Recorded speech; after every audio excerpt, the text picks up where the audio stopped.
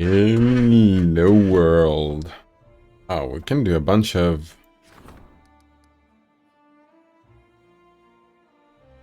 stuff here. Yeah. On all opportunities, we just get +3 economy, +3 loyalty, 3 community.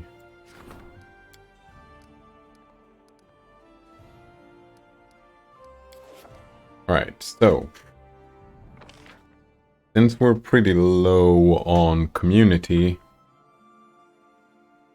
we just build some community stuff here.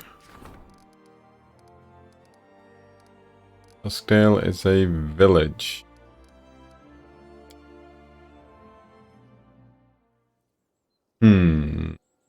So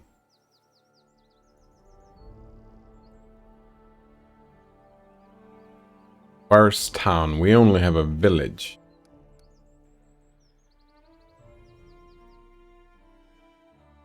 Can be upgraded to town hall, requires town. So how do we create a town?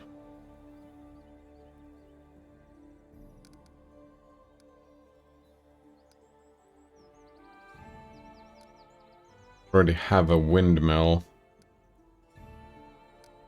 +3. Do have a granary and brewery, so don't have an orphanage. Don't have a monument.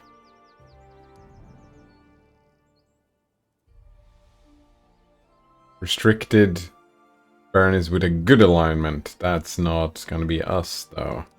We already have a longhouse. We already have a Do we not? Yeah, we do have a granary.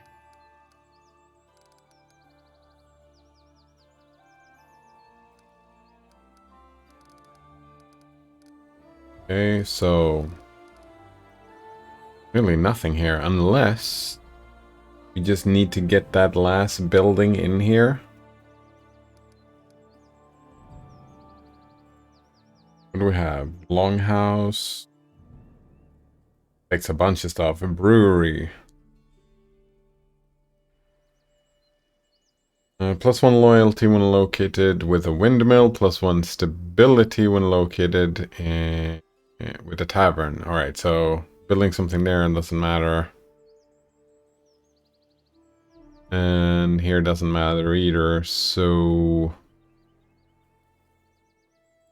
something next to a longhouse then.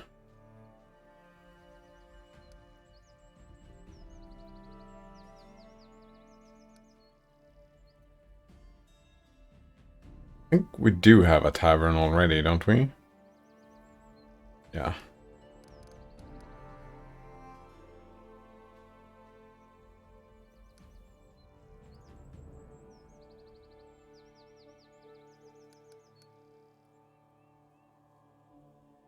Already have piers.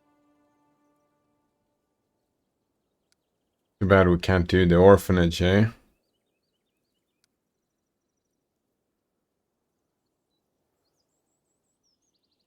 Here we go.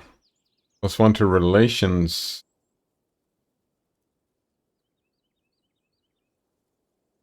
We have a lumber yard. I think so. What about our stats? Relations.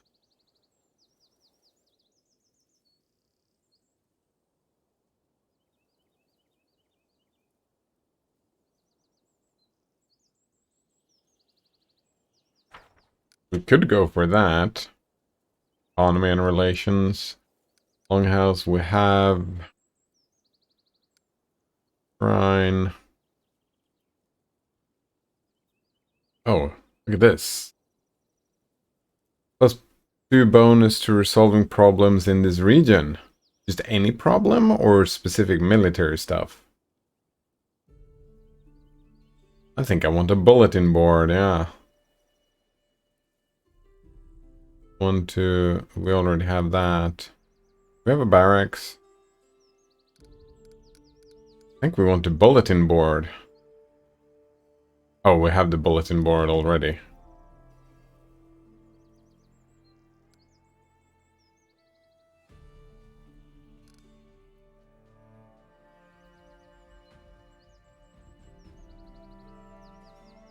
Mr. Oh, these are the ones who are upgradable. We have a shop? We do have a shop. Oh, wait. These the ones that are already built? Wooden wall we have a tavern. We have a smithy, right? Yep. We don't have a shrine. Yeah. Okay, so that's not how it works.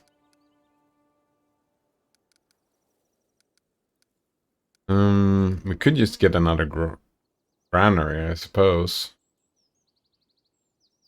I don't even know. Hello, Coleman. Nice to see you again. How are you doing today? I don't even know. If we check these stats here, what I really want is community, right? Could go for relations. That was a pretty good build, wasn't it? What was it that gave us relations?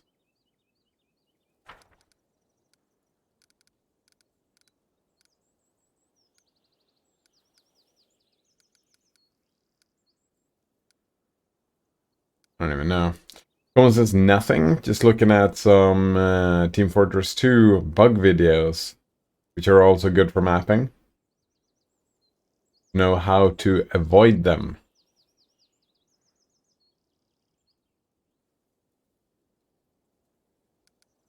Checks out.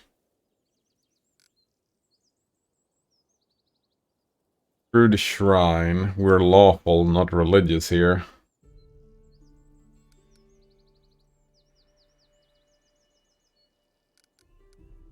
It's weird that I can build. It says restricted to baronies with good alignment, and I'm lawful alignment, not good. So it's surprising that I can build it.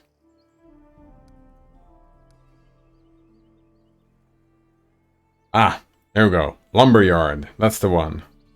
Sacred Grove cannot build in a settlement housing a lumberyard. It cannot be upgraded, though. Get +1 economy, +1 relations, but not upgradable.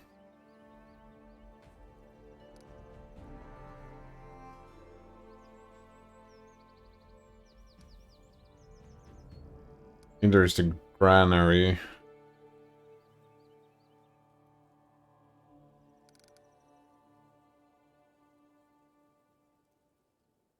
You know what? I think this is fine. It's one of the cheapest things we can build. We don't want to spend too much money, so we're just gonna build a lumberyard here. Hopefully, maybe that's gonna let us upgrade when that has finished building. Oh, wait. Village. Every 3 villages... Oh, fuck. I misunderstood. To upgrade this to a town, I need to save 500 and get gnarl marshes for myself. Right. Alright, what projects do we have? Can stay for a week. Get loyalty? No. Is love to the people? Wait, is she not busy? What is this? Cost 75, we get nothing. Cost of buildings with static loyalty bonus. Alchemy, Bard, City Hall. No.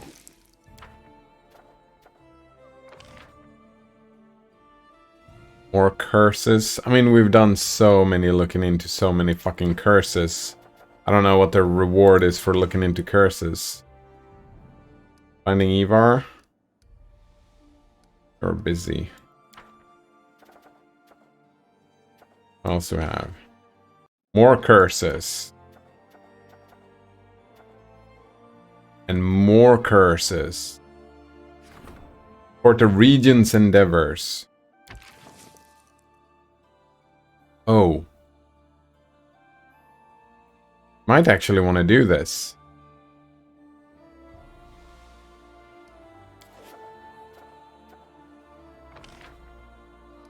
More curses. Trade agreement. 500. With P-tax.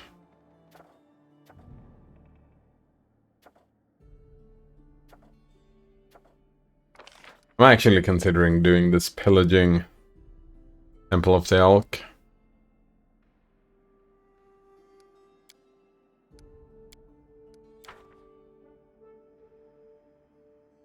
Right, if we're gonna be doing that, we do need to set all the other ones to do stuff as well.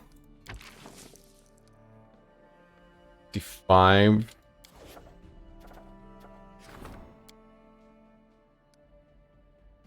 Alright, wait. Where are you at? 75 plus 3. 75 plus 3.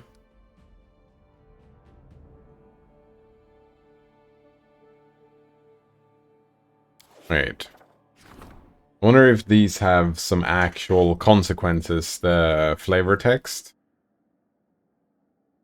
Oh, wait. 7 days to resolve. 7 days to resolve.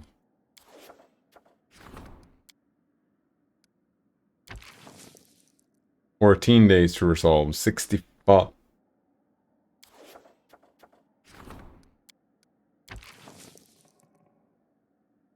Alright, so we're definitely doing this.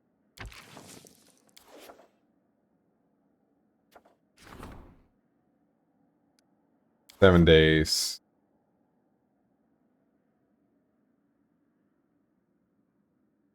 Yeah, I wonder, did I need to go and do something, or... No, we're gonna stick around. We're gonna level up that stuff. We're gonna start this event. We're gonna start this event. We're gonna start this project.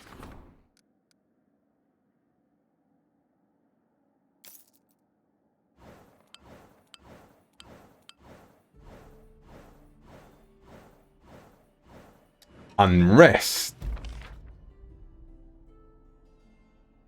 No, we went up to 24 on community now. What do you mean unrest? When your subjects are unhappy, what is happiness? I thought that was community. No, that's population. Loyalty, they're super fucking loyal.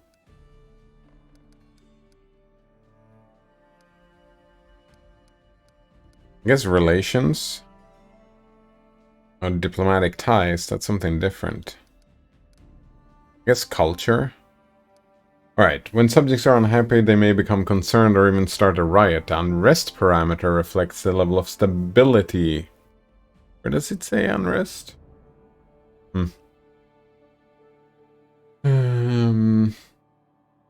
It is stable by default, but your actions as well as independent events may affect it. There are 7 statuses of unrest in your barony can have. If your kingdom is... Oh, we're at serene, is that it?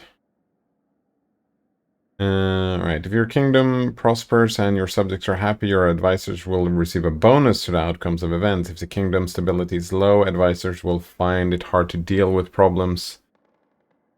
Alright. Okay. Oh, we succeeded on the mysterious cult thing. Very nice. Plus divine.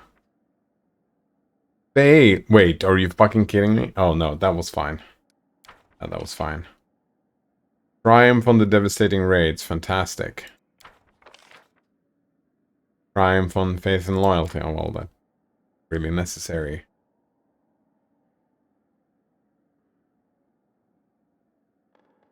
Ah, talented recruits. Serene. The barony seems praise. Yeah, this is stable, right? Unrest changed from stable to serene. Nice. So we got better. That's it. What's our timer, by the way? Finished all of Troll Trouble. We have finished all the companion quests. And we got some errands. No? Ancient Formula, I remember that. Ancient Cars, Part 2. Here we go. That's the only thing with the timer.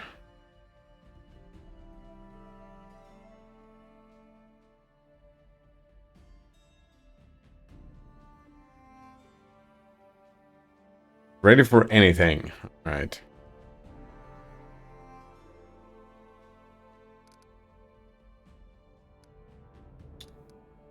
Keys for prosperity. What do we have here?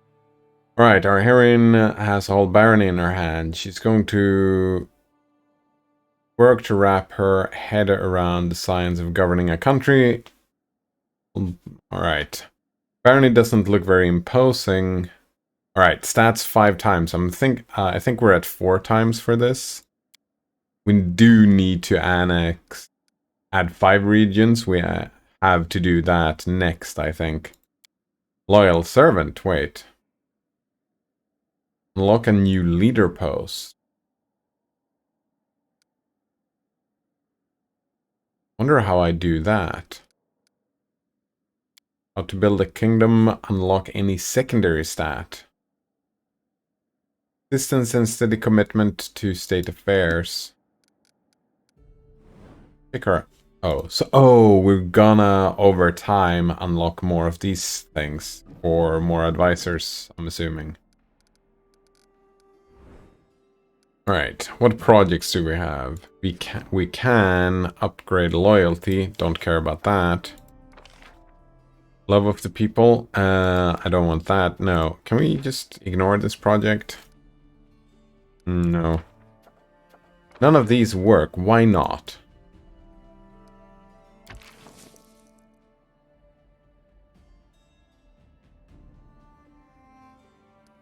Why not?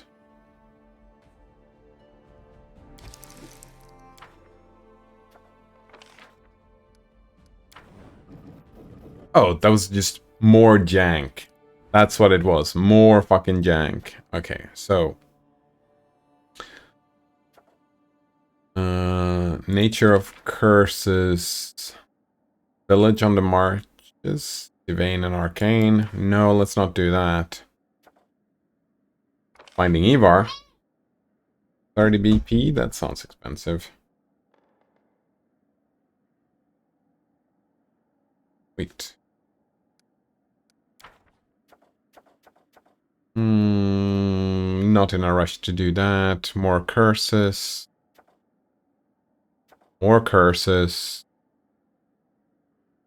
Trade agreement with Pitax. Rebuild the temple. Pillage the temple. What was this? Isvankis. High Priest of Eristil from Restov has strong interest in spreading the Stag God's faith to the region.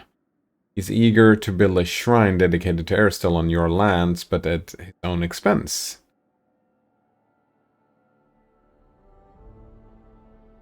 Alright, I need to know Isvanki's offer. Like, is there a reason not to do this? I should have done this a long time ago, I think. Alright. Isvanki's offer.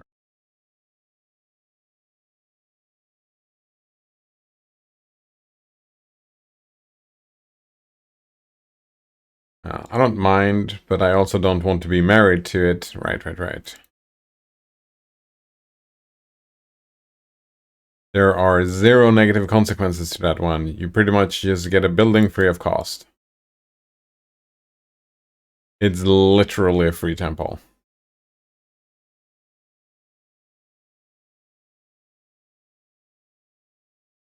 Alright.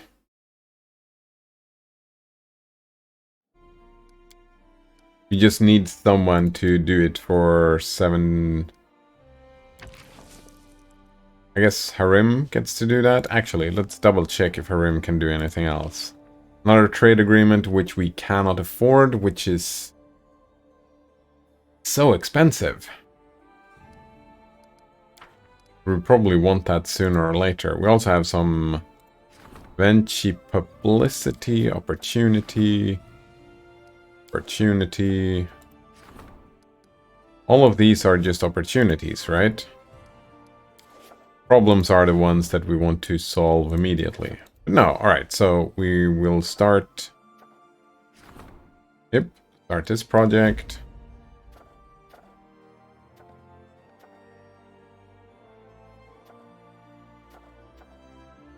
Alright, let's ask about this as well. Temple of the Elk. Actually, Village Temple of the Elk.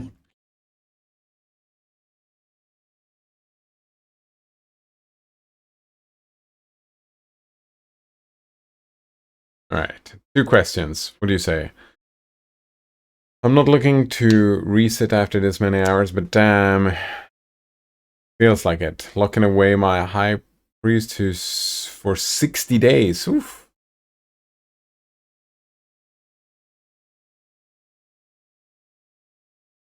Give years, don't worry. Alright.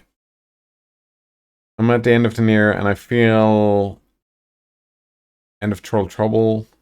But I've had this open since the start of chapter 2. If there's no consequences to looting the temple, should I just go ahead and do it instead of spending the 100 BP and 60 days to rebuild it? Truth be told, I just want to clear this off my screen. Preferably, yeah, exactly. You lose out on a rather useful region upgrade if you pillage it, called Aristotle's Holy Place, which gives you a +2 sacred bonus to attack and damage against all animals and magical beasts within your kingdom. +5 lore checks made within your kingdom. The only other region that you can't take for the North and all marshes is the Royal Hunting Grounds, which has no effect. There's no rush to do any project, be it curse research or restoring the Temple of the Elk, and in fact I'd recommend pushing your Divine up to 60, rank 4 early, so you can unlock Arcane and push for teleportation circles.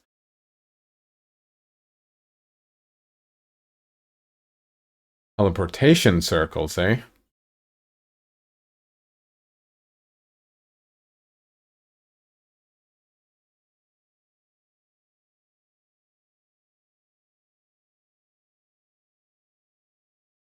Right.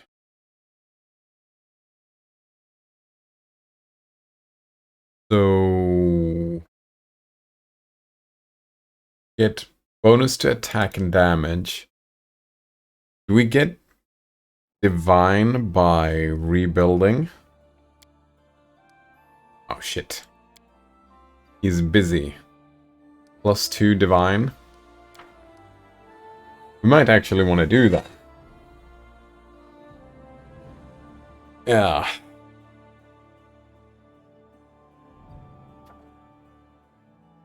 I think I do want to get Gnarl Marshes sooner rather than later, though. Alright. Don't need to do that quite yet. Well, everything is rank 2. Except Divine.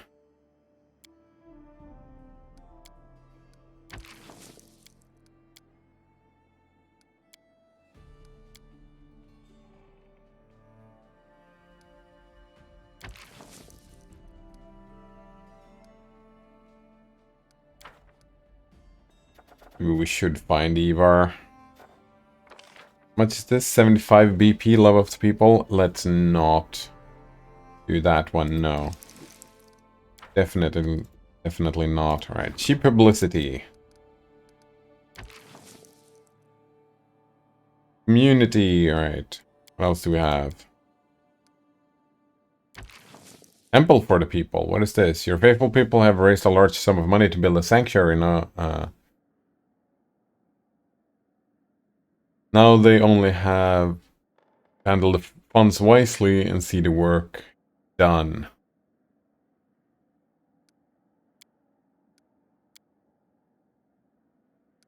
Of the law. 85 success chance. 1 success chance.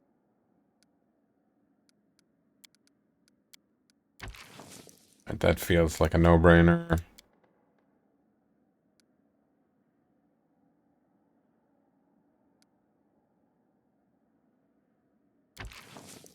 %80 chance, +3 to military. What's our military?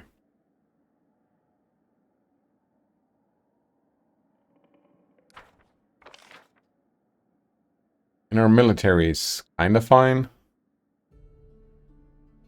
I think I want to find Ivar first. Yeah. Finding Ivar was nothing, right? 30 BP. We can spend that. The full week of BPs, though. Full week of BPs.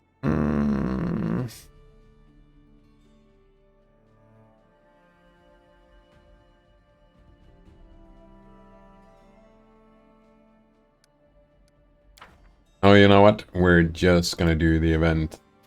Yep. And we're gonna do all of these events. Start this event. This event.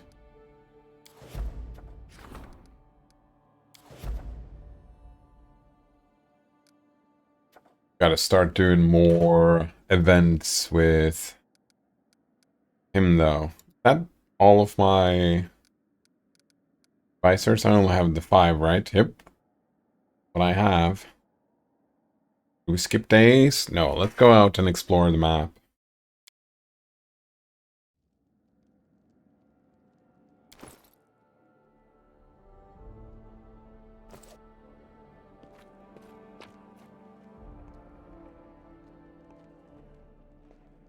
Right, sort by weight. Drop stuff off. Keeping everything, aren't I? Oh, we only have 2 supplies and rations. I must have eaten them without noticing. Don't need this. This. Don't need that anymore. Do I? No.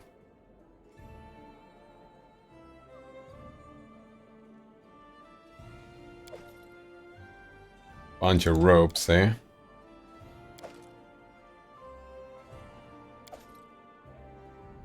Wonder what that was. Ah, it's fine.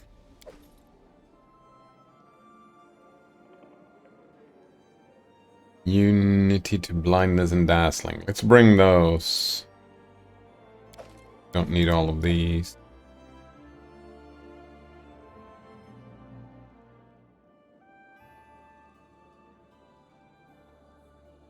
All of this in my inventory.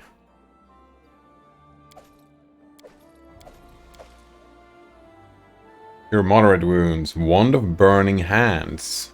Ooh. That's fancy stuff. I don't need Scroll of Bliss. Nope. Headband of Vast Intelligence. We are going to keep that around. Expert in Antiquities. Oh, we haven't been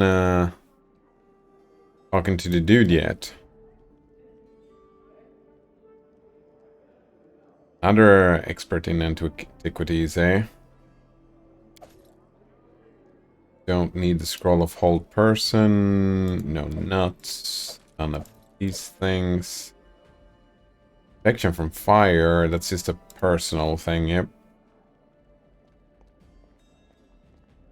Protection from arrows. Oh, that's such a cool spell. We're gonna bring the mage armor. We're gonna bring these things.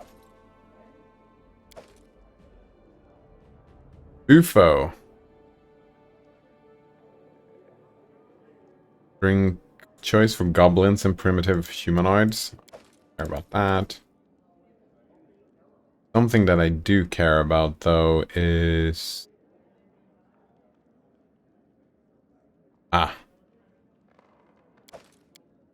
Just always carry all of these things.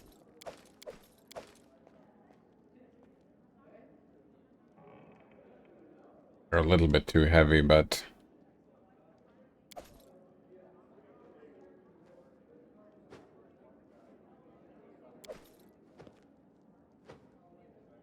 Action from law. Oh, maybe I can do the spells now. Move them around.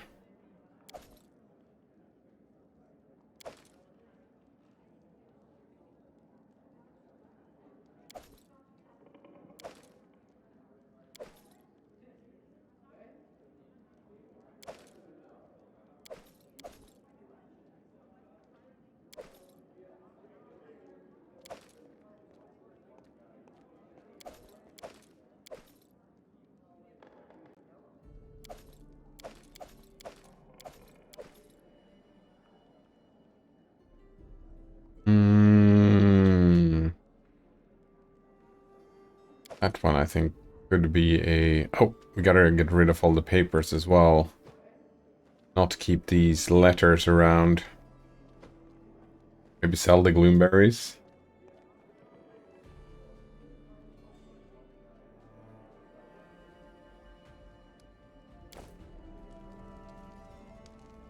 Double check. I thought we already went over here and gave him all the stuff. I probably didn't, yeah.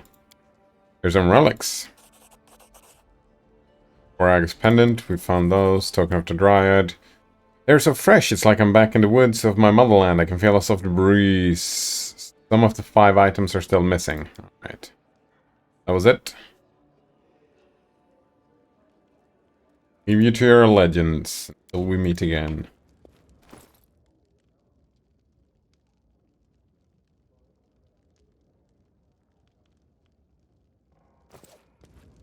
Can we sell anything in here? I don't think we can.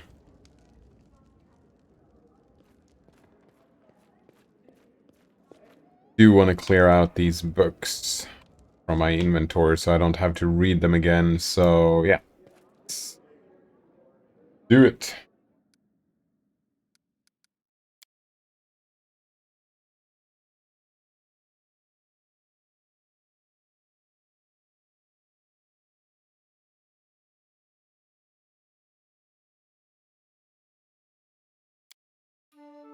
Long loading screen to show up here. All super annoying.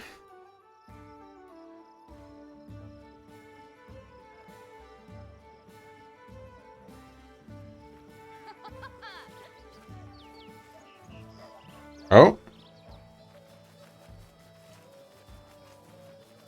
Something happened.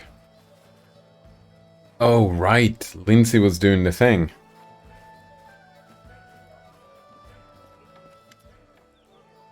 Wait, I want you to meet someone.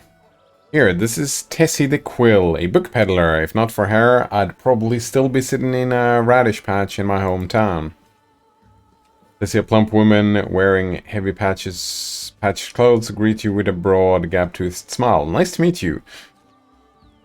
Your barony. Nice.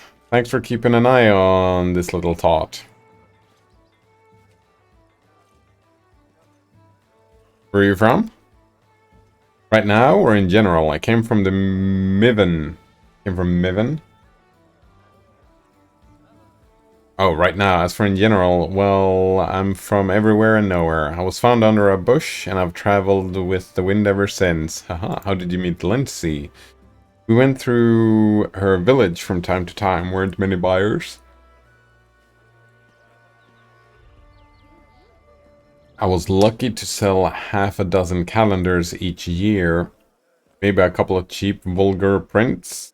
Then a priest from the capital went to live there, and he got the young people interested in reading little by little. Some would ask for romance stories, some wanted heroic tales.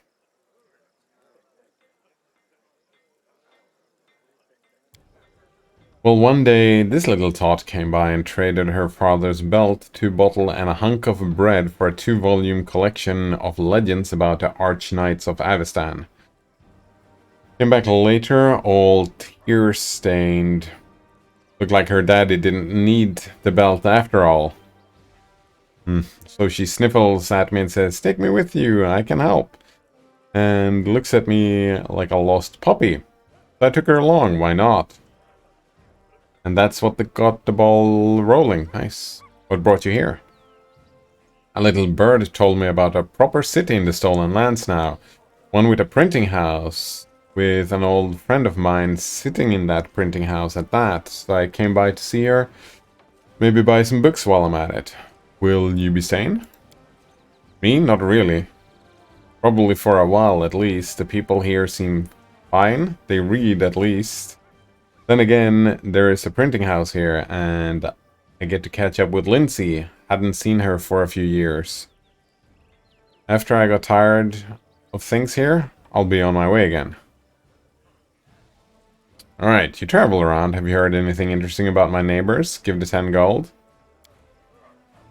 Tessie hides the money and smiles knowingly. Of course I do. What do you want to hear about? Has anyone asked about my lands? Now, don't you go taking me for a spy, alright? Honestly, go ahead, check me with magic or just ask Lindsay. I'm happy to hear and pass along rumors, but I don't go spying on purpose. My business is books. As for your question, well, of course they're interested. People in Restov want to know if they were right to wager on you. While Mevan and Pitax are still trying to take measure of their new neighbor. No one knows what to expect from you, so they're getting themselves ready for some surprises. How are things in the Brevoy? Bad. People in Restov are honing their swords. With the royal house gone, it's just a matter of time until there's a big uproar. Everyone knows it and no one wants it. There doesn't seem to be any way of avoiding it. Any news from Mivan? The usual schemes and duels. Seeing a bunch of runaway bandits flooded. Seems a bunch of runaway bandits flooded in there from Brevoy. Rumor has it the great houses are intentionally straining Mivan so the Aldori there won't be able to help Restov when the carnage begins.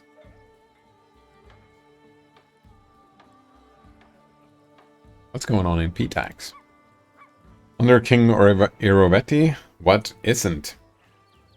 Parties, parades, executions, the king robs the trade houses that used to own the city. He brought some gang in from Numeria who's been selling deliriant potions. He sends strange expeditions into nearby lands, but no one knows what he's looking for. Nobody can tell what the kook's thinking. That's why he always wins. Thank you, that's enough for now. Alright, farewell.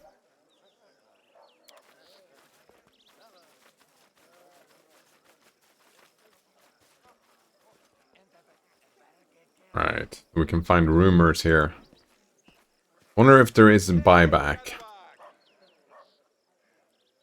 Show me what you've got.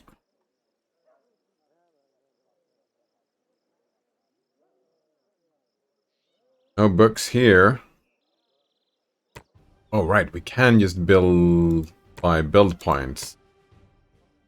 How many do I need? I need 4 of these. But nothing else. Corrosive heavy flail? That seems pretty cool, though. +2 enhancement. I don't even know. Hello, Zach Willenberg. Nice to see you again. How are you doing? Oh wow, look at this. Look at this. A flame guard tower shield. Ooh, that's fancy. Look at that. Tower shield enhancement +1. Fire resistant. Oh, that's it. Oh, and reflex saving throws. That's pretty cool as well. Yeah, we're not getting that though. We're gonna get rid of. No, we're gonna keep the hunter's letter. We have visited Mager Varn. We have not visited Jamande Aldori, so maybe we'll keep that letter. I don't remember the Eneo thing, so let's just get rid of it. Bloodstained letter.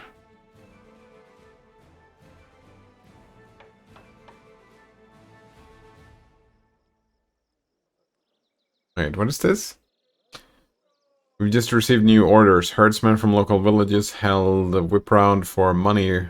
Hired us to kill the Cyclops thing. I think we were over there and took a proper beating, so we don't need that anymore.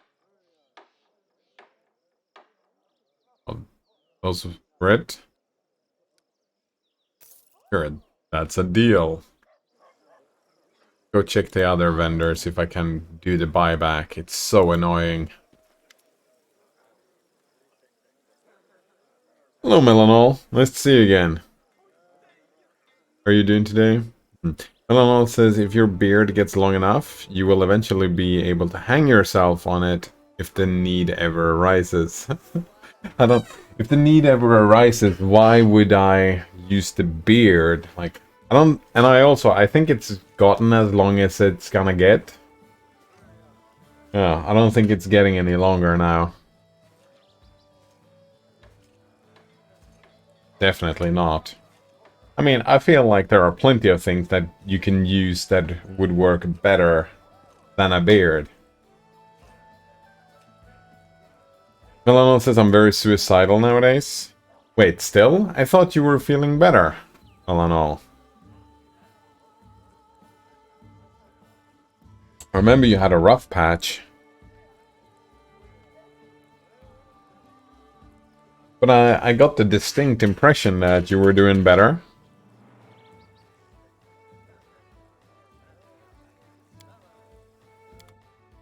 Show me what you got. Yeah, there's no buyback. Oh, wait, maybe. Maybe I did sell these things to them.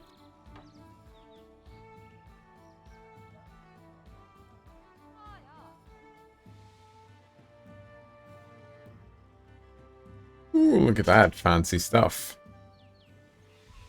Yeah, no, nothing here. Maybe you have some books? I don't know. I don't know if this ad, I still have it. The job is crap. I feel like a computer slave.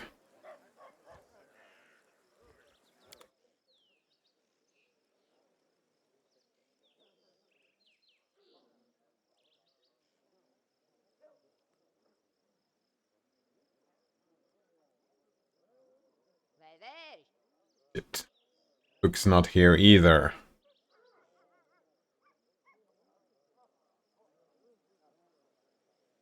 The nature of the... Oh, that's the wrong one. Trying to find pros, but it's hard. Whatever. A computer slave, eh? That's too bad. How long have you been working there now? You're still... Are you not still in training? And it's already taken its toll? Oh, that's too bad. That is too bad. I am still in training, but... Still have it hard. I mean, the pros... I mean, it's simple pros, but it is money, right? It's pretty much the only pro, isn't it? Eesh. And it could be worse, right? Could be cleaning toilets. Yeah, could be cleaning toilets. Silver lining? Maybe? I don't know. I don't think that helps. I don't think that helps. Hello again, Moon Pie Dumplings. Let's see, how have you been doing? Finally bought all the parts to my college dorm closet server. It's gonna have 2 Intel Xeons, 128 gigabytes of RAM, and an NVIDIA RTX 4070. Oof! I feel like it just grew bigger and bigger, didn't it, Moon Pie Dumplings? Sounds fantastic.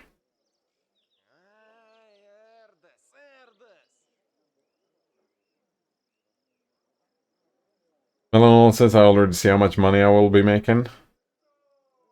Like Windenberg says the average Linux user when they try to move back to Windows. Feeling like a computer slave, you mean? Moving back to Windows? Is that the average Linux user moving back to Windows? Like, some people do, I suppose. Moonpie Dumpling says, yeah, it grew pretty big from my original plan of 1 mini computer, right? It's a closet server. Who needs clothes, eh? When you can have a server. That was pretty neat.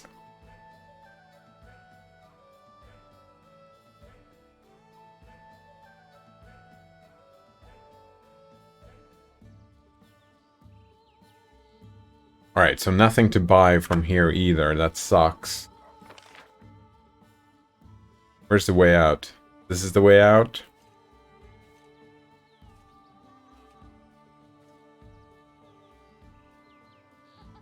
Did Arsino have any trading? I don't think so. I don't remember.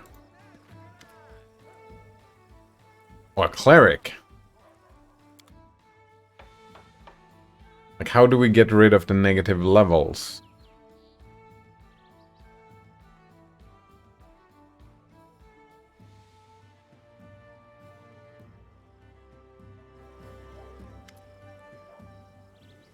What services do you offer?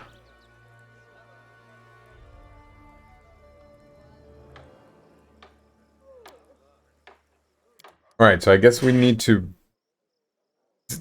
No. Roll of Restoration, is that it? That seems expensive.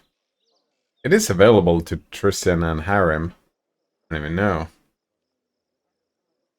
Oh, Tech Windenberg says that 4070 is currently overpriced from what I've seen. Yeesh, Nvidia. Minpa Dumpling says, good thing it was my dad who bought it and not me, right? Very nice. I was actually gonna go Intel A770, but he jumped the gun. Nice. Another says I will not, I will try not to kill myself, but my dad ignores my suicidal thought, and he left his shotgun in my room with ammo. Ugh. That's kind of fucked up, Melanol. Maybe you should move that somewhere else?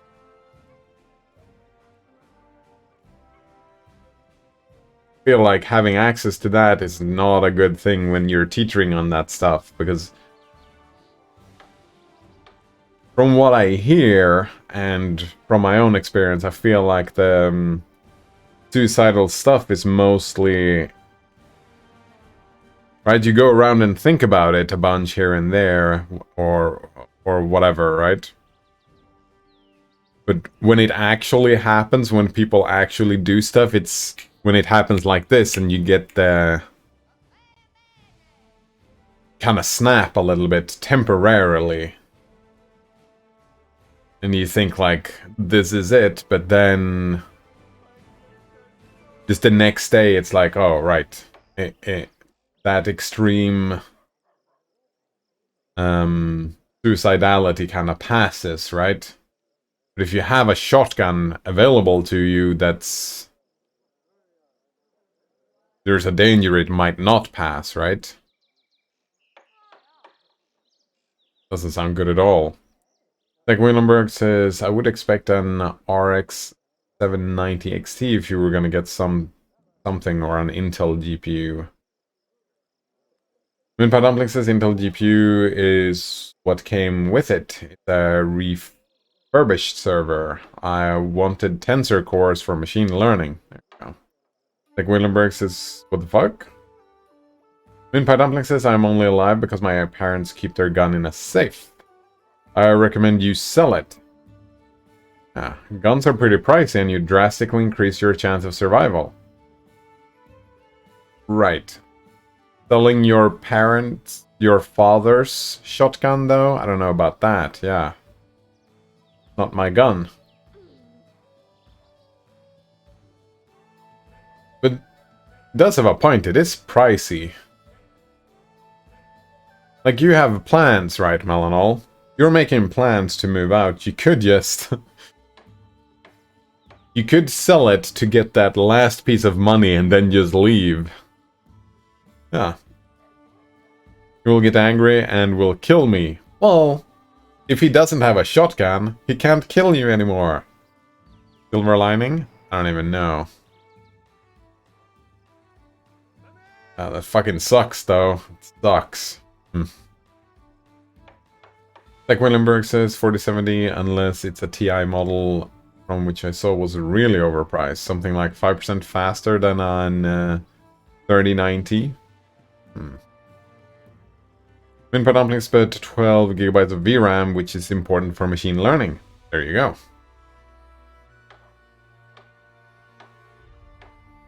Like Willenberg says, you know an obvious answer to the shotgun thing? I do not. The obvious answer is sell all his guns and go rent some apartment with the money.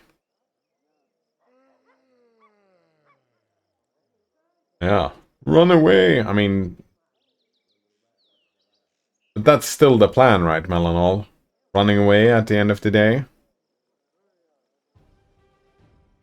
Just need to last, right? You just need to last for how long is it gonna take? You know how much money you're making now. How long would it take? Winpa Dumpling says lock it in a safe or something. Just get rid of it. Your darkest moment shouldn't be... Your darkest moment shouldn't be your room. Exactly. Can't do jack shit with no guns? That's not true, right? We're talking about... But it takes way more, right? It takes way more effort to hang yourself than to shoot yourself. Melon says that my income per hour got divided by 10 thanks to Putin. Oh, wow. Divided by 10? That's a pretty big fucking difference, eh? Like Willenberg says, thanks to Putin. Wait, what? Yeah, there's been a lot of problems, right? Like Willenberg says, incorrect cider. It's easier to hang yourself than to pull that trigger. Oh.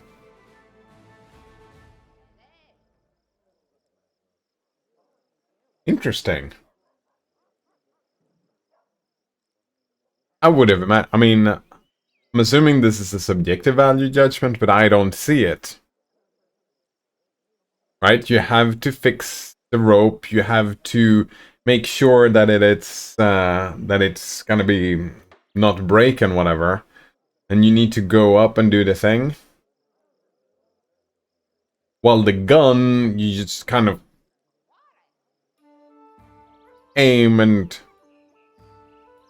pull the trigger. I feel like I mean, I get there is a mental strain, like a mental difficulty pulling that trigger, but I would assume that difficulty is the same as with the hanging. Or is it like a foot in the door kind of thing?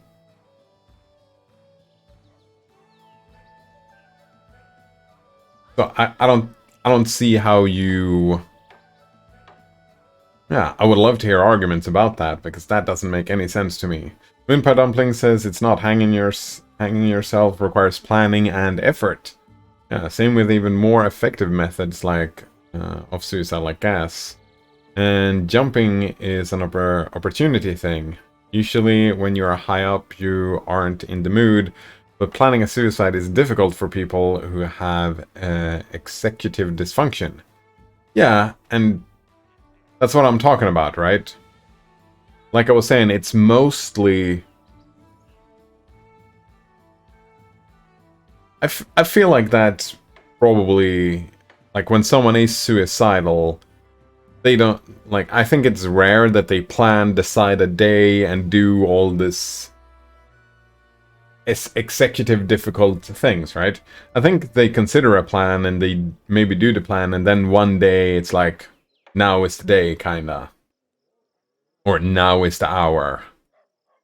Even. And I feel if the gun is just lying there, the gun is just sitting there.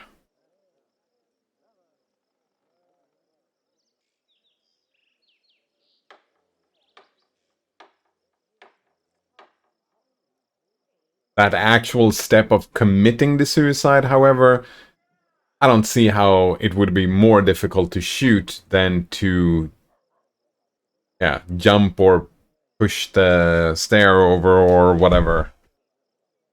Right?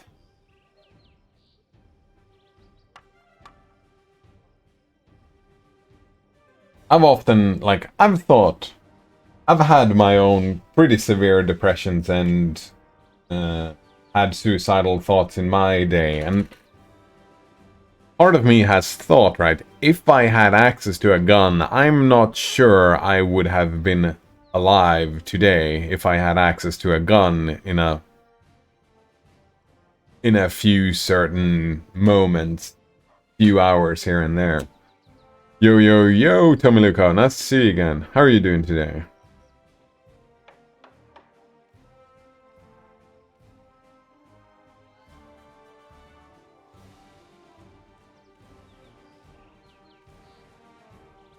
Like Willenberg says, I believe hanging oneself would be harder than shooting yourself, even though you have to plan stuff out. Yeah, that's what I was saying, Zach Willenberg. That hanging is way harder than shooting. Tommy says, by the way, that ad blocker does not block Twitch ads. Oh, that's bullshit. Lies. Minpa Dumpling says, harder? That's not consistent with what you said. Yeah, that's... I'm very confused. Melanol says, I feel better already. I'm glad to hear it. Minpa Dumpling says, I have a uBlock origin filter that works. How do you mean a filter? What? Do you have to mess around with the config on uBlock origin to make it work? Like Willenberg says, only works with Chrome-based browsers and was patched if you don't want ads to use uBlock origin and set it up.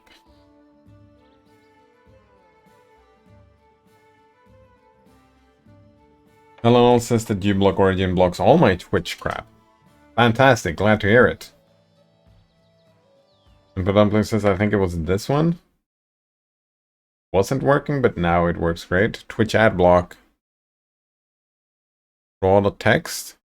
Alright, stuff is working great now. If you have previous versions, sure up to date. Alright, how to use this. uBlock origin. Alright, there you go. So you just get this into... Oh, does it only work on Chrome?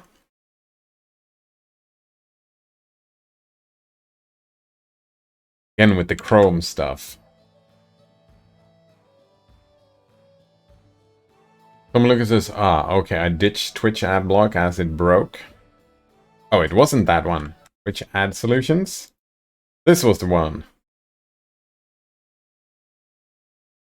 Twitch ad solutions. Multiple solutions. Don't combine Twitch specific ad blockers.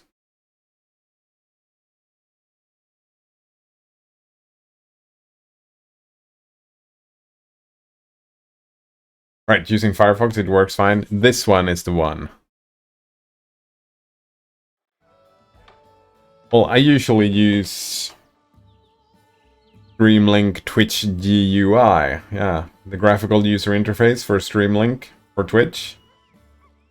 I haven't been watching Twitch in a long time though, so I don't know if that works anymore.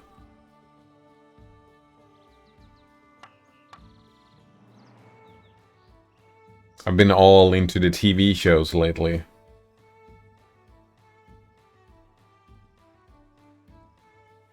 Minpa Dumpling says proxies are most reliable, but I don't like the idea of routing my traffic through other servers in countries where Twitch doesn't show ads even anonymously.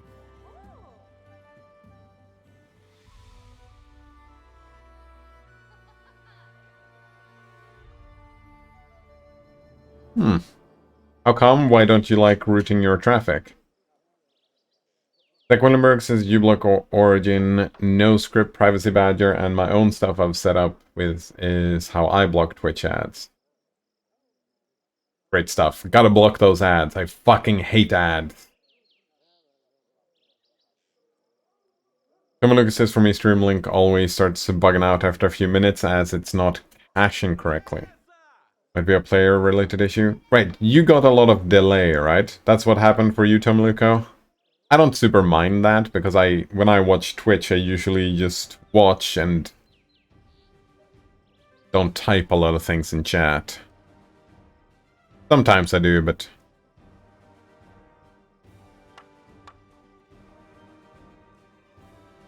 Like Willenberg says, I haven't seen ads in years. Good job. That's someone that's doing it the proper way. Yeah, well, the issue is that the delay is growing, that's the problem. Yeah, that's what I thought, yeah, Tomaliko. Because it's not catching right. Moonpie Dumpling says Streamlink worked okay. It would hide ads, although would still have to sit through 15 seconds, but that's actually okay. I don't like seeing ads. Yeah, I'm okay with... I would prefer not sitting through the 15 seconds, but as long as the ads are gone, that's fine. Moonpie Dumpling says the primary benefit of Streamlink is using MPV plus hardware acceleration, in my opinion. What is commercials in Zach Willenberg? I mean... Scourge on Humanity. Oh, we have another note here. Wolf Victim's Book. We can sell that. We don't need that anymore. That as well. Gonna keep the Hunter's letter for a while, and we're gonna keep Jamondi's letter for a while. I need to know negative level. So... Negative level... Maker. How the fuck do we get rid of him? Restoration. Oh, it is called restoration then. So...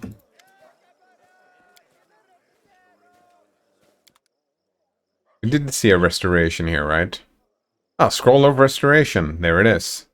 But the spell is available to Tristan and Harim, so... We definitely need to change the spell books. That's what's going on in the game right now. Need to have... Restoration. There it is, yeah.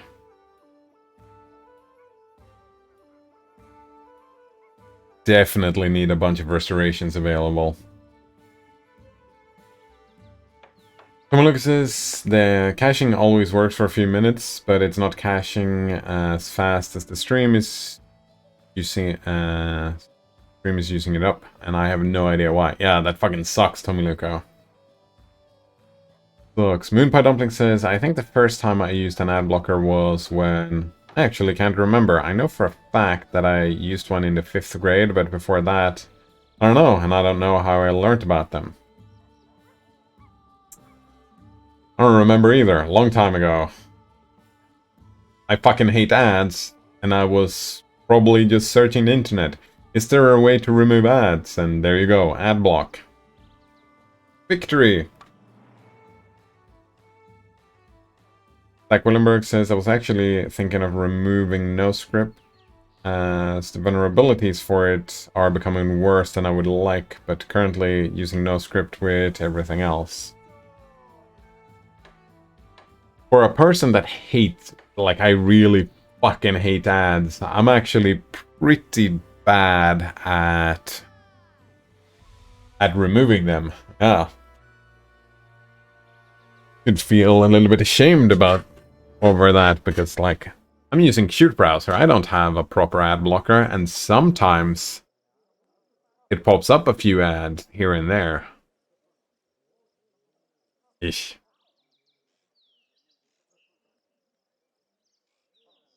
Moonpie Dumpling says like people are getting around NoScript. I thought NoScript was the only way to make the internet secure nowadays.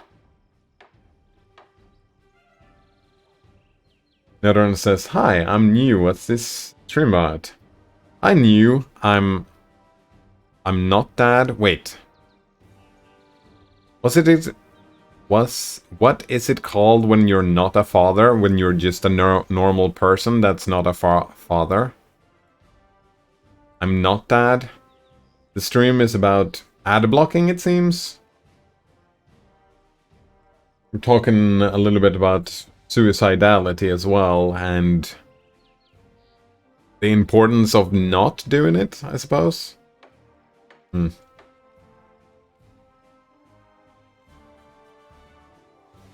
Lucas says back in the days, ad blockers actually caused the CPU to run a bit more and used a bit of RAM. Today, it's the opposite with all the craps on every website. Moonpie Dumpling says, have you seen the programmers are also human video about the modern internet? It's so funny. Oh, wow. Here we go. Oh, yeah. I got DWL. I was learning about... what did I learn about? Overlays. Yes, I've been learning about overlays. Oh, actually, no, while I have you here, I ran into something super interesting. Right, so this is DWL, right? I am doing a Fibonacci layout patch for it. And I did here. This is what they say, right? You do super.fetch patch. That was a word to say. Then you get the URL to the patch, and you get the SHA thing, and you run it. And it doesn't work. It doesn't run. But then I just download the patch myself and just put it in a file. This is the exact same file, and it works. Like, why is that? That was so weird that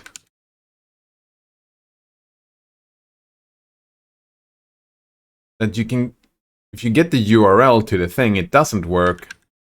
But if I make my own file with the exact same file... Wait. No? Yeah. I had some problems with my config file as well, but that was a different problem. I wonder if that's still the issue when I gotta try again, but it's so weird that it happened that way. What was I doing, by the way? Right, we're gonna do...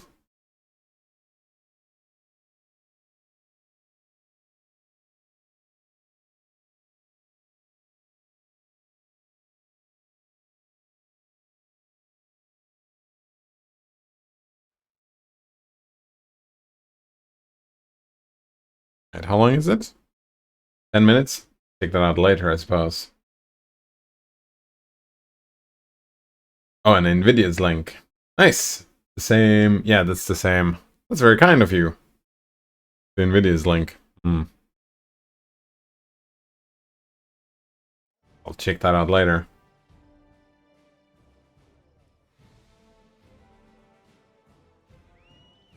Like Windenberg says, nope, it has an insane amount of vulnerabilities. Tomaliko, I haven't seen that one yet. Especially with Tor, you have a bunch of vulnerabilities, eh? Moonpot Dumpling says, oh man, I've been finally learning Nix as well. I finally created a shell.nix instead of a bash script that calls nix shell-p lol. Oh, I've done a shell.nix a couple of ones before, but I don't know if I actually learned about them. I feel like I only did shell.nix's copy-pasted from the wiki. I haven't learned about those. Someone says, but I actually ditched NixOS on my production machine for now. Ah, going back to Gen 2, eh? Moonpot Dumpling says, gonna switch my second laptop to NixOS, but my big one can't really leave Arch because it has hybrid graphics. Oh yeah, I had hybrid graphics, and yeah, fuck. Stay away from NixOS with hybrid graphics. So much headaches. So many headaches. Ugh. But I'm super happy that I actually this morning, when I went to bed last night, I stayed up a little bit too long, just banging my head against the wall with DWL, and I couldn't get it to build, and it was super annoying. This morning, I'm like, I give it one more shot, and I figured out what I did wrong. I got it to build with my config and everything. Fantastic. Moonpad Dumpling says, don't know what I want to put on my server. I want to put OpenStack, but I don't know what's good to put under that. I have no idea. I wonder if NixOS has an easy way. Nope. I don't even know what the rest is. But I feel like that question is, I wonder if NixOS has an easy way. Whatever follows, the answer is always no. No, it doesn't. Doesn't have an easy way to set up. Or OpenStack and similar services. Maybe there's something wrong with that website you're trying to fetch the patch from? Oh, it does fetch the patch. The error message is... the error message is... Oh... Maybe it doesn't get all the text or something? Because I do see a reference in the error message to the actual patch file. Yeah, it does show, like, here is the problem. Right, I'll show it off. Right. Right. Like this.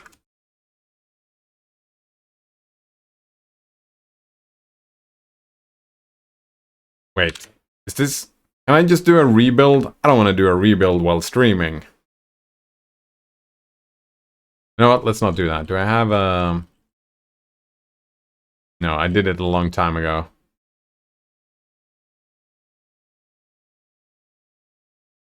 Yeah, restarting a bunch of services while streaming, that feels like a great way to not have a good time. Right, actually we can do...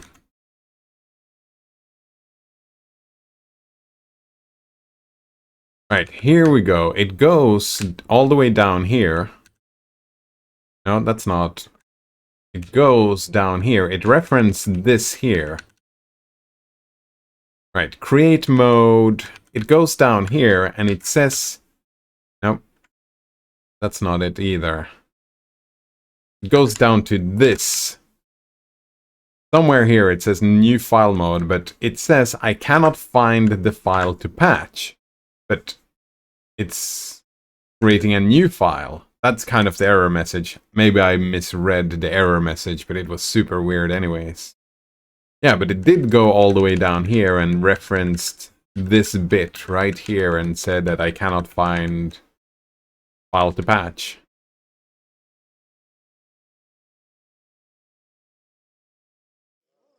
Stupid weird. Maybe there is something wrong with the... Lucas says, but yeah, NixOS plus pip modules that aren't in the repos is a pain. Oh yeah, oof. I think someone made a tool to make it easier. I don't even know. Dumpling says that Mac Nix is working now, but it wasn't. Don't know what that is. Like Willenberg says 2 words. Install LFS and use the Nix package manager stuff. Oh, Linux from scratch? Nice. Not really words, but still. Dumpling says, hey, NixOS makes running a server so simple. Have you seen the Nextcloud config? No. Literally just changed NixOS config. Very nice. Like Willenberg says, fuck me, I'm tired. Wait, are you gonna... I mean, I would recommend if you're tired, go to sleep and maybe not spend a lot of energy doing the intercourse. But if you insist, I don't know. 3M and the amount of grammatical errors is increasing. Fine. Fine. Dumpling says, yeah, no, I'm not gonna touch Linux from scratch. Maybe not me either. Another one says, yeah, that website is including free HTML tags. See for yourself. Oh, would you look at that? Would you look at that? The website broke it. Thank you, NodeRunner. No, I'll take your word for it. I'll look into that and... that's so stupid. Well, there you have it. You just instantly figured it out. Fantastic. Also, this doesn't even look like a patch file.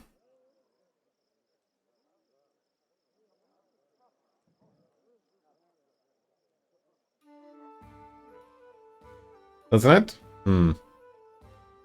Why not LFS is good? I ran it for almost 2 years. Oh, I mean, I think it's probably great. I'm just super fucking lazy. Maybe one day. Pain in the ass to set up. I would imagine, yeah, it's a pain in the ass to set up. Someone looks says that, yeah, NixOS on a server is nice. I want to just use my stuff. That's why I use Arch. That makes sense.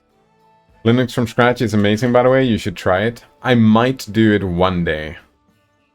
Dumpling says, but can NixOS be used to configure hyper-converged infrastructure? I think it can.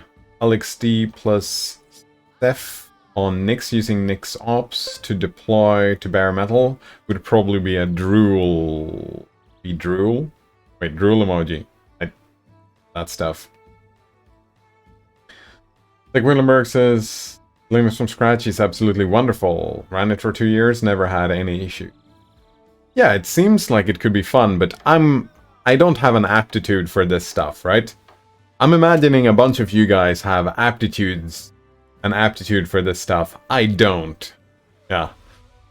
So, for me, setting it up would be a monstrous task.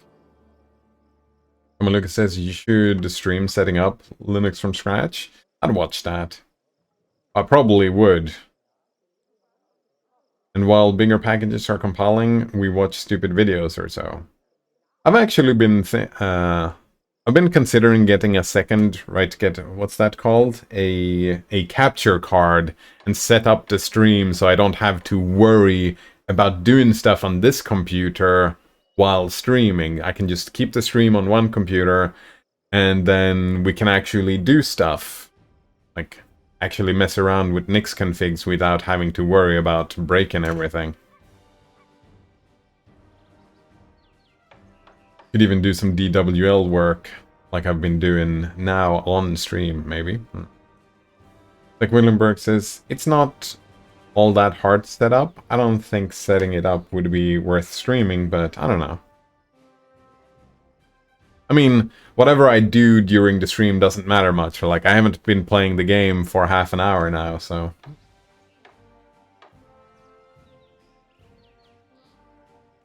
Noron says, I'm surprised that the chat is so excited about Git large file support. I mean, Git large file support is fantastic.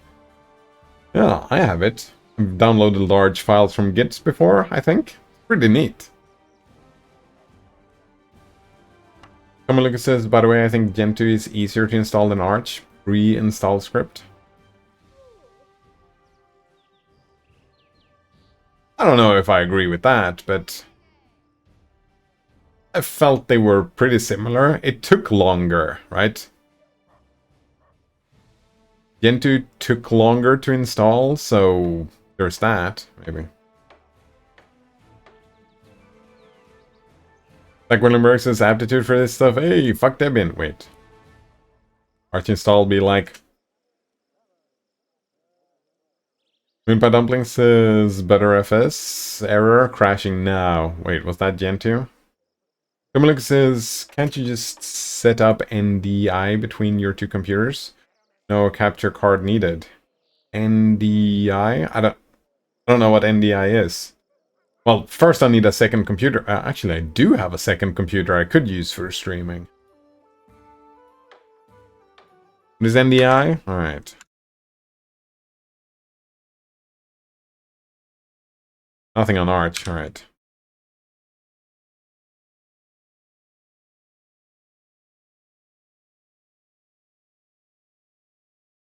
National Democratic Institute. No, that's not it.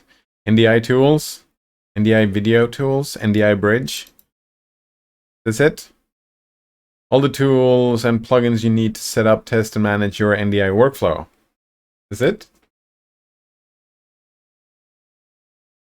Seems fantastic. I don't want to spend money on a capture card, so. Someone says that my Gentoo is actually rocking better FS. That fair. Moonpie Dumpling says you can do OBS network streaming, which is what I might do.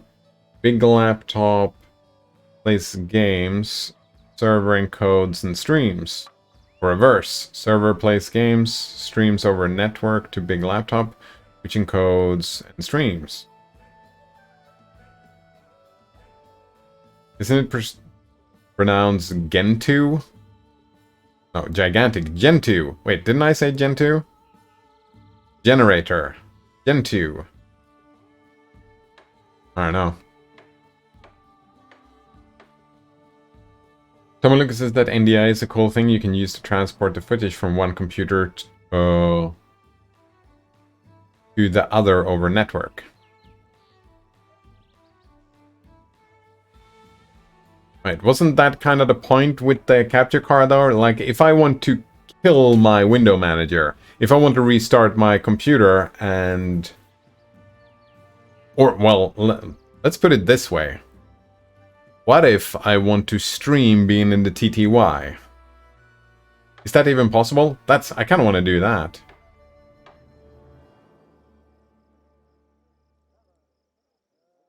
Another one says, I think you need to switch to politics before streaming with the with the National Democratic Institute. Yeah.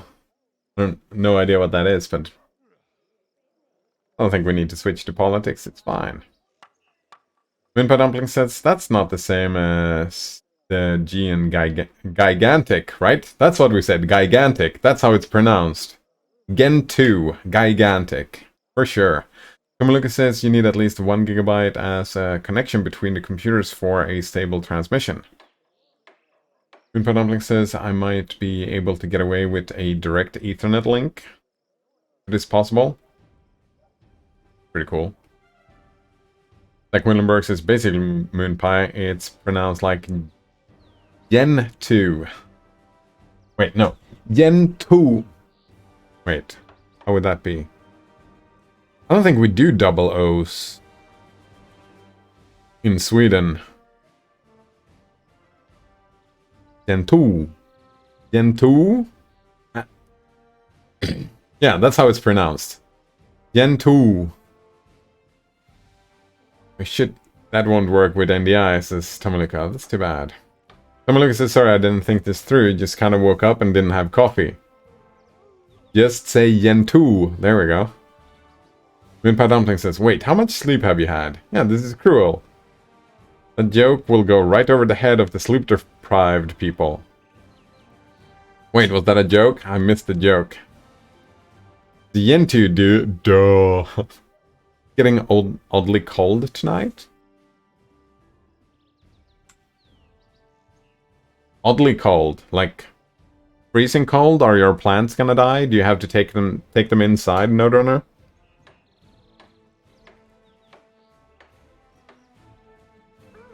Alright, what do we have here? We have the controlled fireball. Oh, right, that's fantastic. Yeah, controlled fireball is fine. Freedom of movement has been super boring, hasn't it?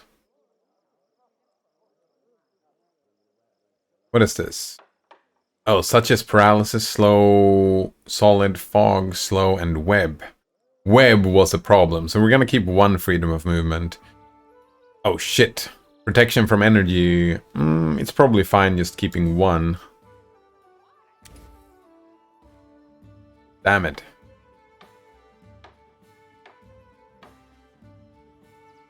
Because protection from energy we have to keep. Restoration, I can... Oh, look at that. 2 diamond dusts. Material as a material component. Good to know. Can you do that as well, by the way? You can do restoration. Fantastic. Domain slot is freedom of movement. And fear. Oh, we're not going to be doing fear, so you can have the freedom of movement. Means you don't have to have freedom of movement. You can have 2 restorations. I like that. I like that.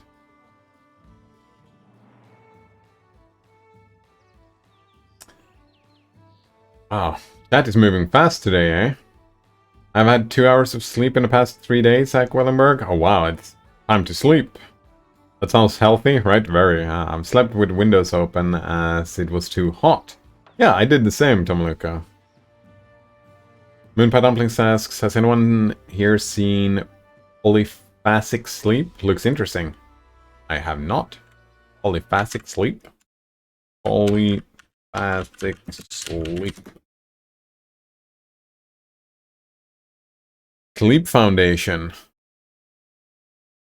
Benefit and risks? Hope there's a definition as well. Nodron says, I don't think my plants will die in 40-degree weather. Yeah, probably not. You call that shit cold, says Aquillenberg, right? The issue with polyphasic sleep is that there is no scientific benefit, but people who do it get less sleep, end up Wait. The issue with polyphasic sleep is that there are no scientific benefits. There's been no science showing benefits, you mean? But people who do it get less sleep, end up performing worse, even if they don't self-evaluate to do so. Oh, so the science says that you do perform worse.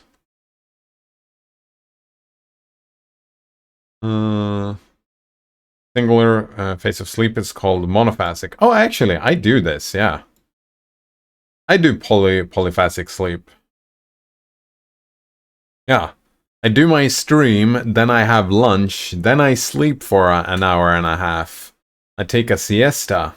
Ah, not every day, but many days. Take a 1.5 hour sleep.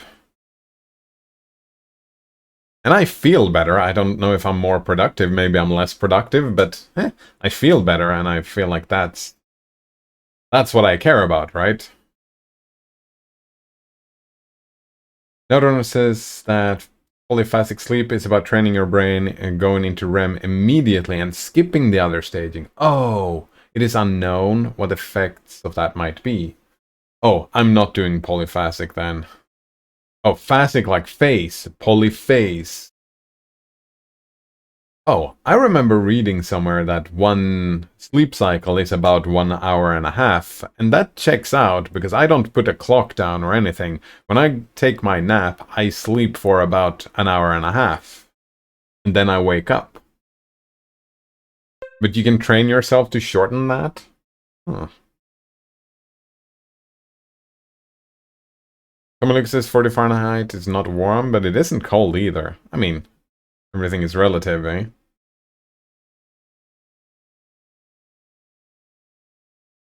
Zach Willenberg says, that's what my room is usually. Not what the thermostat is set to, but I have server coolers in my room running 24/7. Well, that sounds noisy, doesn't it?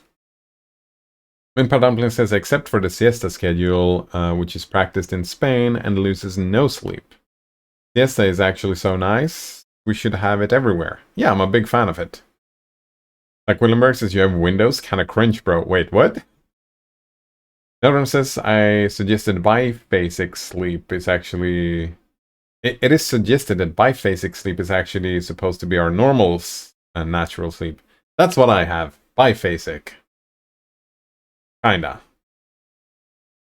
Oh. I didn't get the joke first. Moonpot Dumpling says, Windows? I only sleep with Linux open. The joke went up here, but it's way funnier now that I get it. Moonpot Dumpling says, yeah, I find myself getting tired around siesta schedule even if I try to fight it. That's what I do, so I don't fight it. Kamaluk says, I always sleep with Windows, Mac, and Linux open. I'm a slut, I know. Oh, fuck. No. Mac? Ugh. Hackintosh, I'm a cheap slut.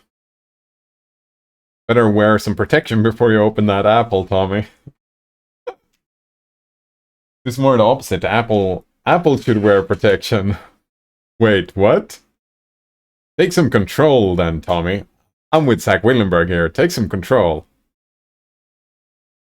I'm looking at Sorry Cider. I think I didn't sleep enough.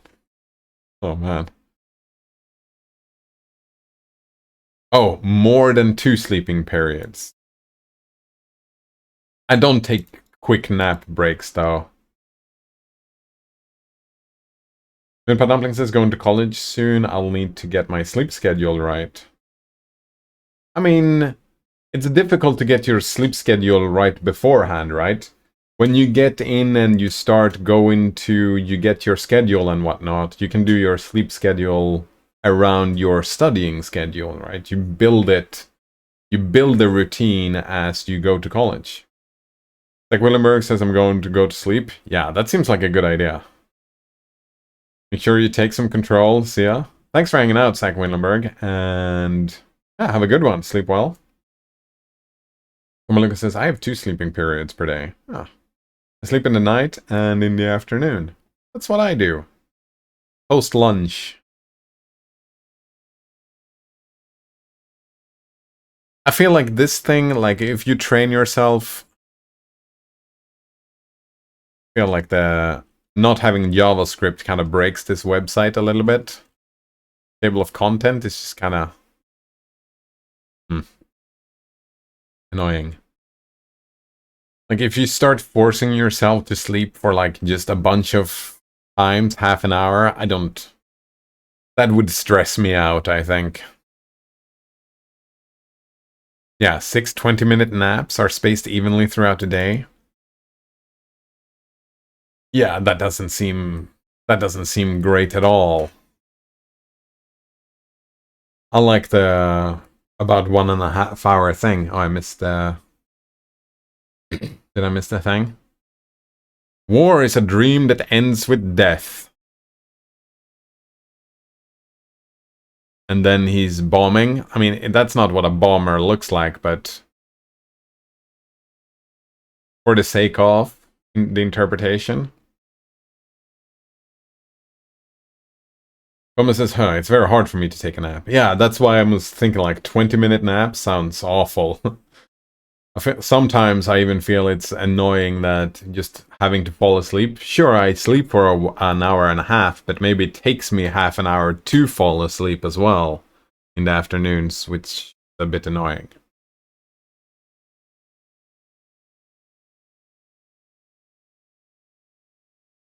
You know what? No. This is not a bomber. This is play. Yeah. Make play, not war. That's the inspiration from this, right? War is only death, and death is not a thing to be inspired to do, right? Like Willenberg says, actually, real quick, got on my phone on the topic of sleep. I currently am sleeping 30 minutes a night. That doesn't sound healthy, but who knows? Another one says, if you add condensed milk to normal milk, do you end up with milkier milk? I would say so, yes.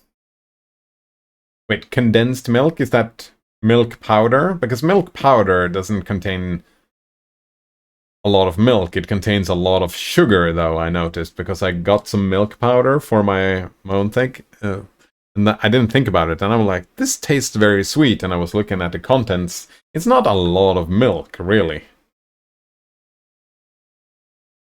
Like Willenberg says, no, you waste money when you could make fudge.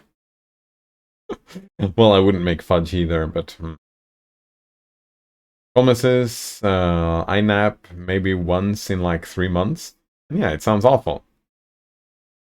But, I mean, I don't want to yuck someone else's yum, it's just not for me. If someone else feels good doing the polyphasic sleep, go on right ahead. I'm not even interested to try it, but if someone is like, oh, this looks interesting, then yeah, why not? Try it out. Lucas says, oh, we're so overwhelmed with work that our work assignment tool is broken. Oh, nice. So you're not overwhelmed with work because you're not assigned any new work. Sounds fantastic. Tab says it inspires to consider consequences of war before getting into it, right? Yeah, exactly. Fantastic. I used to do that. Wait, what did you used to do, Tab? Thomas is overwhelmed with even more work because the work assignment tool is oh, you need to fix the work assignment tool? I was thinking the other way around. Oh, the work assignment tool is broken, which means I'm not getting assigned any more work, which means less work. Iberman? Wait. Iberman? Oh, is this the Iberman for taking a bath? Not the bomber? Contains a lot of lactose. Oh, I suppose it does. Another says, is the sugar in your powdered milk lactose-based or just added sugar? I think it was just added sugar. Like both. I think it was probably both, Notrunner. Because I have some powdered milk right here and it has 9 grams of sugar, but it doesn't say sugar in the ingredient list. Just milk. You know what? I don't know. That's a very good question, Notrunner. I'm not gonna go and check it right now, but if I remember it, when I go into my pantry, when I open my pantry the next time and I see the thing, I might double check. Oh, the Iberman sleeping schedule? Oh, the 20 minutes, a bunch of naps? The polyphasic? Is that what it's called? Yeah, the polyphasic sleep schedule. Is that what you did, Colgatin on Tap? How was it? Lactose is also a sugar? No?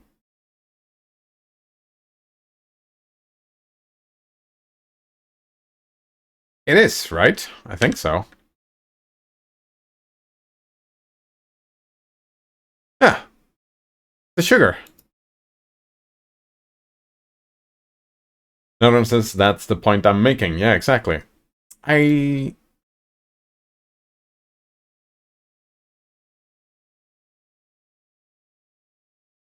Right. The powdered milk that I bought, though, it had not 9 grams. Well, 9 grams, I'm assuming, is 9%. 9 grams out of 100. The milk that I bought did not have 9 grams of sugar. The milk that I bought had, I think it was 40-50% sugar. And it tasted super fucking sweet. It was too much because I'm not used to that amount of sugars. But I don't know. Yes, I don't know. It says 9 gram is 4%. I feel like the 9 gram then is not helping at all, right? The 4% is way more interesting. That's what my normal milk has.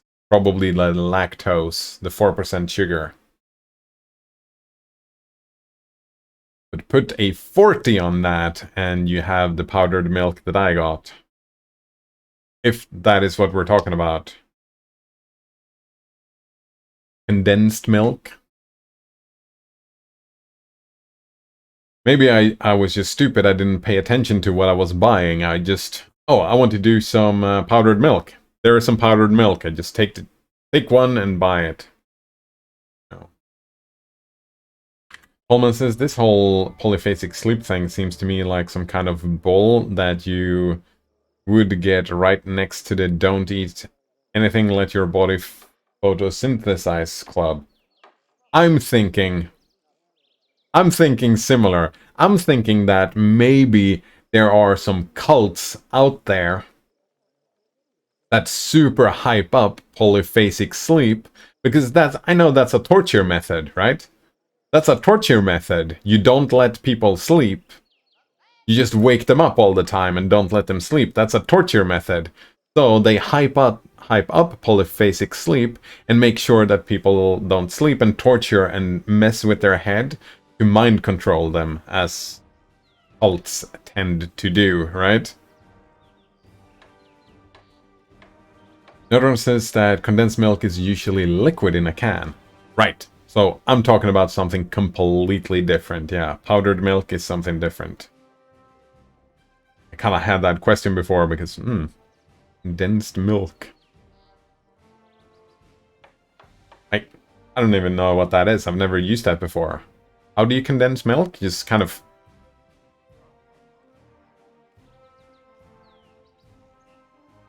Promises or in a toothpaste tube. Oh, really?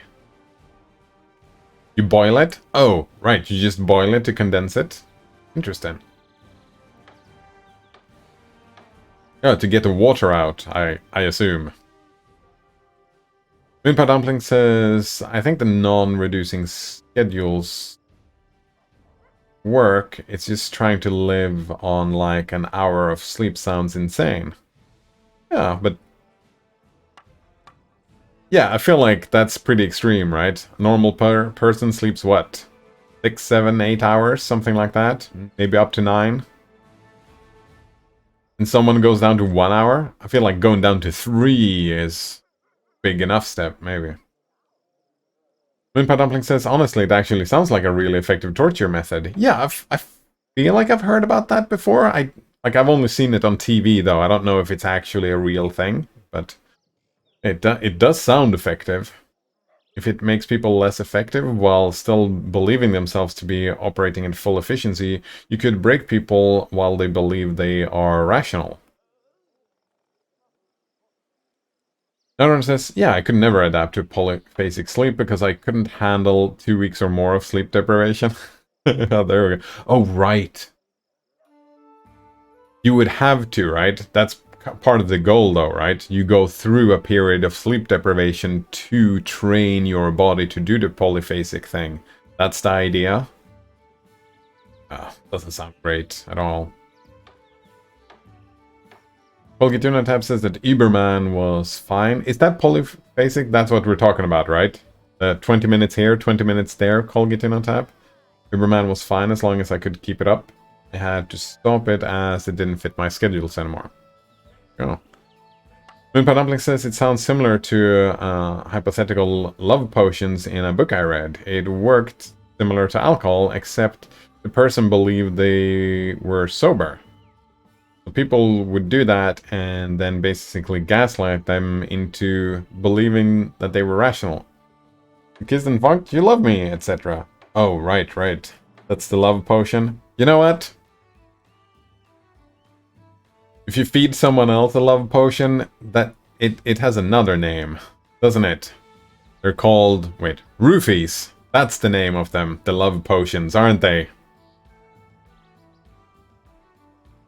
When you think about it, right? That's as close as you're gonna get, and maybe the love potion thing is kind of a fucked up thing to just, like, think about. I don't know. I mean, getting drunk, right? Being sleep deprived does fuck you up. Like, you lose executive function. There we go. Coleman says that's 69 hours. Seems healthy to me. Nice. Yeah, but 69 hours? Something like that. That's the goal, isn't it? Moonpie Dumpling says, except in real life, people are clearly aware when they're not sober. But, not exhausted, though, Moonpie Dumplings. And that's not super true, right? You can have a couple of beers and you feel fine, but you still lose executive function that you don't notice, right? There's a difference between being not completely sober and being drunk. There's a big difference, right? Well, Tab says, you had a while ago a page open which mentioned Uberman. Author probably didn't know how to do umlauts. Did you not notice that? I did not. I'm assuming, wait, where did it go? Wow, I've got too many pages open. Not that one. Oh, wait. Was it this one? Uber. Oh, yeah. Calling an Uberman. There we go.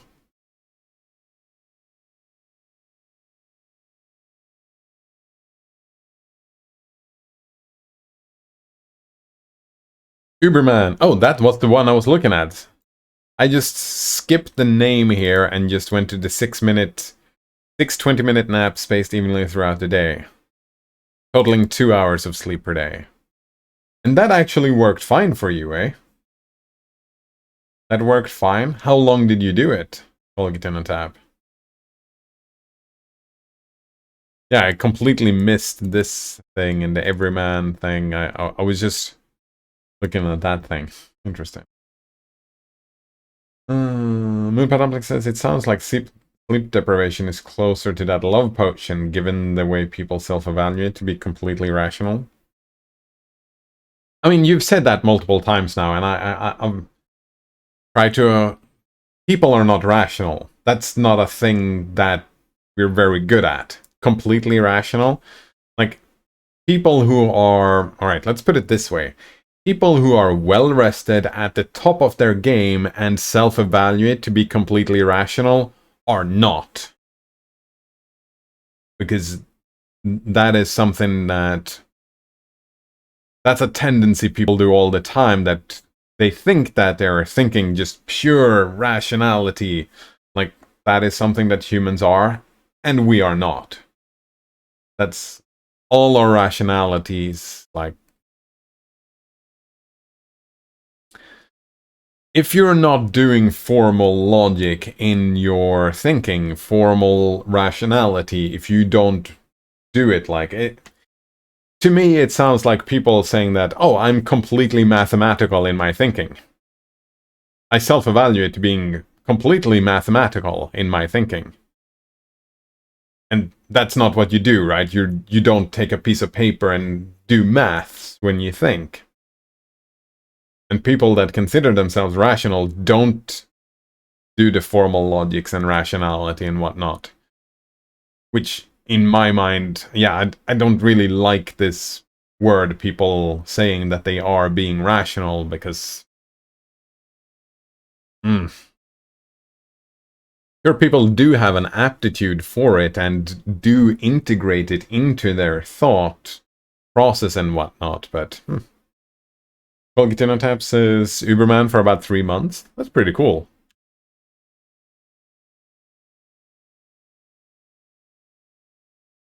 And your school stuff worked and you were at a peak performance and you have felt good? I mean, at the end of the day, right? Again, about the rationality thing, right? At the end of the day, if it feels good, then rationality and performance maybe doesn't matter. No, says, yeah, if I was rational, I'd be rationalizing how rational I am to reassure my rationality, right? Rationalizing is something different. But yeah, I like that. Actually, what is the definition of rationalize? Did I spell that correctly? To explain rationally. Oh, no. Ah, here we go. To explain or justify one's behavior with incorrect reasons or excuses, often without conscious awareness. That actually, rationalize, is a much better word, because that's something we do all the time. We justify our own behaviors. It doesn't have to be incorrect or excuses, it's just we justify them, and often we give, oh well, when we say that we are rational, we are often incorrect, right? Because we're emotional in our thinking and our motivations.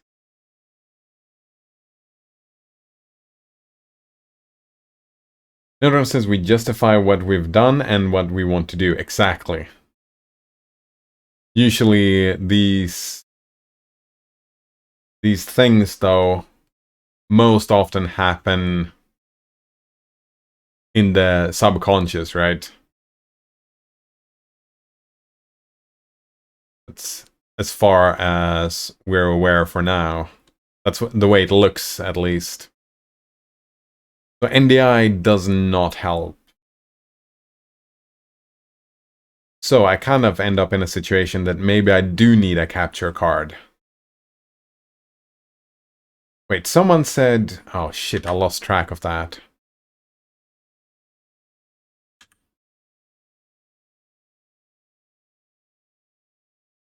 Alright, not the Twitch ad block, but the Twitch ad solution was the one people recommended. So we can close the Twitch ad block? I think so. Notice the idea behind love potions, then, is to get someone to justify something they didn't want to do.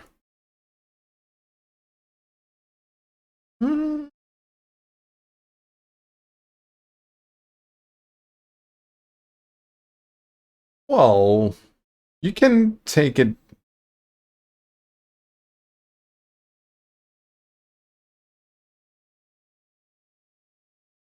That's a good question, because the idea behind love potions, I think there are as many ideas as there are people.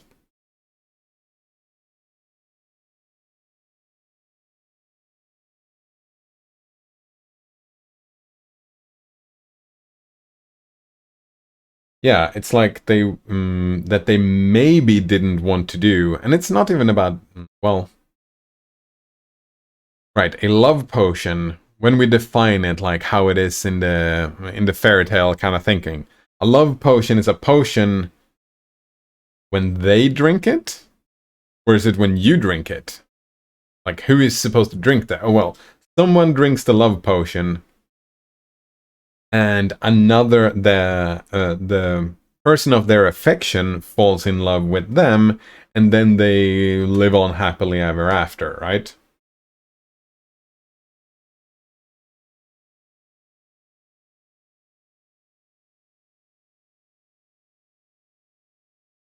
Maybe it's not about rationalizing at all. Maybe it's about manipulating. It's about mind control, right? Brainwashing. It's about changing someone's feelings about another person. Another one says, I mean, in fairy tale magic, it's magic, so it doesn't matter who drinks it. Yeah, the magic still works. That's a good point. So roofies, or would be the equivalent of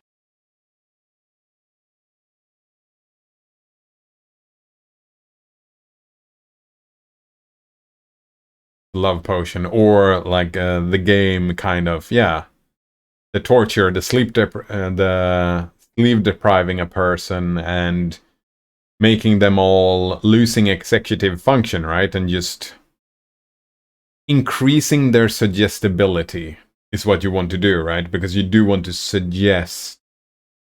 It's like hypnotism, right? You want to increase the level of open to, yeah, how suggestible a person is. And by sleep depriving him, that's one way of doing it. Getting someone drunk is also one way of doing it, right? Increasing suggestibility, because you lose executive function. When you lose executive function, yeah, that's like that's kind of the trick behind that call NLP. There are many different types of NLP, but the one where you disrupt the thought patterns, just disrupt them over and over and over again, and they kind of will lose control and don't know what to do, and you increase their suggestibility. So by confusing people and disrupting their thought patterns, you open them up to suggestibility.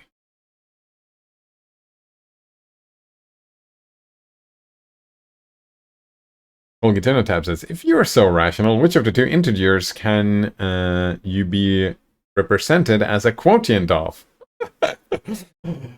Oh, talking about being mathematical, hey, Tab? No, says, there's another drug that makes people super suggestible. I forget the name, but it's used for all sorts of things. I would imagine, yeah. That would probably be the closest thing we could get to a love potion. And like in real life, you would have to do it a regiment, right? It's not a potion you take once and then it's over, right? More that you have to do it over a period of time, that you keep them suggestible by sleep depriving them, giving them this potion and whatever, right? And that's how cults work, isn't it? That is how cults work. They fuck you over and overload you with work as well to keep you... I mean, I don't know if the intent is malicious in all the cults, but it has an... Yeah, I could imagine a lot of the cults is like, oh no, it's for your own good, and they truly believe it is for your own good to be sleep deprived and do all this work because it's good for you or whatever. But you keep them in that state for a prolonged period of time, and you can drug them with this. And you build a routine and a new normal, right? You build new thought patterns. Cognitive behavioral therapy. That's what you're doing, isn't it? I've never seen this before. Scopolamine, also known as hyoscine or devil's breath, is a natural or synthetically produced propane alkaloid and anticholinergic, I don't know what that means, drug that is used as a medication to treat motion sickness and post-operative nausea and vomiting. It is also sometimes used before surgery to decrease saliva. When used by injection, effects begin after about 20 minutes and last for 8 hours. It may also be used orally as transdermal patch, since it has long been known to have transdermal bioavailability. That's... yeah, you can get it through the skin, alright. So, anti-muscarinic, so that's about saliva thing. Blocking some effects of the acetylcholine of the nervous system. First written about 1881, used for anesthesia. Main active component produced by certain plants in the nightshade. Psychoactive drugs, deliriants. Ah. I remember seeing a... oh, never mind. Due to their something hallucinogenic effects in higher doses. In these contexts, its mind-altering effects has been utilized for recreational, criminal, and occult purposes. So you're kind of put in a trance, right? Increasing suggestibility. It interrupts and makes you delirious. Yeah, occult. Something like that. The name scopolamine is derived from one type of nightshade. Alright. Breastfeeding. Adverse effects. Alright, that's what we're looking for. Wait. That's usually what they call hallucinations, yeah, adverse effects. Oh no, that's not...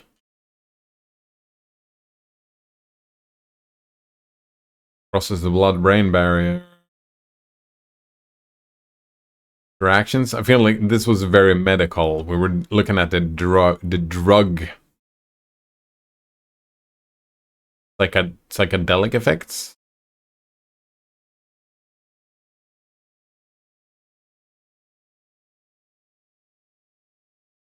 Says, yeah, like a criminal give this to you, ask you to take your money out of an ATM or something. Yeah.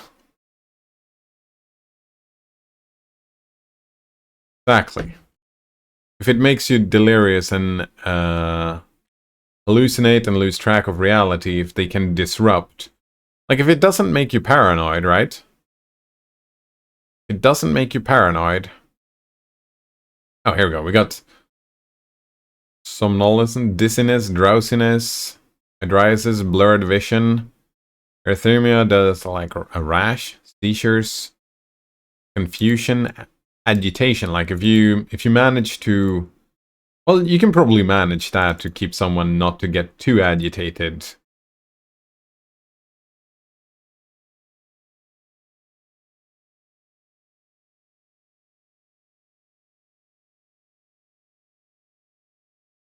Yeah. Fucked up shit, isn't it? Right, so you bring the restorations. So now we can just do that. You know what? Let's check over the spells altogether. We definitely... this is fine. What about level 3 spells? We just have a bunch of prayers. 1 Arkanzora? Maybe we should have 2 Arkanzora. I don't think I want the fireball.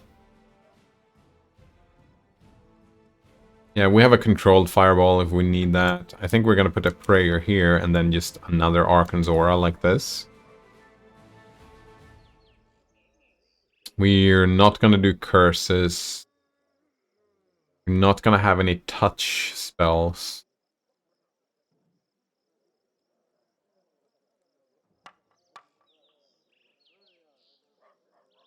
Could remove curses or diseases, but we already know how to do that. We have resist energy. What was this? This was protection from energy. Yeah, we don't need resist if we can protect from it. Oh, that's a good point. Jest. It is not verified if the powdered form is capable of inducing a suggestive state. Oh, what was this? Beside robberies. Ah, here we go. Yeah, there we go. Also allegedly involved in express kidnappings and sexual assault. Allegedly, eh?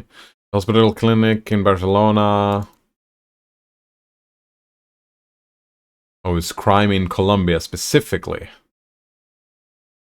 It was used.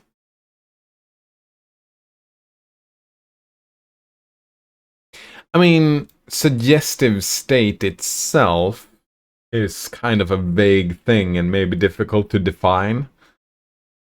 But confused increases suggestiveness. That's my understanding, at least. And if it does make you confused, it does increase, well, powdered form, right?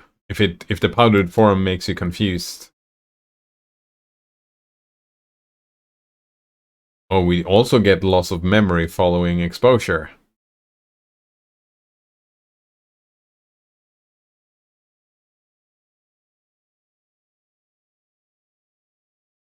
Popular in media and television, yeah.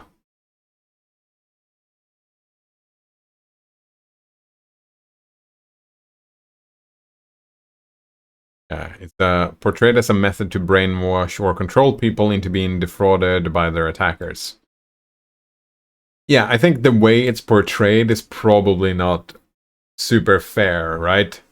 It's a tool used in brainwashing. The thing itself wouldn't brainwash people. You would have to have someone who is good at giving suggestions as well.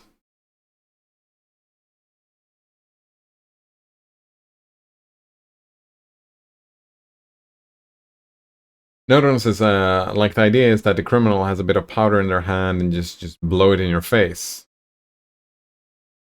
Not put it in your drink, eh? But I heard it's possible to overdose easily. Oh, so... Well, it said like... That's pretty interesting though, because it said... Well, if you take some time, right? It said, what, it took 20 minutes for it when they did it with a needle? I feel like I remember. Yeah, when injection, it takes 20 minutes. So if you move past and the powder, and if the powder works as well, it maybe take an hour, but you just move past them, blow it in their face, and follow them around for an hour. Until you start noticing the effects, and then you start messing with them. Notices, yeah, like my dad with dementia is often very suggestible. Yeah, as long as you don't get too agitated, right? Agitation works against... And that's something with dementia as well, right? Sometimes they get agitated, and then it's difficult. You need to calm them down before starting to make suggestions. Notices, it's like he doesn't know, so he just goes along with whatever you say.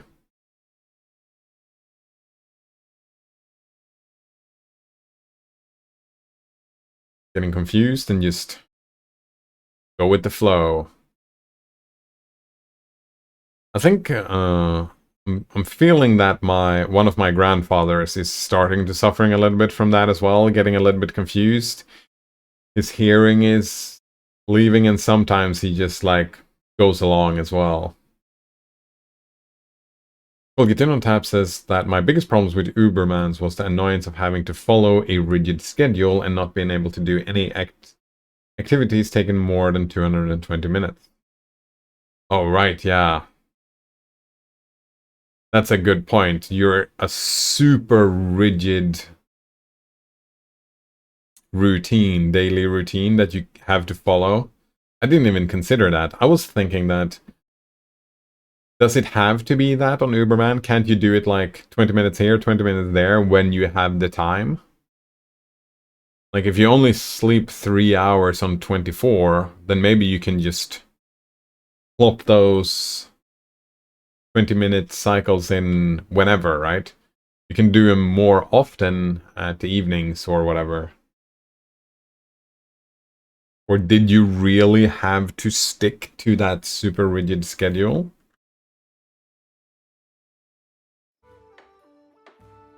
That doesn't sound great, does it?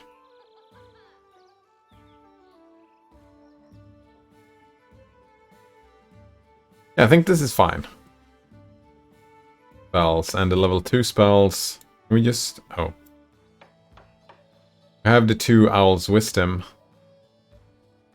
Fine. Do we have less weapon? 1 minute per level. This transmutation makes a weapon strike true against evil foes. That sounds boring. Scorching Ray. See invisibility. No, it doesn't help you, not really. Oh, we can... I think I am gonna keep the Scorching Ray, though. As a... Yeah, if we need to do fire attack on someone, right? That's kind of why I had the fireball as well. But I think this is fine. I think 2 Owl's Wisdom is good. What is that, by the way? Enhancement bonus. Yeah, we can keep those for now, but we're probably gonna get some gear that makes this pointless in a bit. Another one says you have to stick to the schedule. That sounds annoying. At early stage, I missed a nap timing and it messed me up real bad, so I quickly learned to stick to the schedule. Oh, there you go.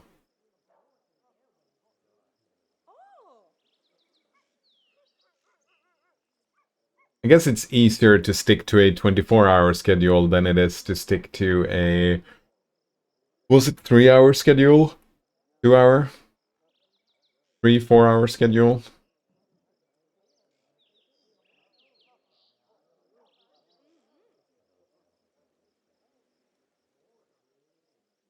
Another says, do you ever find it interesting how I know about such varied topics?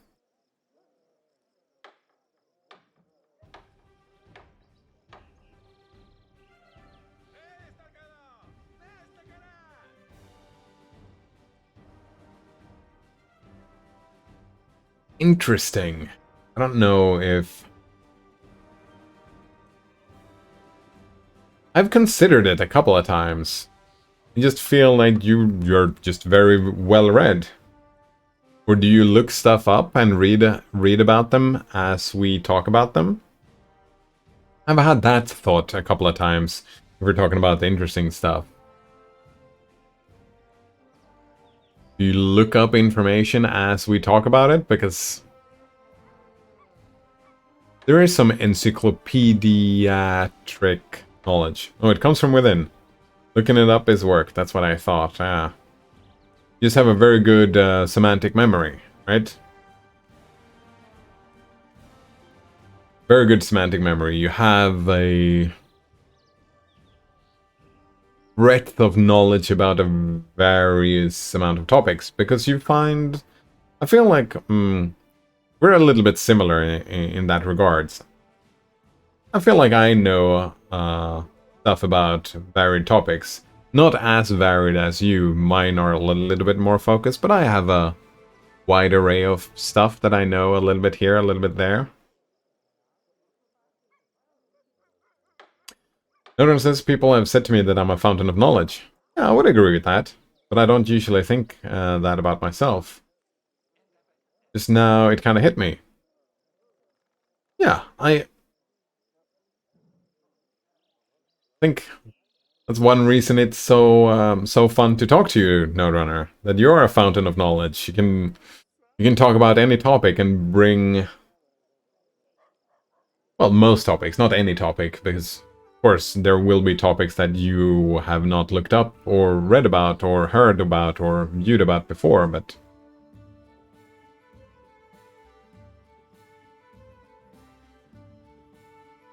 I can imagine, like, I've been watching quite a bit of old Tom Scott, like I'm watching videos, YouTube videos from 2014, and I'm watching, Tom Scott is his name, right?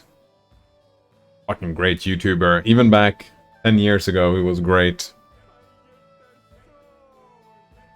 And he makes videos about all kinds of topics, right? Here and there and whatever, right? And I can imagine that you have a good semantic memory to bring a lot of that with you and bring that knowledge out in conversations. Which is pretty cool.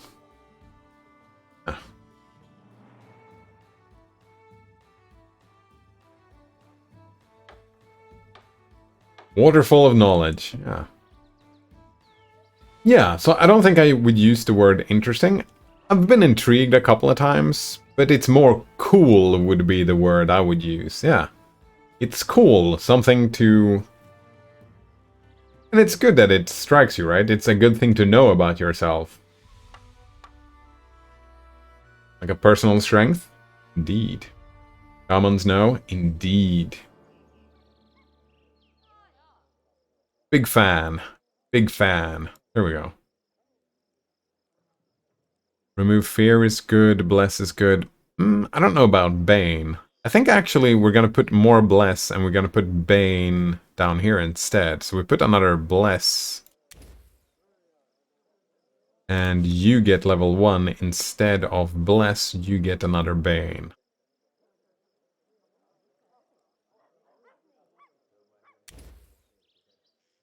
You have the Stunning Barrier. You know what? Divine Favor is pretty stupid. Because I've noticed we're doing less, and the further we move, the less and less attacks we do. And it's only 1 minute. Not 1 minute per level, unfortunately. So, what about Shield of Faith? Collection bonus to AC? Oh, you know what? We could put a Remove Fear, because Remove Fear, we might want to do... Oh, that's a good thing. Like, if Tristan is busy healing, having a Remove Fear could be useful. Same here. Could put a Lesser Restoration if you don't have anything better here.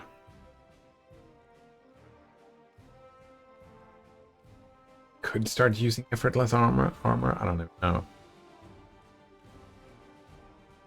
Well, Gideon Tab says that PoE's trading system seems scuffed. What does scuffed mean here? Like fucked up? Broken? Annoying? Boring? I usually stay away from it to some degrees. I do a little bit of trading nowadays. But I usually just stay away from it. I buy, like, if there is a unique that I really need or whatever, I try and buy that thing. And I guess I buy upgrades, but I don't sell stuff. I don't play the trading system. You know what? Yeah, I buy stuff that where I'm like, oh, I want to replace this piece of gear. Let's see if I can find something that helps my build or whatever. Neuron says, it only strikes me due to the feedback of others. I'm just doing what I do.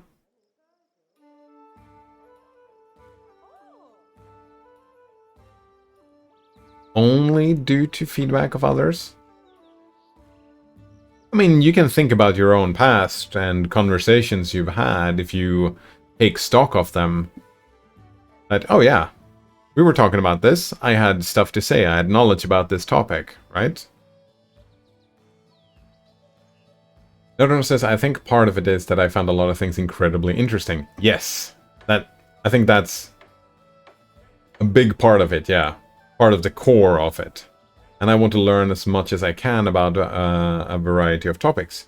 But there are topics that I'm less interested in and know less about. Yeah. That, coupled with a good semantic memory, those things together...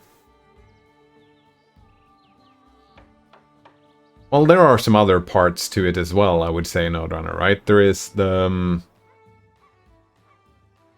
There is an amount of creativity connecting one topic to another topic as well and seeing the comparisons between them, right? Because we were talking about... we're talking about torture, we were talking about sleep deprivation, we were talking about suggestibility, right?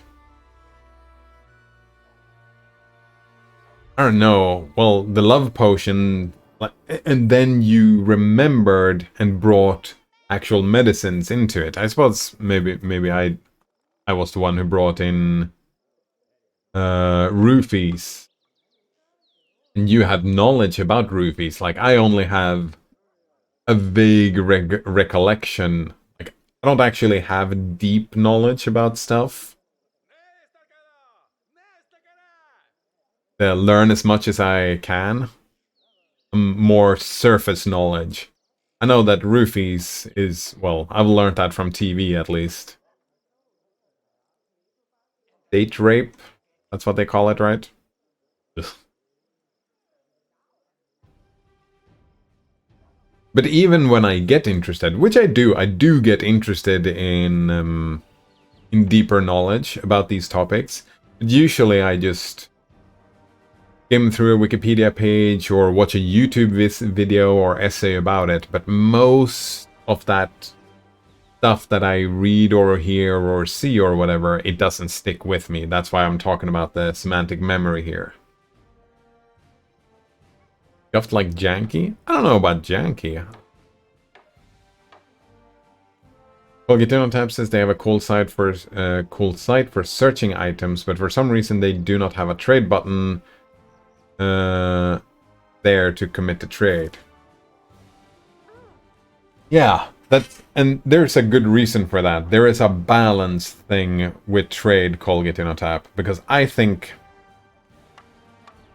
Scuffed is like janky. I think that the trade system should be even more janky than it is. I think it's too focused on trading already. Because a game like that, you end up where it's always easier to buy gear than to find gear. And if you end up with that's one of the big problems with Diablo 3 when it came out. They made an auction house, and when people were playing the game, the most efficient way to play the game was just to sit on the auction house, buy and sell gear. That was the best way to progress in the game, All Get In on Tap. And that's not a fun game. So that is partly intentional, that the design about it is that trade has to have some jank to it. But there has been a balance. It's actually less janky now than it has been in the past. Like Path Grinding Gear Games, the developers did not have their own trade website back in the day. However, everybody started using a third-party trading website, so they made their own trade website. As a consequence, because, well, people are going to use it anyways, even though I would imagine they would have preferred more jank. I don't even know. Another one says Scuffed, like they bought scissors from a dollar store and they're dull out of the box and break into 2 knives the first time you try to use them. Oh. Oh, right. There's probably a bunch of scams and stuff. Also, call GitInnoTap. You don't really have to care about trading until you've started mapping. Yeah, even after you've started mapping, call GitInnoTap. Maybe if you're in a fucked up situation where you've screwed up your resistances and you don't have all the resistances when you start mapping, there might be a situation, or like immediately when you start Act 6, if you don't have your resistances up, you might be in a position to do a little bit of trading, but you don't have the resources. Yeah, you don't really start getting money for trading until you do mapping. So, yeah. You don't have to you don't have to worry too much about it. Well, GitInnoTap having to find a seller online, whisper them, they add you to a party, and I do not even know how it proceeds from there. You join their hideout. You travel to their hideout when they invite you to a party. That's the norm. And then they trade you, and you trade the thing. Every other game I have played with trading systems do not require the seller to even be online. Yeah, it would break Path of Exile, though, a trading system like that. And unfortunately, what you end up with, it becomes even worse, right? Because if you want to buy a thing, you might have to whisper 10 people before you actually find someone who responds to you and invite you. So that is super fucking annoying. Colgate on Tab says, is it also intentional that there is no guidance at all for players how to trade? Why is there a trade feature if it's not supposed to be used?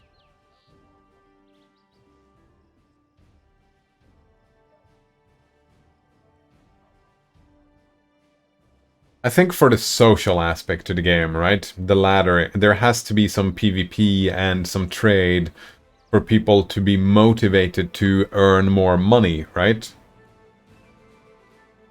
And everybody's not interested in crafting gear, and as crafting items, they're pretty fucking terrible. Which I would have actually preferred better crafting, worse trading. But I can see that not everybody is interested in crafting the gear. Yeah, the crafting right now is just super fucking annoying. It takes so long. Yeah, the crafting is terrible, I think. But the trade feature is supposed to be used, and you can trade, right? You can trade amongst friends. The barter system. I think it's a holdover. I think it's a holdover as well. From, like, it's a spiritual successor to Diablo 2. And Diablo 2 was a long time ago. And I think the trading system was built in from the ground up. And they... So, intentional? I don't think that the trading system is intentional. I think it's intentional that they have not added an auction house. That is intentional, but other than that, I feel like it's more... It's more about putting out fires than anything else. Did Diablo 2 have a trading system? Yeah.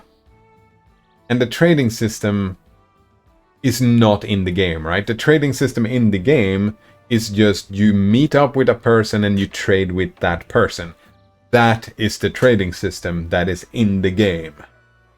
And that is what it was meant to be.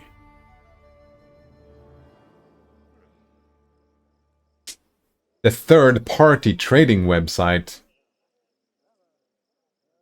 like I said, was probably not intentional. They have a trading chat, like a chat window where you can do trades and whatnot, but nowadays everybody uses the website. That's just how it is. Maybe I should have Eagle Splendor. No, not on you, but you can have Eagle Splendor, actually.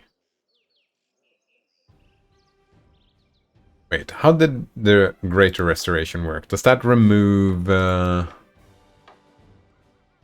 Right. This spell functions like Lesser Restoration, except that it also dispels temporary negative levels or one permanent negative levels. Restoration cures all temporary ability damage, and it restores all points permanently drained. Alright, so, what if we don't take a Lesser Restoration here? We can have that later, and we can get rid of Owl's Wisdom later as well, but what we can do is do an Eagle Splendor, right? No, that's Charisma. Oh, you don't have the Dex. You have Strength? You don't have the Dex buff. Interesting. Well, we can leave it as is then. And I'm assuming Diablo 2 did the same thing. That they added third-party websites to do the trading. I don't know, though. I didn't do a lot of Diablo 2.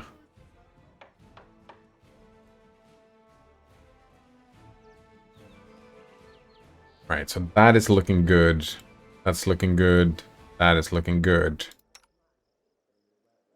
This is looking all right. This is looking... Oh, actually, you know what? Let's get rid of the inflict moderate wounds. Should we do effortless armor instead? Armor you wear no longer reduces your speed. You also reduce the armor check penalty by 1+1 per 5 caster levels. I don't know what the armor check penalty is. I don't think I have, like... Yeah, it would end up here if we did have an armor check penalty.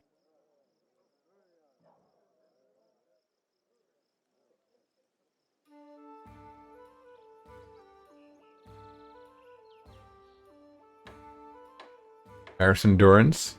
I don't think so. We can have a lesser restoration on you.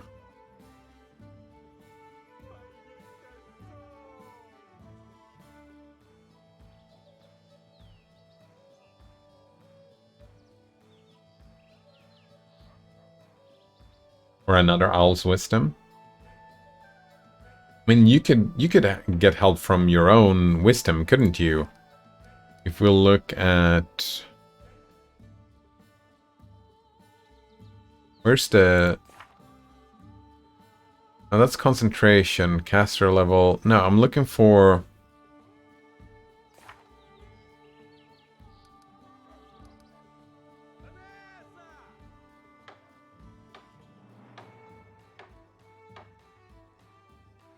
Wisdom describes a character's willpower, common sense, awareness, intuition. Wisdom is the most important stats for cleric and druids. It's also important for monks and rangers.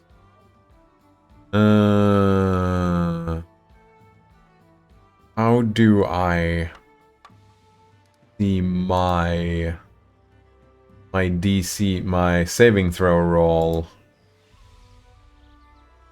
Maybe in Martial?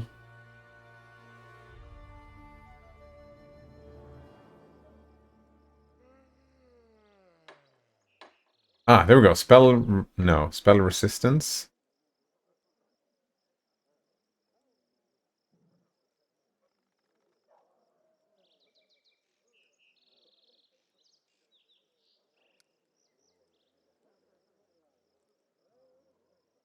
Don't fucking know. It's not here either. Like, what do they need to roll and how do we increase that? It might be with the Owl's Wisdom here.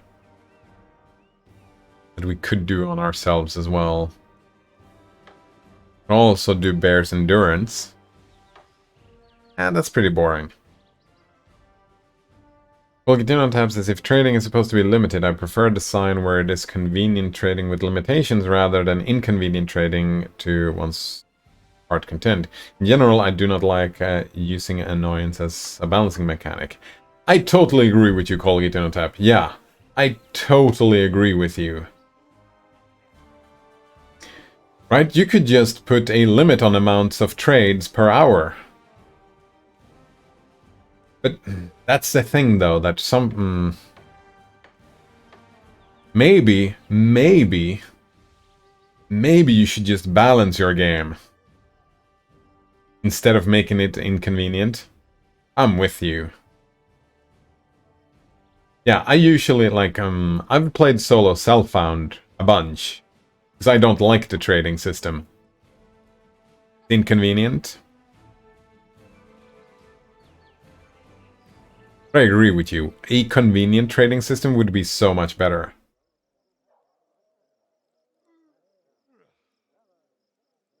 You know what? What you could have is an auction house with no instant buyouts. That's a pretty good limitation, right? That you set up an auction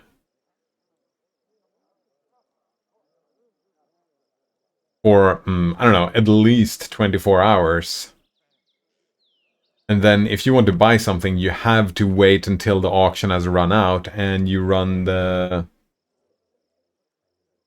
possibility of not winning the auction, right? Something like that would be way better. That would limit trading because, oh, right. I would have to wait for, well, let's say 12 hours until I get this this gear, which means I'm not gonna buy small trashy gear. I'm gonna spend less time trading. I'm not incentivized to do a bunch of trading unless I really want to buy something.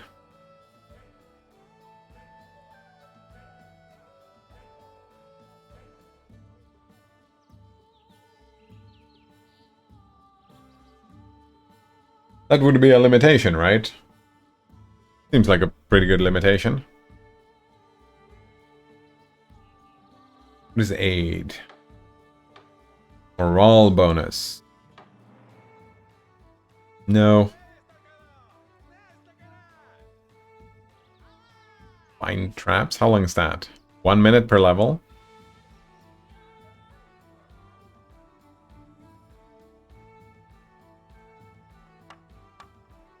I mean, why not? I don't know what else I would do here, so why not? Find traps. We can do some effortless armor as well, that's fine. Do like the curse, I do like the Arkanzora. Do like the prayer as well, but since Christian has a bunch of prayers already, maybe we put another curse. Or another Arkanzora. Imbue the suit of armor. Oh wow, we can give ourselves more... you know what?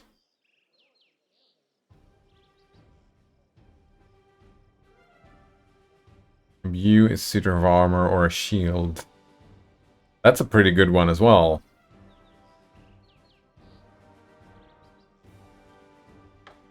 We screw the prayer and we just do the magical vestment. Just one Arkanzora. A little bit boring, but 2 curses is pretty boring as well. I need more wisdom. I definitely need more wisdom. And I think divine power has been pretty fucking boring. So instead of that... What's this? Death Ward. Subject gains +4 morale bonus on saves against all death spells and magical death effects. Maybe? I don't even know. Colgate dinner tips is I got from this guide the idea that I would do trading sooner. Beginner guide to leveling with unique items.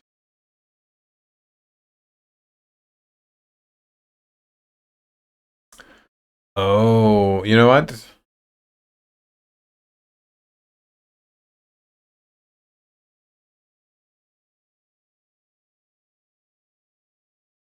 Yeah, right, you could get a tabula rasa early on.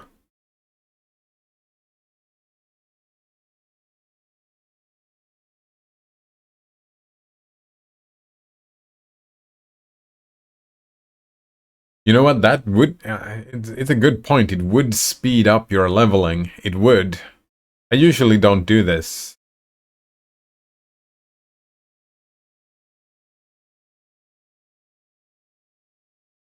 Don't super need it, but there is some value. Like, every time I found a gold rim, I often find a gold rim while leveling, I immediately equip it and just use gold rim for a long time. Feel like I remember doing that. If I found a tabula rasa, I would use that for a very long time as well. Rimsaro I remember using from time to time. Wanderlust I've been using, definitely. I remember some of these belts have been dropping. I don't buy them though. If I find them, I use them.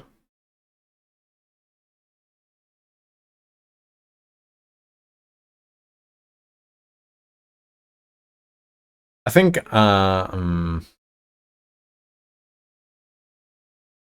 know what? There are mixed. I think there are 2 different philosophies for this, right?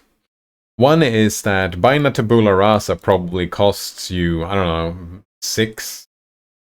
from 6 to 10 chaos orbs, and it's gonna take you a lot of time getting, like, early game, Like, your first 6 Chaos Orbs take a long time, but on the other hand, right, if you buy a Tabula Rasa, you can use Tabula Rasa into early mapping.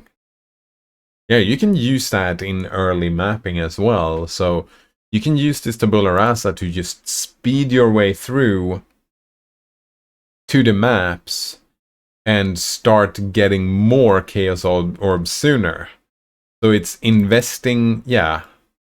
You invest your Chaos Orbs into good gear that will make you level up and move through the game faster, which will get you to the point where you get more Chaos Orbs faster. So, yeah.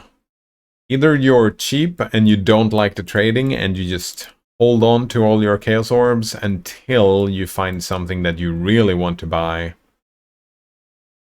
or you start doing trading immediately. Yeah, I mean, I feel like that's up to each their own, right?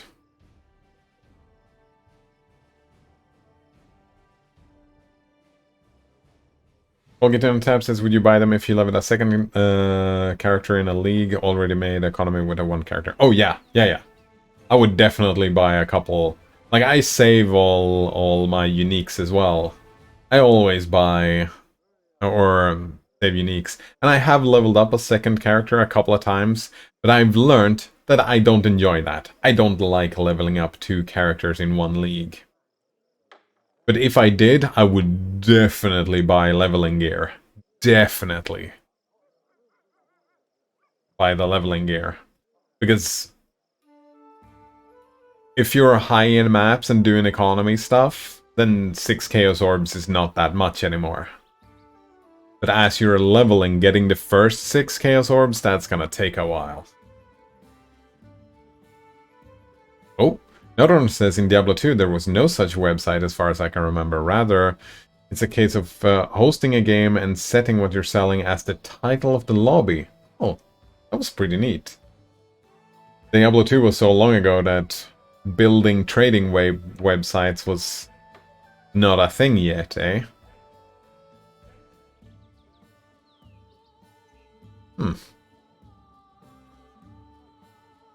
Yeah, I was just guessing before. If that wasn't clear, I was guessing that existed, but I never did any trading in Diablo 2, the Diablo 2 I did play. Another one says, I mean, I'm sure there must have been some website trading, but that's probably not the go-to. Maybe there was a... Was there a global chat?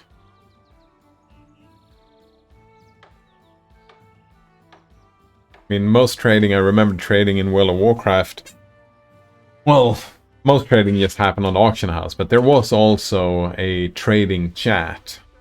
Find us as NodeRunner, and people can spam their trades in there.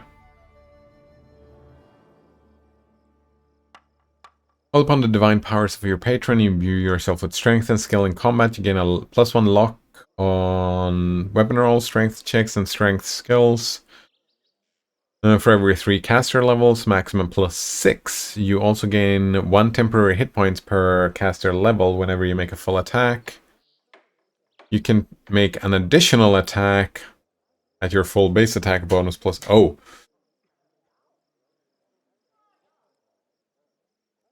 The thing, though, is that if we want to start using high-level spells, we are not attacking anymore with Harim. Harim is not an attacker. Harim is a tank. So, Divine Power, I don't think so. What else do we have? We have Crusader's Edge. When you cast a spell on a melee weapon in your primary hand, again, my own weapon. We could put another Restoration, because Restoration is super useful. We could do another Protection from Energy. Summon, we can do some summons. I mean, summons are really fun. Oh, and that's why you have freedom of movement, because you kind of have to. You know what, we take 1 Restoration. I think we're gonna keep 1 Shield of Dawn, because Shield of Dawn is super fun. if we can do that. And then either we do a summon monster 4 or summon a medium elemental. Summoned elemental appear where you designate and acts according to its initiative check. It attacks your opponents to the best of its ability. Or we can summon lizard or a dire wolf. Summon monsters appear where you designate. You know what? I think we would do an elemental. If anything, we would summon elementals here.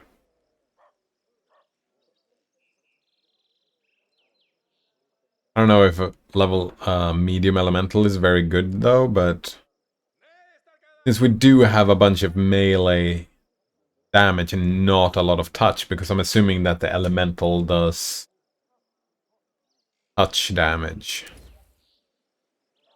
I like that.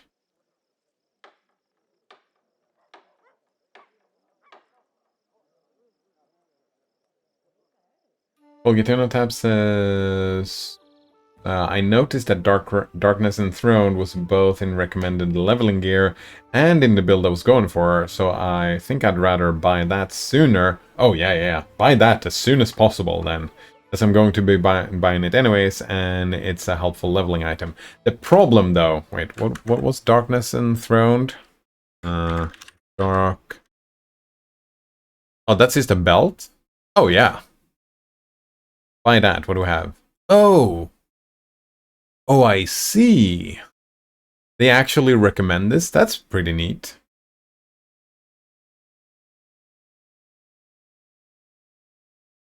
Then you have to buy the sockets as well.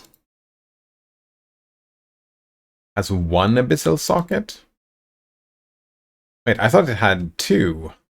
Oh, right. It does have two, doesn't it? I think you end up with two sockets. Because it is a Stygian Vice. No, it only has one. It could have two, though, I think. It has no level requirement, though it requires you to have an abyssal duel prepared in advance that have low level or no level requirements. Yeah, so you do have to find an abyssal duel as well. You should also have other higher level abyssal duels prepared in advance. Well, I suppose. But that, as you level up, right, you are going to find your own abyssal duels that you can put in there as well. Yeah, that's a pretty neat thing. You can buy them, yeah. You would have to, as you level, you have to buy an abyssal duel. It's one of the events that happens, like, you know, when you run around, sometimes it happens events and whatnot. I don't know if you run the event where there is a, like a, not a fissure, like a dark greenish fissure, and you walk over it and it starts, no, it starts opening a fissure, like a line that you have to follow, and it spits out enemies, and you follow them around, and at the end, if you follow them around and kill enough enemies, it spawns a chest. That's the Abyss. That's Abyss event. I'm not convinced that you have seen one of those yet. But they drop from there, and in specific bosses drop this thing and drop duels as well. But that happens later. Like, I don't know how far you've gotten. Have you gotten to Act 6 yet? They might start showing up after Act 6, I don't know. Nodona says that there was chat rooms in Diablo 2, and it would put you in one. When it filled it, it would put you in another one. Oh, right. So it was an instance chat, not a global. Just a chat room. Could do maybe some trading. And all the games had their own chat rooms on Battle.net. Yeah, those were the Abyssal Duels, and you buy them if you want to do that. Another one says, the early game of Path of Exile is not good enough to get me hooked. Like Diablo 2, there was the cutscenes and the world building and the voice acting, and it was all a universe I cared about and wanted to see more of. I never got that with Diablo 2, caring about the universe. I did love the cutscenes, but for me, the grind is what got me going, just the slaughter fest.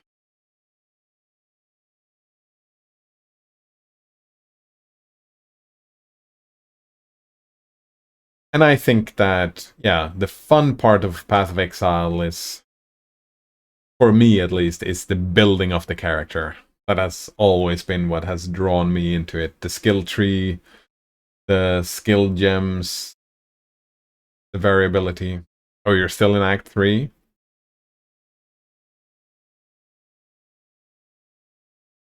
Yeah. You can do on the website, right? You know that you can put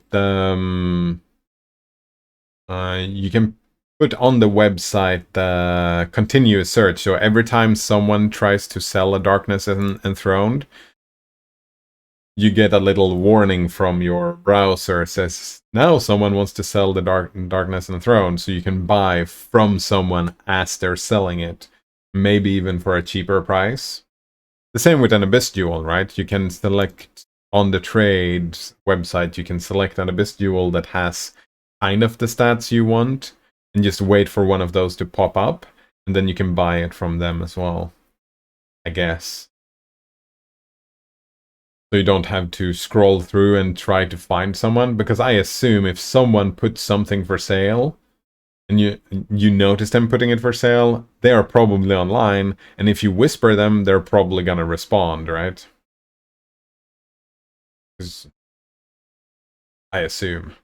Another one says, like, there's the wanderer who goes into a tavern and people laugh at him because he doesn't have the strength to hold his own sword. Yeah.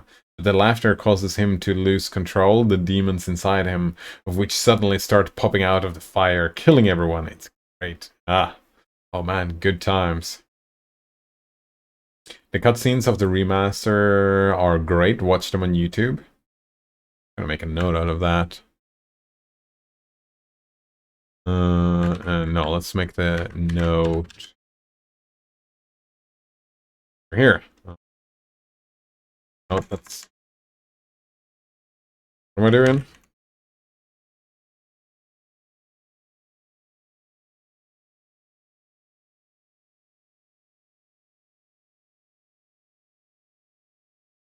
Seems neat. Seems neat. Notice says I have a difficulty thinking of games where a memorable world besides the early Blizzard games.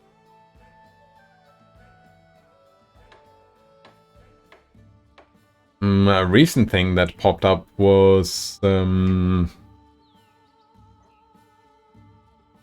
memorable. It's different, but memorable was the Outer Wilds. Yeah, the Outer Wilds. I did find that very memorable. Cool world building. What else? I was thinking of action RPGs.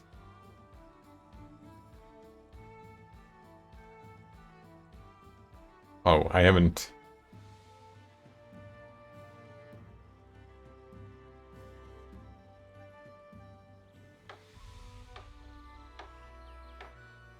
You know what? I kind of like the world. I didn't get invested in the story or anything, but just as a world. Zelda is an action RPG, right? Hyrule?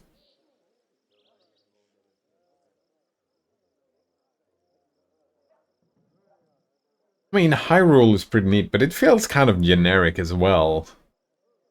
But it is an action RPG, sure. I mean, action RPG can be so many different things, can it? I was thinking about Warframe. Yeah, the story didn't get, but the world, the factions, the planets, the tile sets, the world building, the space ninjas. Kinda like that.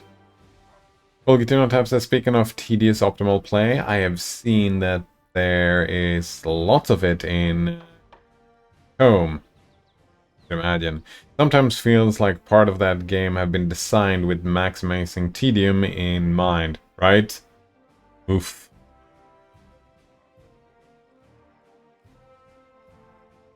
Oh, right. Dude, that Warhammer game, the new one, Darktide, I hear great things about the world, yeah. Such a detailed world. Only wish it was a less buggy game. Does it work on Linux?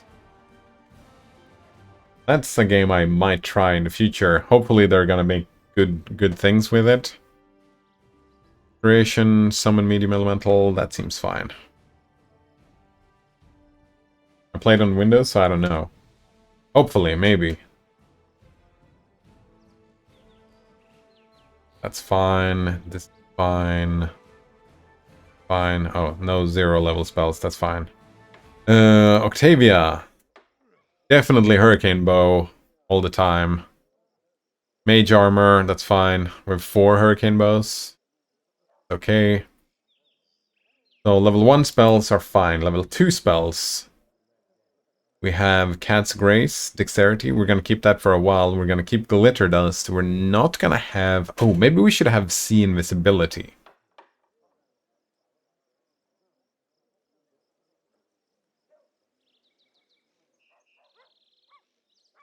I don't see myself using Molten Orb ever, but See Invisibility though, or just 2 Glitter Dust, so I can help everybody see Invisibility. You know what? I think we do 2 Glitter Dusts instead of See Invisibility. Because we just see it, and also we did learn that See Invisibility doesn't see invisibility. It's bullshit, yeah, I remember that. We used See Invisibility, it didn't work. We had to use Glitter Dust. So that checks out. This is Wisdom, right? No, Intelligence. Yeah, Intelligence is your spell. And we don't have any level 3 spells yet. Oh, but we do get Haste. Gonna be great. Actually, not so great. Well, all of these are pretty boring.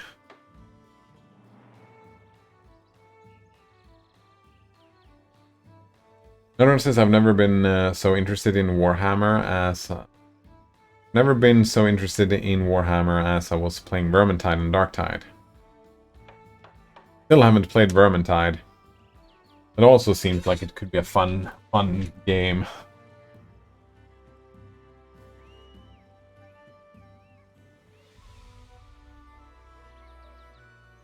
Those spells are boring. Greater Invisibility, maybe. Move Curse? Bone Shatter might be a good idea. Oh no. For caster level, so maybe not.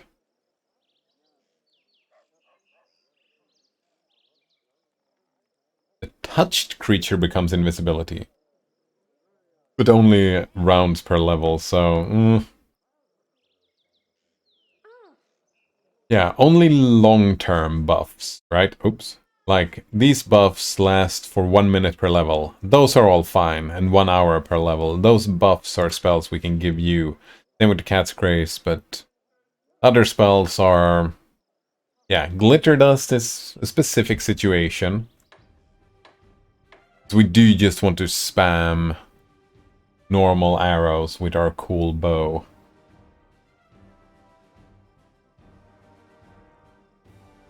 We'll get in on tap, what is this? Home tips, augmented mobility, like skate here. Wait. JavaScript. JavaScript up and running. Alright, like skate here, it's a pretty good talent. Increased movement speed is cool. It has the downside of reducing knockback resistance. However, it is instant speed, which means you can toggle off any time. Your next action is not going to be moving and toggle on again when your next action is movement. So with tedious gameplay, you can almost entirely ignore its drawback. Right.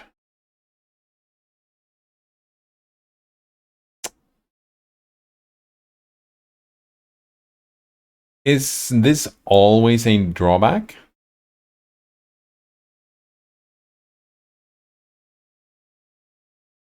I'm thinking that knockback sometimes can be used... No, wait. Knockback is not only knockback, it's pull-in effects as well, right? I was thinking if you're a ranged characters, it's a good thing being knocked back if they push forward to it, but I'm assuming knockback is both pull-in effects and knockback effects. Different stats. Or, yeah. Well, I guess the speed as well. you have more movement speed, that's gonna... This is useful for a character that does not fight in melee, right? A character that's built around not getting hit by attacks.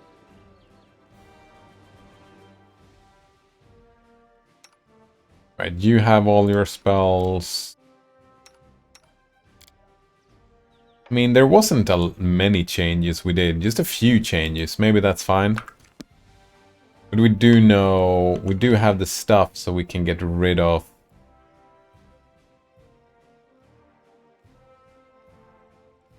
Yeah, we can get rid of the other things.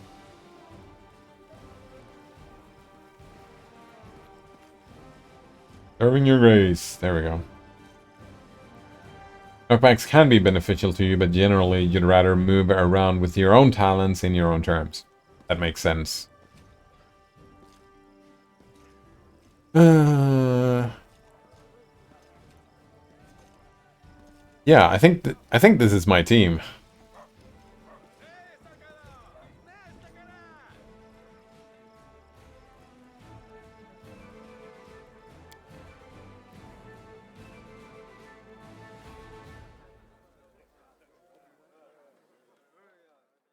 This is my team indeed. I actually did read a Warhammer book once about some dwarf, long time ago. A pretty good time. Alright, so what do we have? Down here, nothing. I guess we could go over and check this area. We didn't do before. We could also check the bridge here.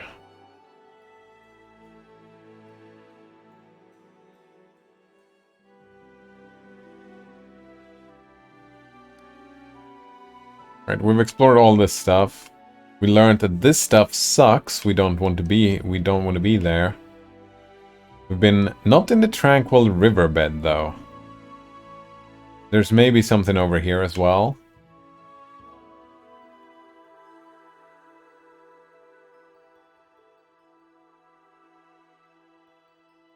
We could go over here. You know what? Yeah, let's do that.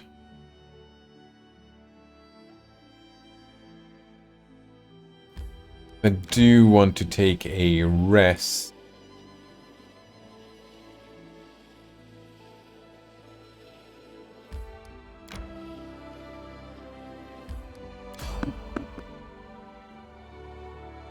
Sure, we can fight.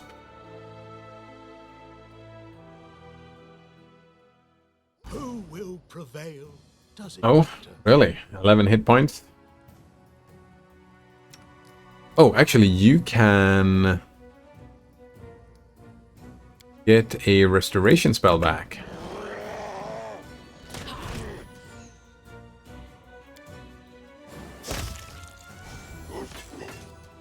What is this?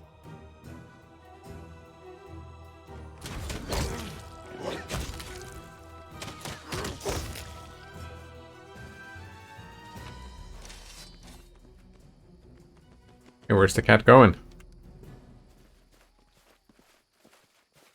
You want to have a conversation?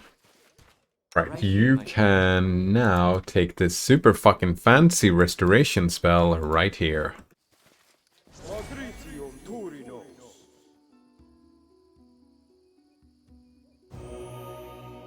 Wait, what the fuck? Oh, that's just one permanent. How many do you have? One, only one more, so that's fine.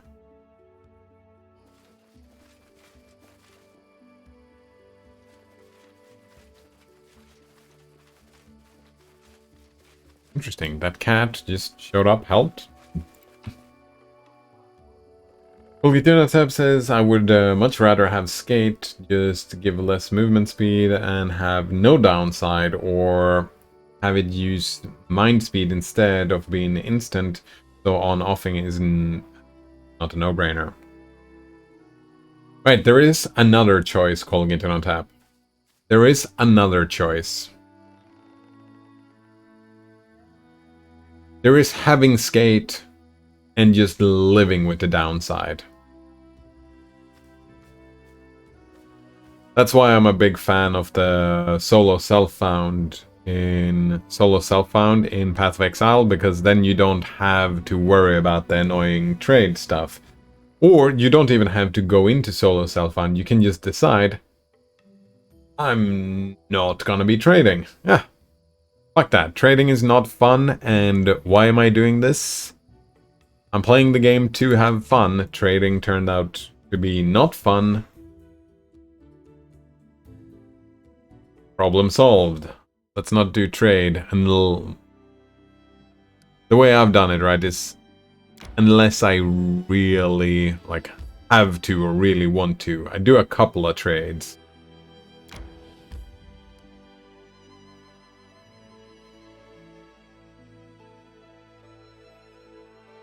I suppose it is pretty easy to buy a tabula rasa if you get, or like you. It surprised me that this what was it called, the Darkness Enthroned, was part of the leveling guide, because that's just.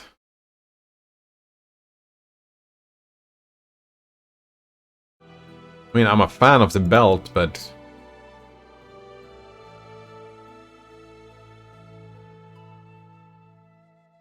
Like, is it really best in slot?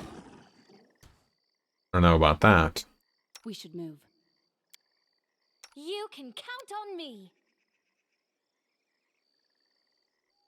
Yes, I'm still here. Alright. These spells need to move.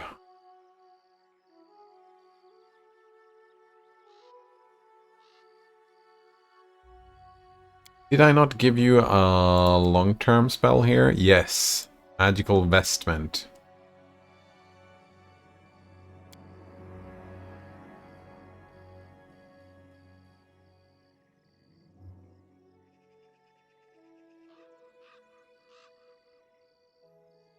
And find traps. You know what? We can remove Bane. We have a bunch of buffs here. Once a girl told me my Same with eyes you. Communal. You have Bless. The Saren ray will light up her soul. She seemed disappointed. You know what? Let's move Holy Lance over here, because with this here, Duke Death is fine. We remove this. This. Did we not give you something fancy as well? I think I do want to have the prayer down there. Maybe I'll put the prayer up here. No. My microphone is in the way. I don't see those things. They're kind of in the way.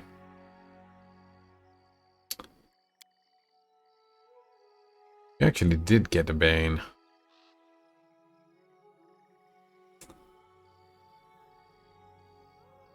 You know what? No, we don't need to remove fear there. I think I do put a prayer, because that's gonna be your thing. Prayer is your thing, and the blessing of the faithful is your thing, and the healing. Something like that.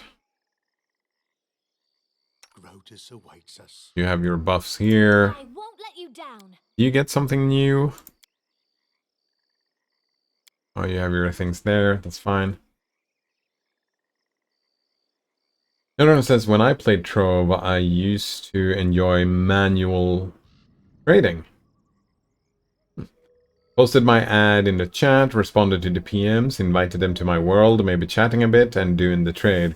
When they added a marketplace, it ruined the game for me. There you go.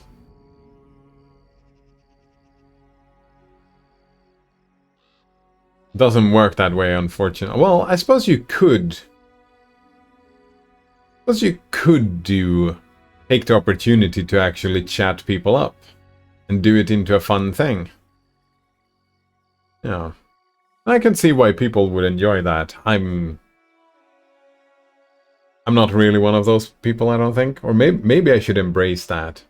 No, the thing is, right? Trading in Path of Exile is such a hassle. So annoying. You just get happy when you find someone to actually trade with that you just wanted to be over and done with. Well, Gitino Tab says I usually leave it on, but it feels a bit but it feels bad the moment when I get knocked back, and I think that maybe I could have avoided that. Ah. But if you make a rule for yourself, right, a self-imposed rule called Gitino Tab, that if you make the decision that I'm gonna leave it on, and set that as a rule for yourself, then you couldn't have avoided it, because you were just following your own rule, right?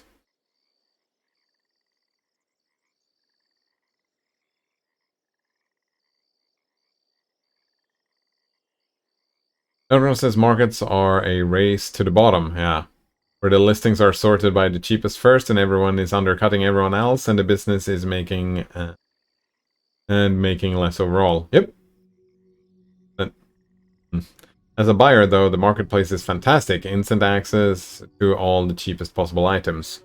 Unless it's something rare, which gets sold out as soon as it's listed. Yeah.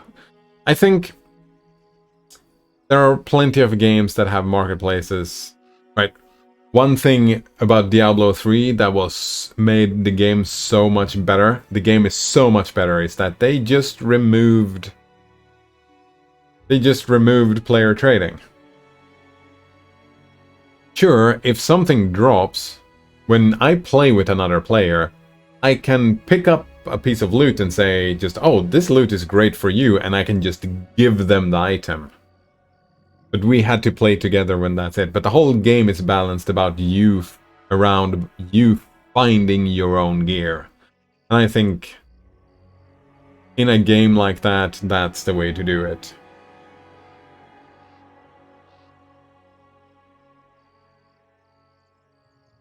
I think markets really only make sense in PvP games. Or like market systems, trading systems. Or where the game is built around the trading or whatever. Like, I think that the trading system, it's, well... You know what? I was gonna bring up EVE Online again, but the whole game in EVE Online is tedious. That's kind of... The road awaits. That's kind of how the game is built. It's built around being the most fucking tedious stuff ever, isn't it?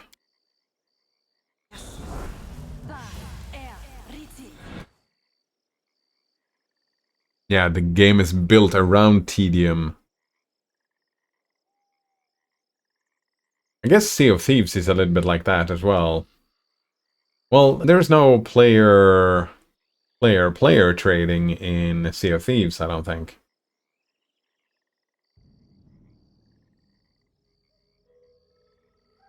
Trove wasn't the same. It's a collectathon and people are trading to complete their collection. Yeah, that's different. There's gear, but that's not really what people were trading.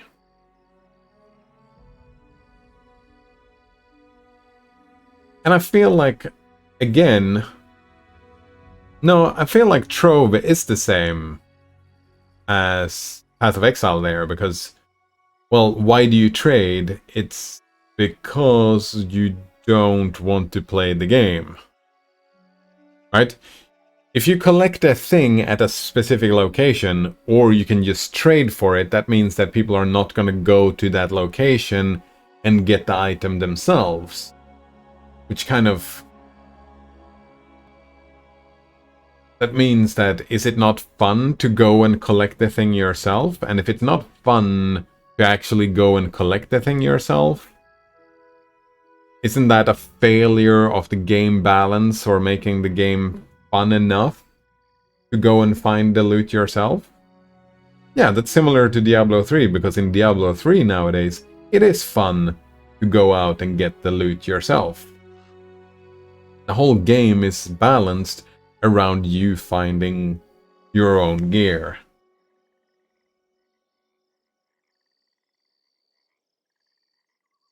And if you have a collectathon, shouldn't the game be about collecting the things?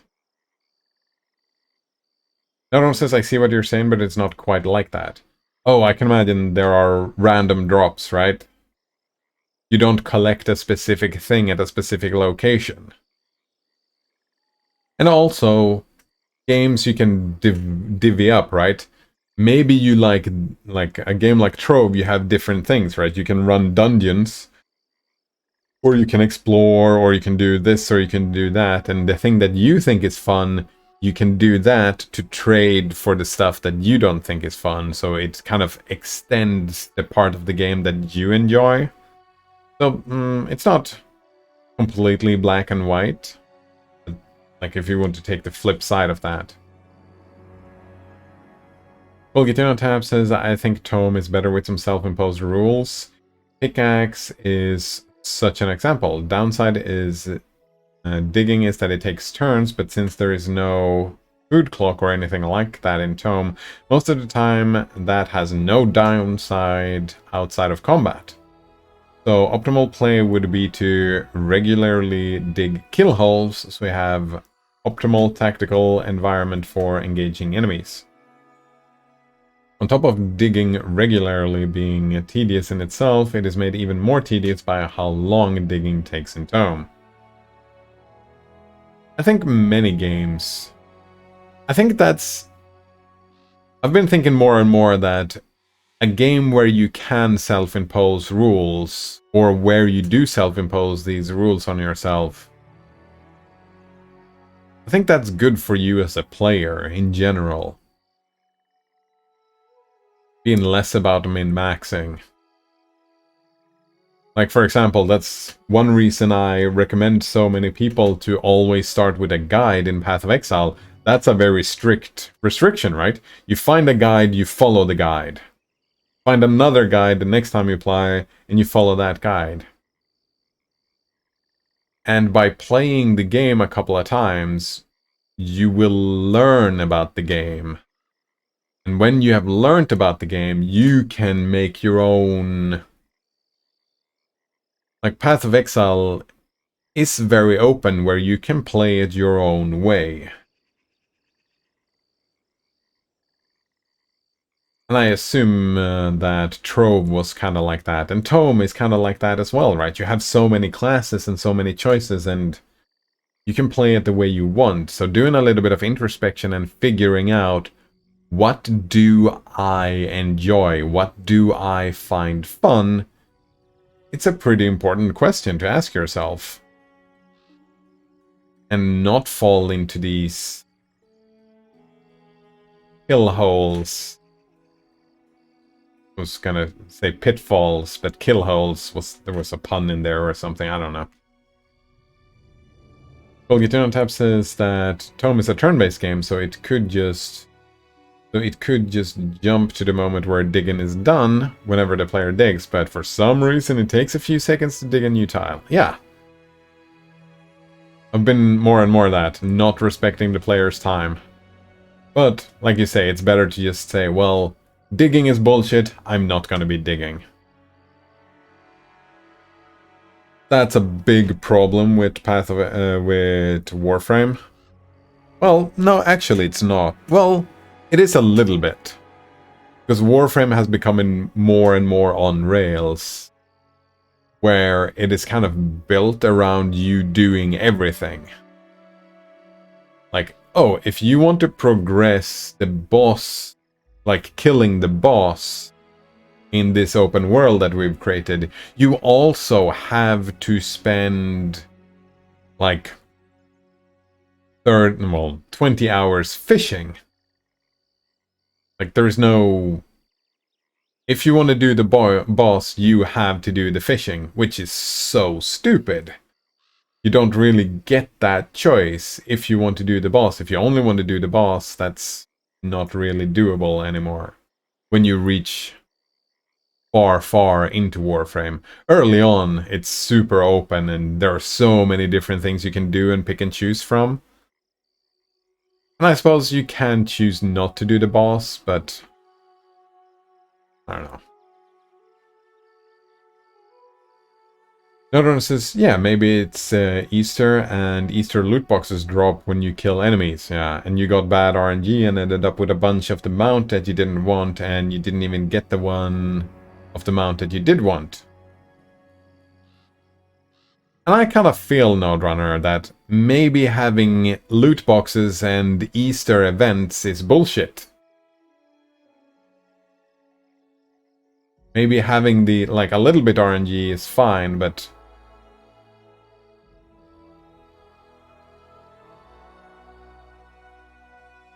maybe the games should be built in a way that it's fun to get these things. I don't know. Another one says, in Diablo, you were trading not just for the gear that works, but the best loot that could possibly be dropped. Yeah, it was an endless thing, right? In Trove, when you have collected the thing, you have collected the thing, and you have it. There is no collecting the thing +1, or the thing +2, or the thing +3, or the thing +4 over and over and over and over and over and over and over again. I don't know.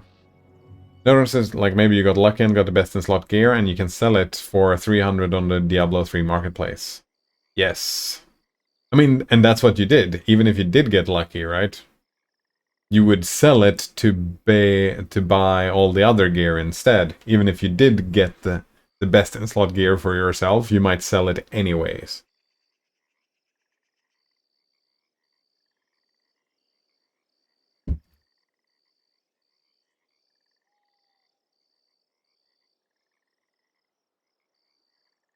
Yeah, there's too much RNG in the loot drops.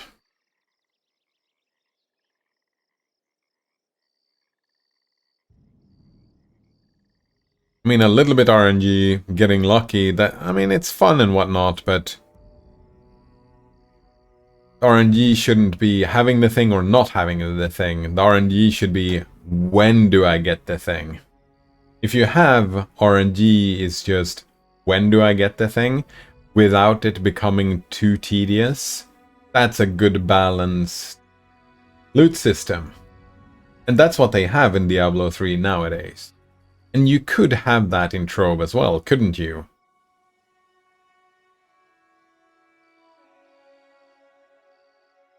Well, Gituna Tab says in DCSS, Formicide had a similar problem, as it also had a digging feature, but digging was much smoother in DCSS, and there was a food clock and later a Zot clock, so you could not endlessly dig to your heart content, but those clocks still allowed for quite a lot of digging. This was solved by giving meaningful drawbacks to digging. Nowadays, digging gives you drain, which reduces maximum health, and player has to gain experience to remove it, or use certain god abilities, which cost piety. Yeah. Solving the games for fun? Is that what they were doing? I think this thing just died, didn't they? So let's just rush in. Forward. 85 hit points? Alright, and they're showing up here, so let's do... Cat's Grace. You still don't have any buffs. You have a bunch of buffs, so... cast that buff, cast this buff. Confide in me. Lindsay the Magnificent?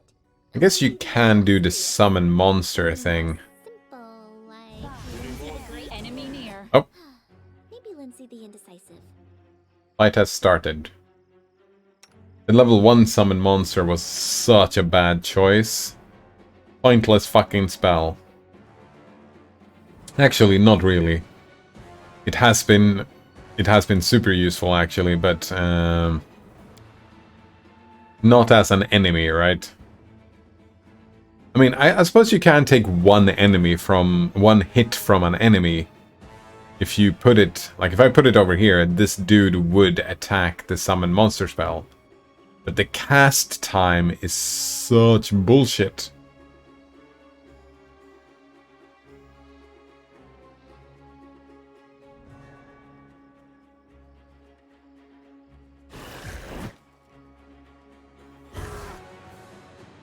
Oh, are you a ranged character? Kind of looks... No, it's a barbarian.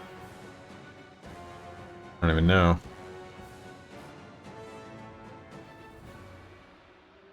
Right. Now Lindsay can move over here.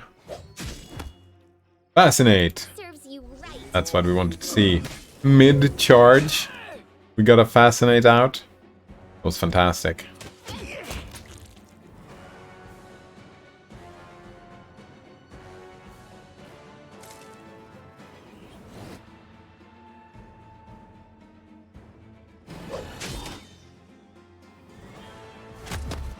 Yeah, we got mid-charge on both of the Fascinates again. Solid plan. Tear them apart!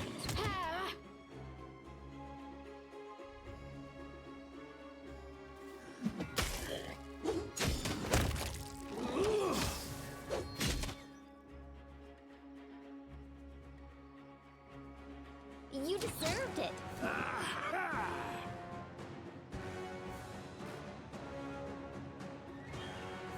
Forwards. We like side to just... Are you kidding me? There we go.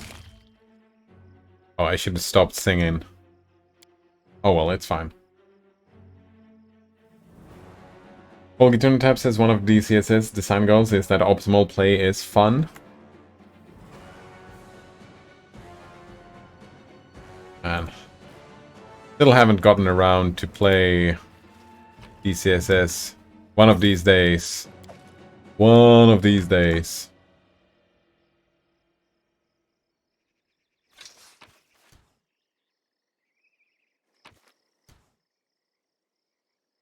App. Nunchucks. Nunchaku. Dust. Oh, I was gonna buy more diamond dust, wasn't I? Because of that spell. Yes! Gotta remember doing that.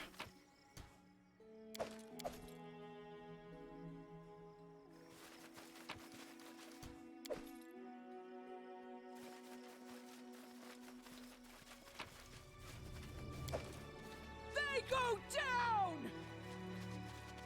I shall end this suffering. Are you slicing? You are not. You're slicing.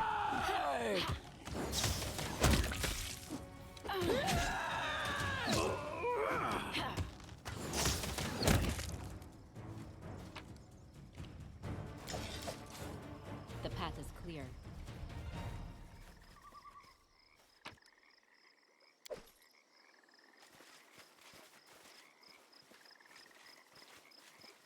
To the dust you will Oh, go. I think that's a... I'll be right back.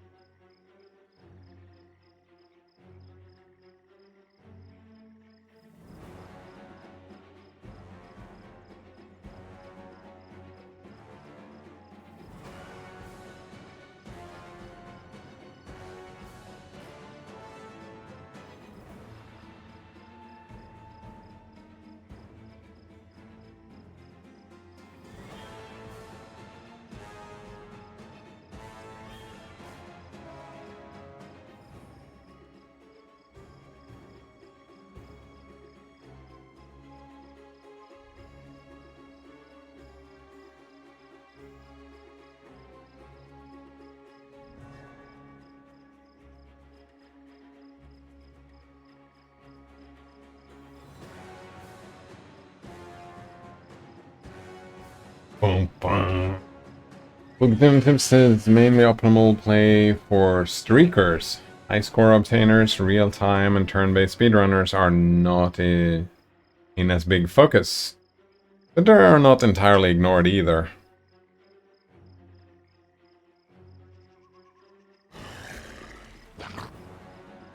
Consider me provoked. There we go. This is for you.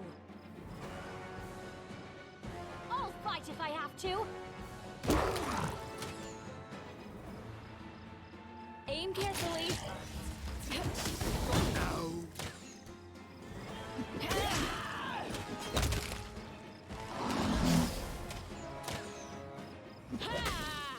Refined croak, eh? Dangerous stuff.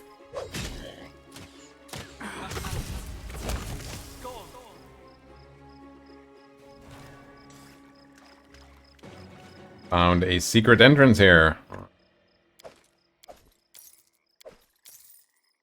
Masterwork spear. Ah, screw that. Fine. It's fine. Olgitinotab says bread swinging was removed for high score and turn-based speedrunners. Bread swinging?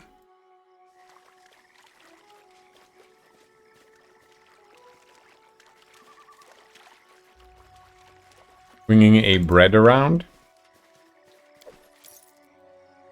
Seems like a weird thing.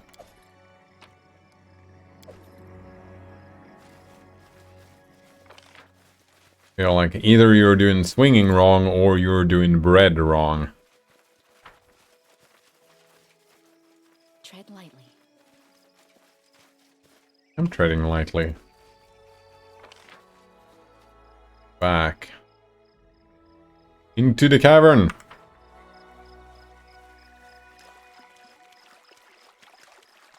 I think we are gonna do a level 1 heal here. Oh, I didn't do bless yet.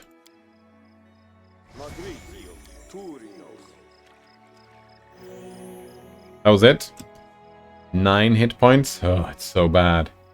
Netrunner's heading to bed. Have a good one. Yeah, thanks for hanging out.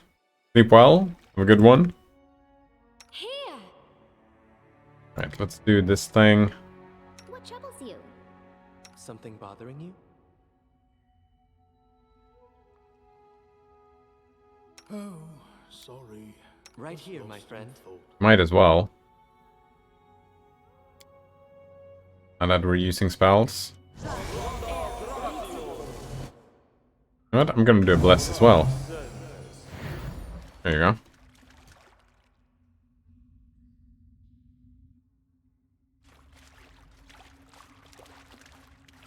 I wish there was another way.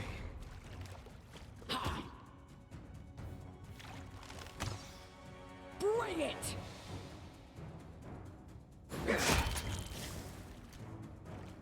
Hit that sneak attack. Oh, You can't stop me.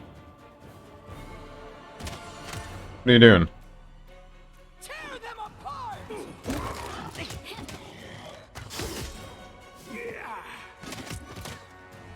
Come on, you can do it. There you go. Saren Ray, be generous to them, for I am not.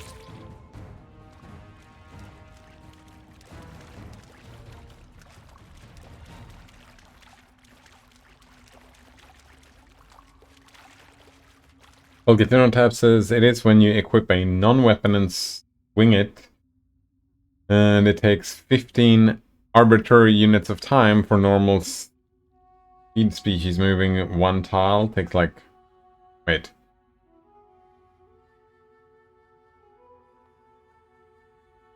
You equip a non-weapon and swing it, it takes 15 arbitrary units of time. And for a normal species moving one tile takes 10 arbitrary... I don't know the system, so like even if you have arbitrary units of time, does that mean that if you swing a weapon, can you swing and move at the same time? Or like, can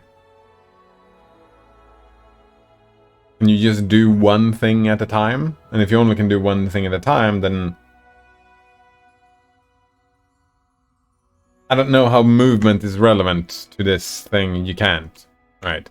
So bread swinging is just terrible. Because it takes 15 arbitrary units of time, so someone can just take a step away and you swing at air. You can always move away.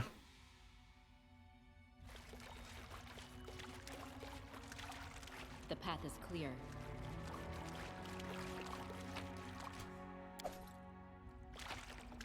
Seems like a weird balance thing. More sounds like it wouldn't work at all. Was used outside of combat.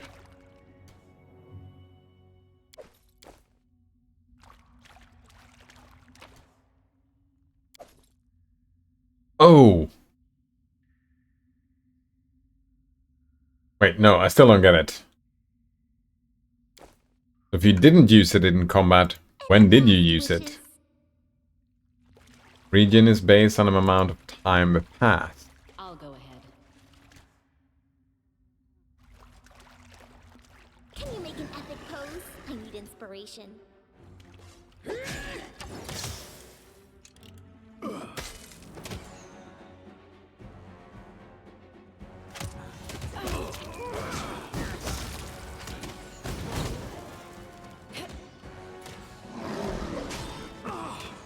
Leave!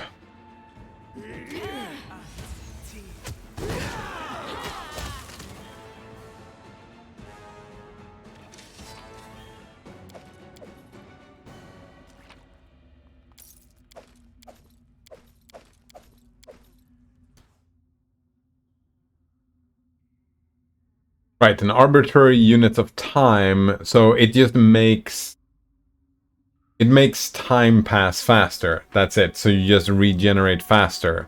So speedrunning is not in arbitrary units of time, speedrunning is in real life time, which puts you in a position where you might want to just stand around, swing some bread around, just to regenerate some stuff, because that's faster.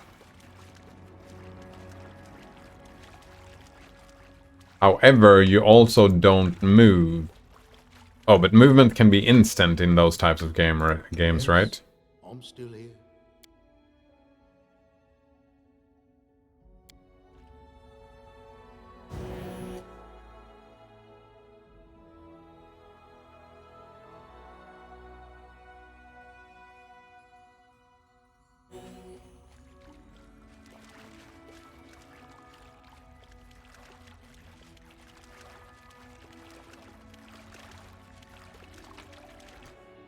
By taking slower actions, you can regen more time in less amounts of time. Yeah, there we go. Because maybe after a fight, you do want to regenerate before you start moving again, because you don't want to start a new fight until... And bread swinging was no fun. Repent! What for Gollum? Talking about systems that are... Consider me provoked. They go down!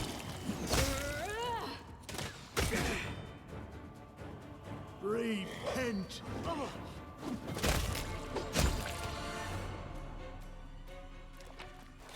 Talking about tedious, boring systems, eh?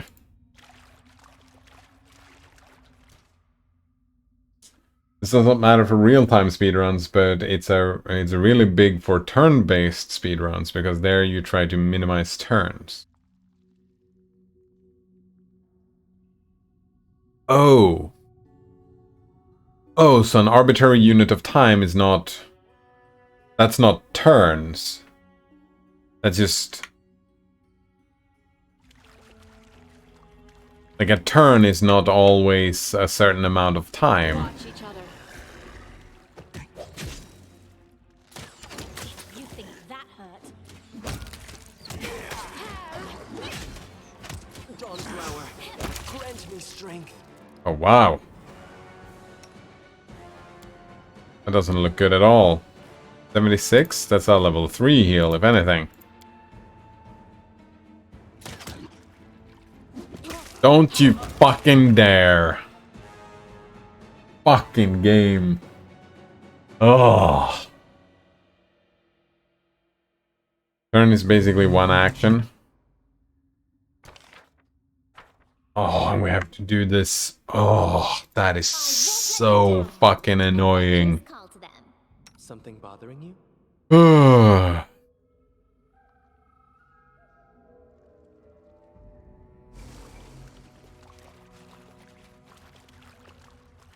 Can you make an epic pose? I need inspiration. Tear them apart! Repent!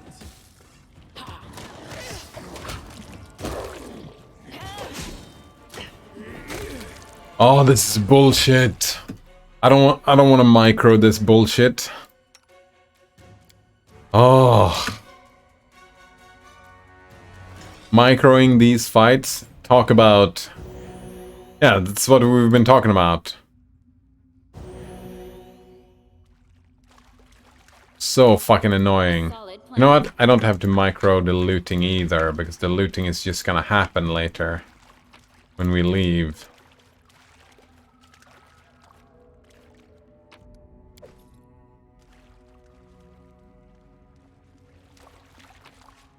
Games respecting your time.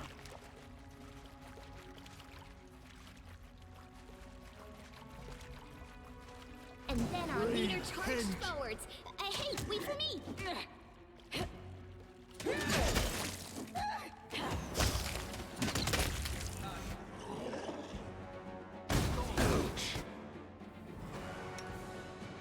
Oh, more micro.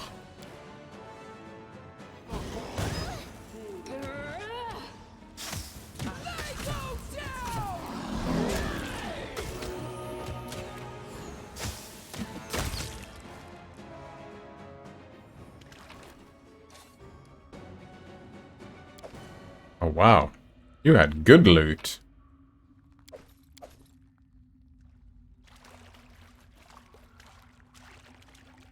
How long are you fared? 2 more seconds. The end draws near.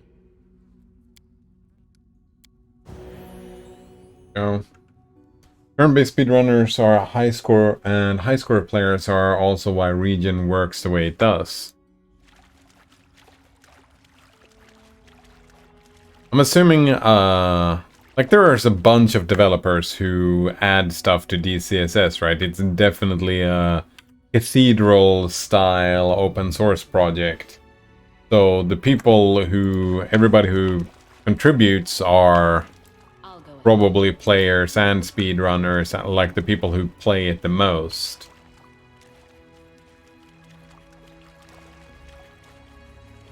Right?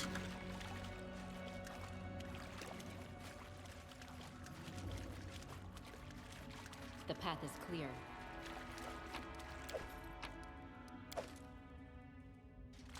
For any region, gear needs to attune to your body, which means having it on at full health and magic, depending on which one it regions.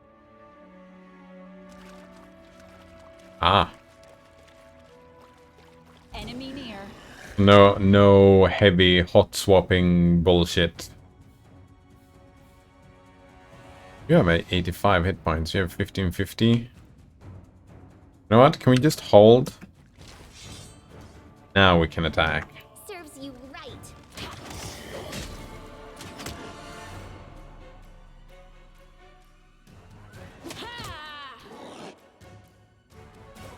Oh. Really, the way to deal with this is by Lindsay doing the singing thing, I think. All gives this... Yes, exactly. Remove all the bullshit from the game, and that's what you like to see. That's too bad, because this game could take a lot of work. I shall end this suffering. For charging. Right. Lindsay. You deserved it.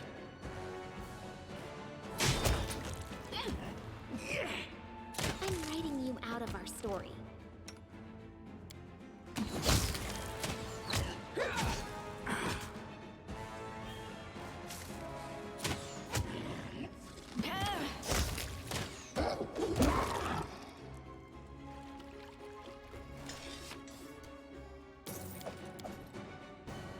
Let us be careful.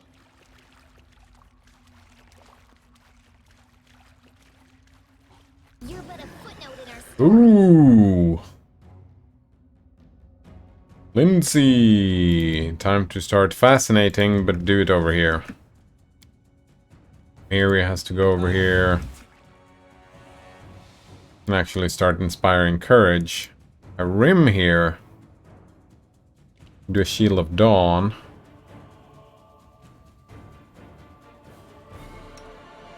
Time for you to rage.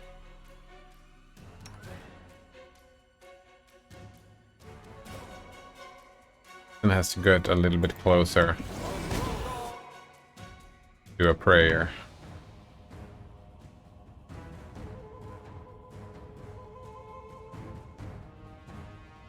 Maybe I can just keep attacking. Oh man, this is the spot for a fireball, isn't it?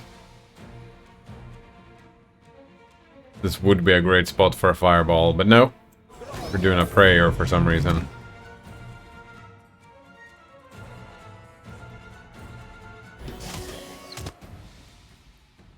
Got the Fascinates up and running. You forced my hand.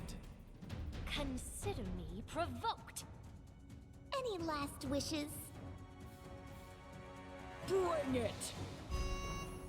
Oh, actually, everybody attack this. Make this sweet.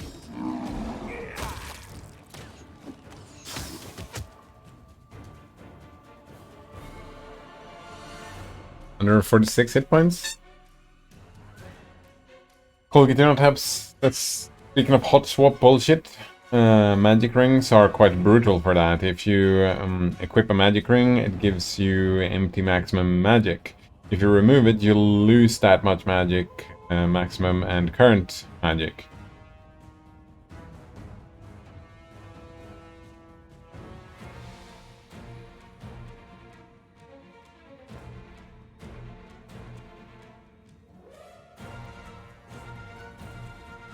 Nice.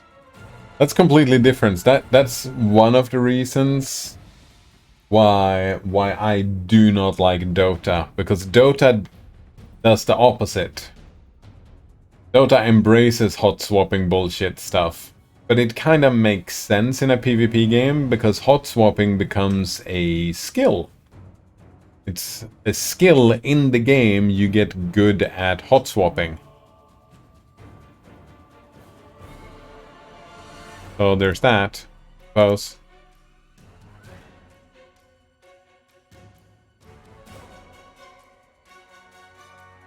Oh, the prophet here. Forwards! Can you stun? Good stun. Lindsay can go a little bit closer as well.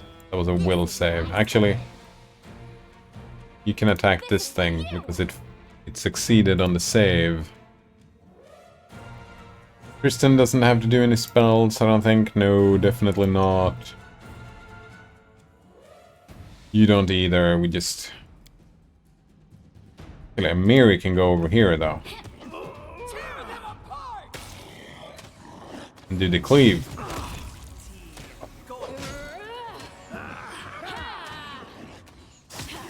Wonder if that's a swing attack.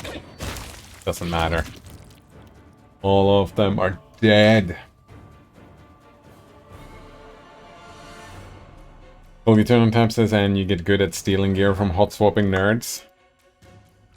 Unfortunately, I think they removed... Yeah, I think they removed that. Call you turn on tap.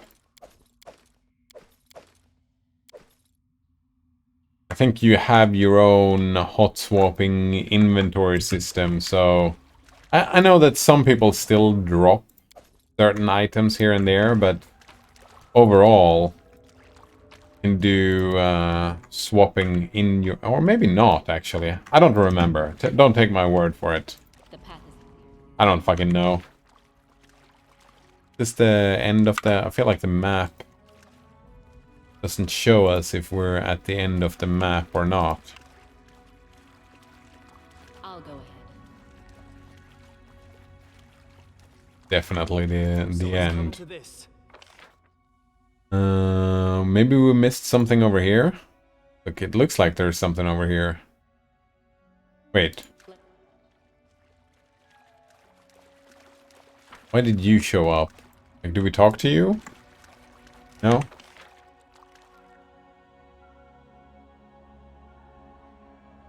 Double check over here. I don't think there's anything in it. Yeah, in a PvP game, that's fine if people like doing it, right?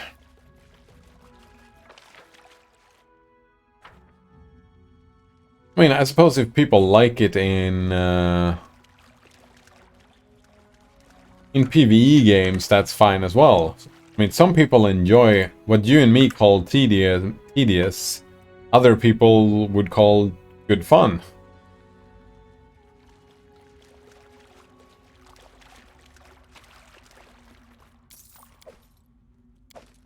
Each their own. The path is clear.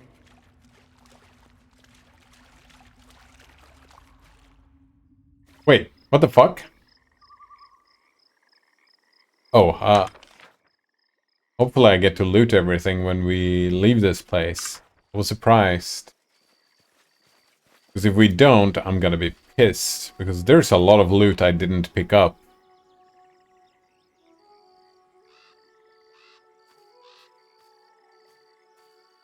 Oh, I did pick up all the loot.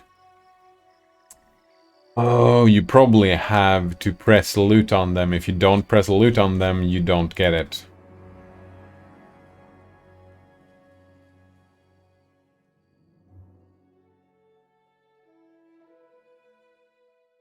Well, Type says that magic rings used to only affect the maximum magic in either direction.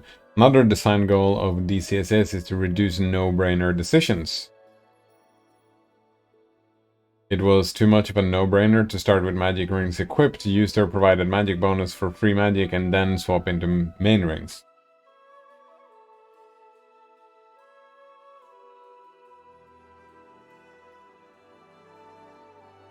Could argue, oh, maybe that is it. No-brainer are the tedious decisions.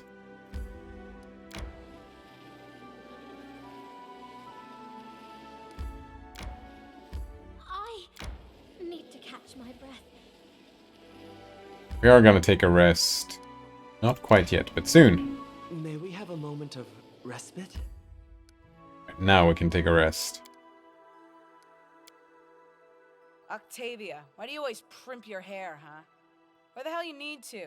Where are you going to charm here, trolls or something? Everyone has their little weaknesses.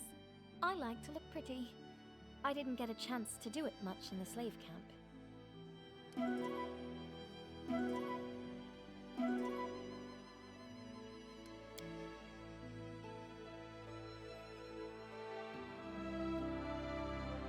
Can we cast spells now? No, we have to go somewhere.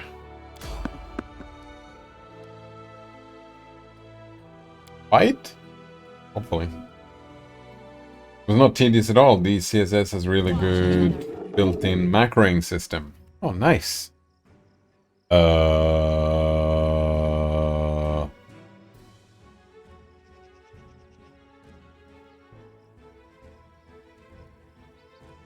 Well, this looks interesting.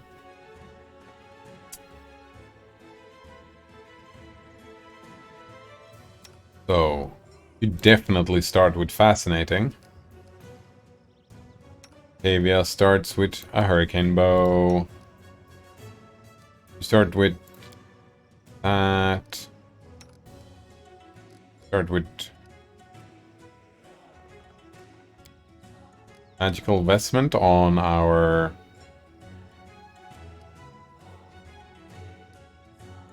shield or armor.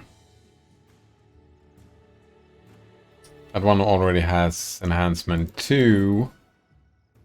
This one has enhancement 1. So let's do it on the armor. Wonder if I can do both. And if it really works. Oh, and you can do it on anyone, not only yourself.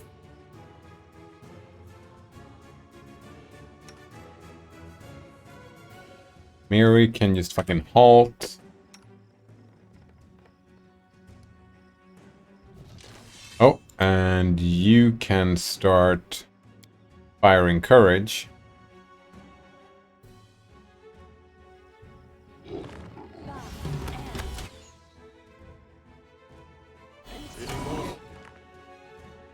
We did succeed on a fascinate here. Lindsay can do bark skin.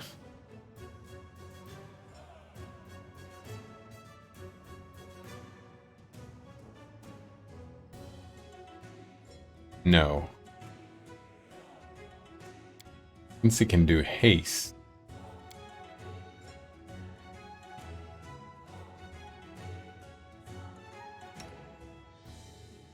Kristen is still doing that thing. Maybe I can do Cat's Grace.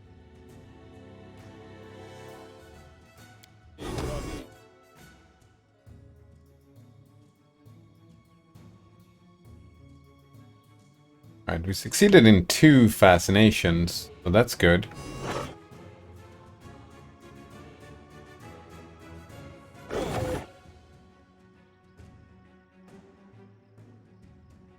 Kristen now can do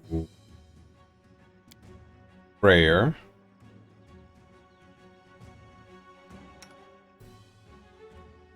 Why not do a stunning fist? Oh, actually. You can do a bark skin on yourself. You didn't do bark skin, right? No, so you can do bark skin on yourself. Fine, you're still doing the vestment thing. No, you can do a Bane, can't you? Or maybe a Bold Strength on a Miri here.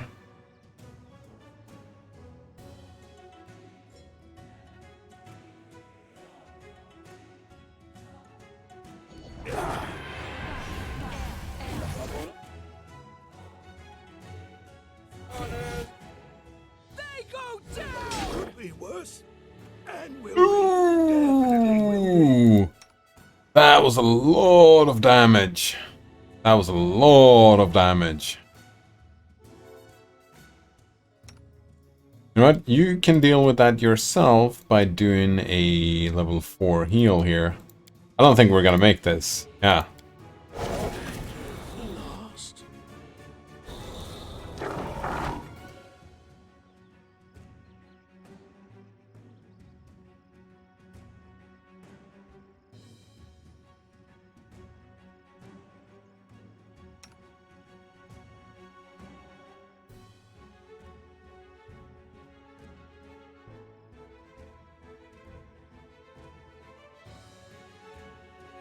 He gonna heal himself? Does that even work? Do I rebuke death here? Is that... Ooh, Tristan is taking damage. Spell failed. Uh-oh.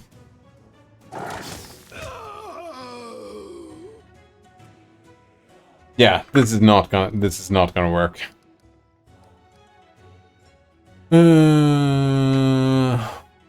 Where are we at? Here, yeah.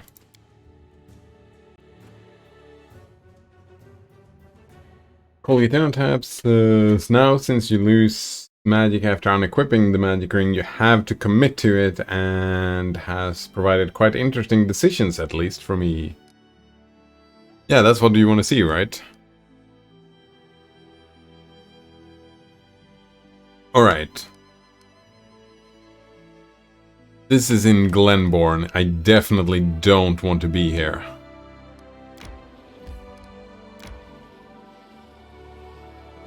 So there we go.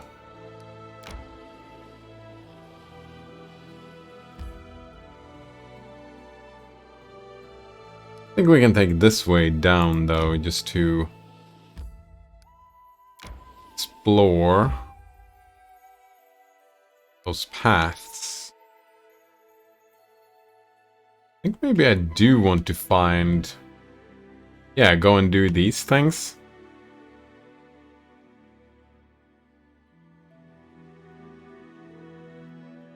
Should we stop by at home? I think we should. Probably. Yeah, we're gonna go through here.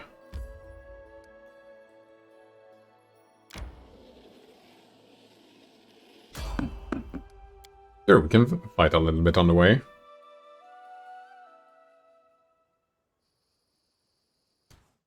We should prepare. What's the holdup? Anything is possible. Patience. Right, I need to test this out. The end draws near. Right, we have a +1 that has 10 armor, and we have what? We have 29 AC. So if we take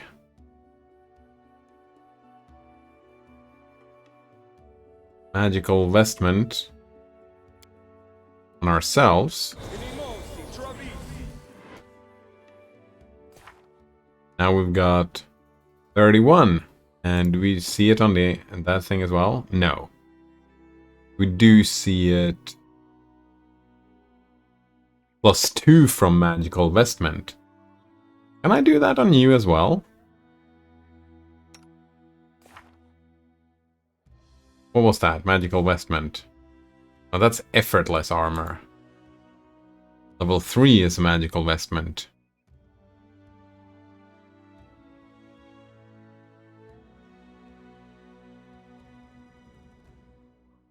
Like, we can do that on our shield as well, can't we?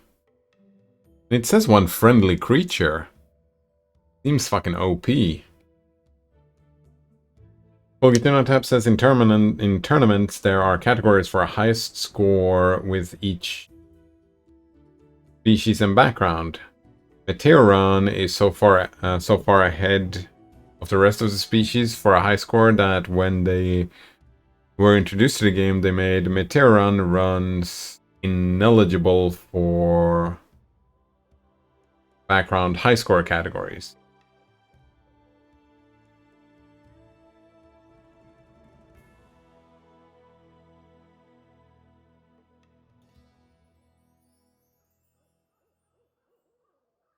Wait.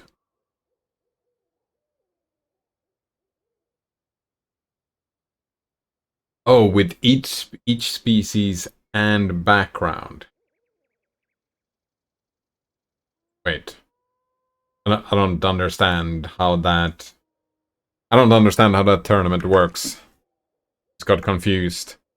Something was broken OP and they decided, well, let's not do this because it messes with everything else. Yeah, I'm missing diamond dust. Fuck.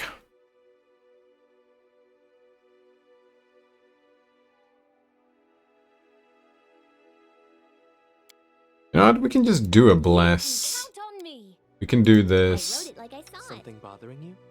Yes, I'm We still can do here. the strength.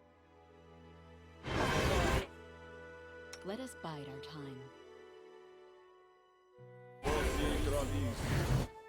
Here.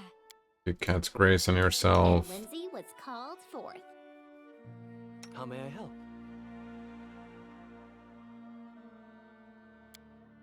Do that. Oh, sorry. Was lost in thought.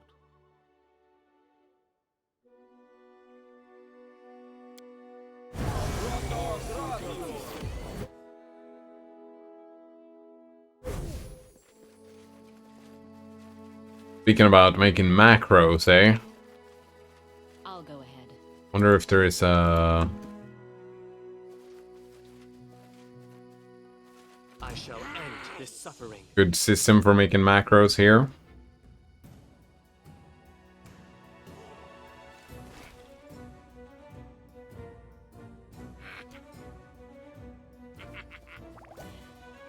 Why is her rim so slow? Oh, right. Maybe I should start using effortless armor as well.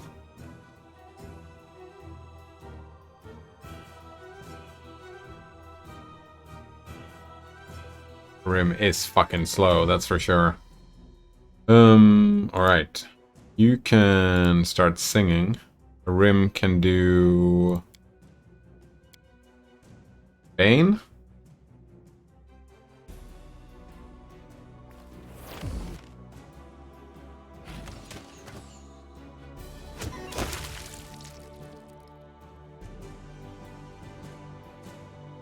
We don't need Bane against these fuckers. I don't even know why I'm doing any of this stuff. Tear them apart! Just go.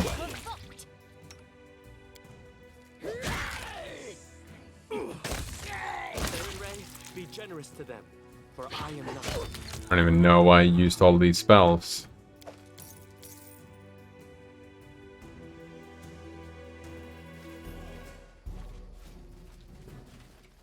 Boogie down tabs is crawl. Oh wait, here we go. Tournament. For example, here's a current tournament. You can see how that Material and Earth Elemental is, for how high that is, but the null is listed as...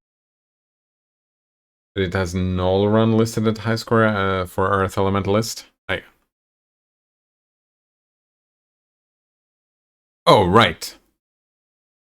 So you can pick for the species, you can pick any background you want, and for background you can pick any species you want, except for Meteoron.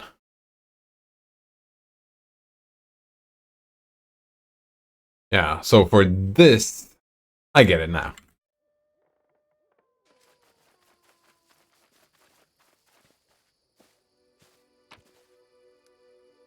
Two different tournaments.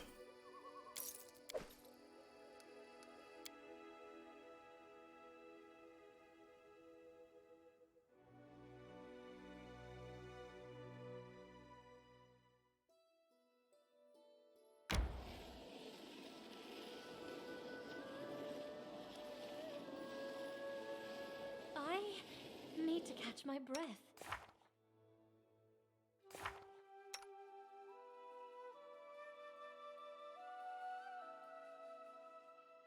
Right, that was effortless armor that we're gonna use. I think we're gonna... fuck, but Arkan's aura is fucking sweet, isn't it? But I think Magical Vestment is even more sweet.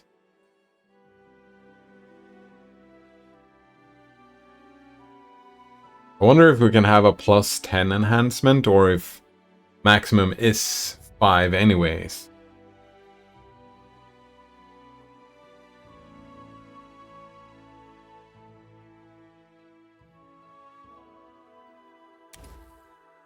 I'm gonna bring 2 of those. Gonna try and see. Gonna check this out. So 4 and 11 days, and another 4 days. What can we do in 4 days?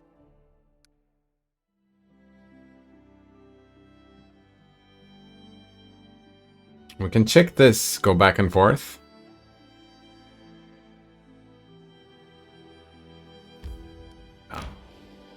May we have a moment of respite? Not quite yet. Right, we can rest a little bit. Listen, Harem, how about I give you a nice whack on the dome? All that bull about the end of the end will come flying right out of you. If you want to kill me, do it. What does it matter when we die? Now, or an hour from now, or a year from now? Don't take it wrong, but as long as I live, I will preach.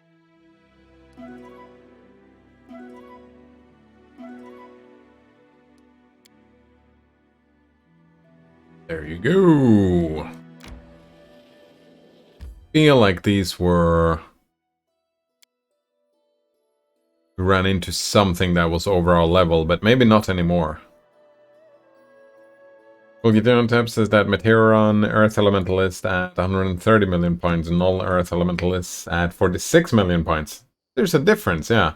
Octopede Transmuter being the highest non-Meteoron at 64 million points. Our duty calls. This. Adventures call to them. Do this. Ready and willing. This. Share your troubles.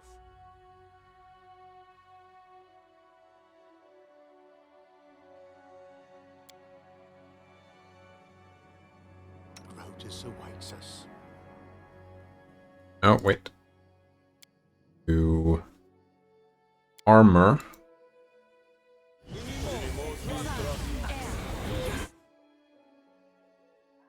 Then you can do shield. The road awaits.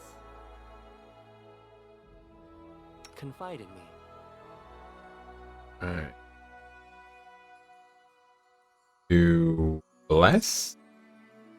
You know what? No, you don't even need to do bless.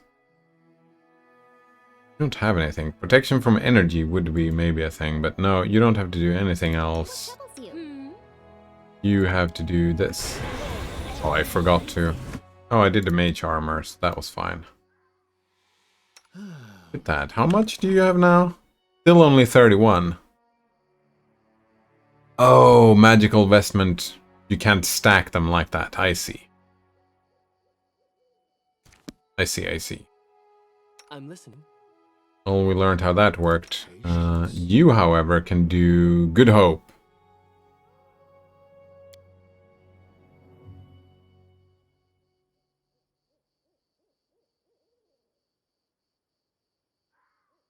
I won't let you down. You doing Cat's Grace? You are indeed. Right, so now we have Good Right here, Hope. my friend. Means we don't need Bless. Good Hope gives morale, right? Yep. Very nice. Well, Getino Tab says high score runs are basically turn-based speedruns for 15 runes. Oh, right, and they make tournaments because I'm assuming the actual high score runs and speed runs and all those stuff are already...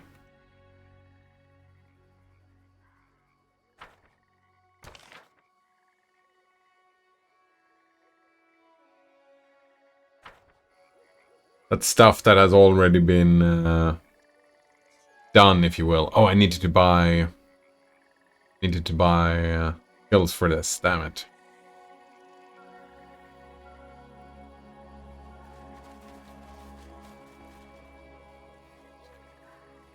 Oh, they make a tournament for each new version. Of course. Yeah. New speedrun. So the tournament is going on forever. There is no, like, end times or Just letting the ink. whatever you want to call it. Right, we do Yes, that. I'm still here. Gotta do this. Wait, did I not have any? Not.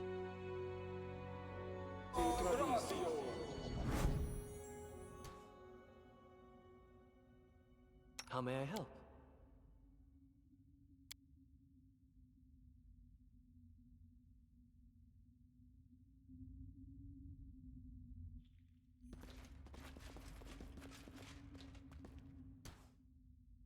Yeah, I don't think so, but we're gonna see. I think this is definitely not gonna work. We should move. Actually, first, before you start moving, you can start singing.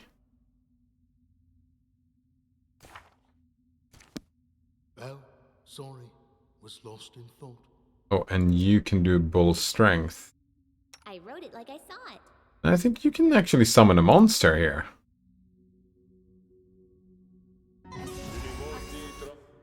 We should prepare.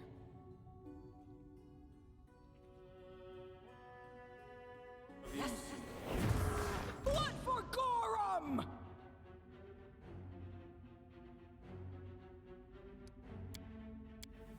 Turn that off.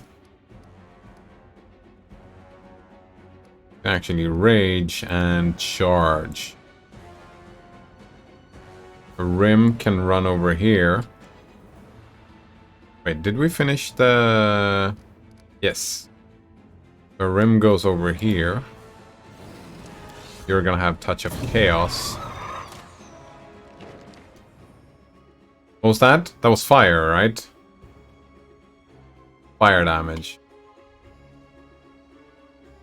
You know what? Idea.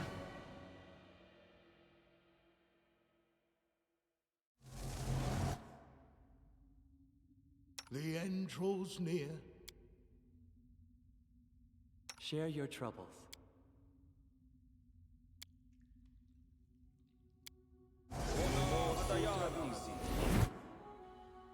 There we go. Protection from fire. Try that. 0.30 came out recently. It lasts for a few weeks. Current one started 17 days ago and ended 14 hours ago. Thing. There's no practice. There's a little bit of a guesswork going on. I'm listening. The road awaits. Actually, not yet. And Lindsay was called forth. You can start casting for a little bit. Yes. Now you can start. What you want? Our duty calls. Patience.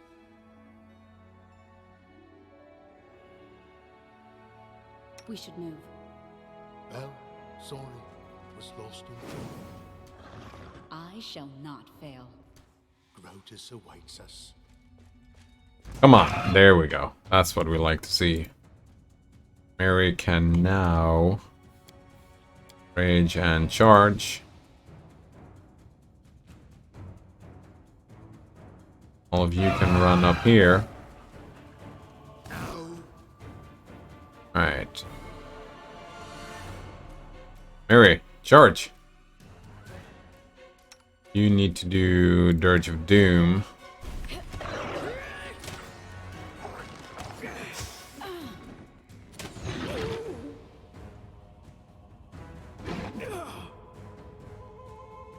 It needs to run over here and do level 2 healing? Level 3 healing? The level 3 healing. We have no idea what your things are, so we're gonna try a Idiocy Curse. Gonna try the stun, it's not gonna do anything.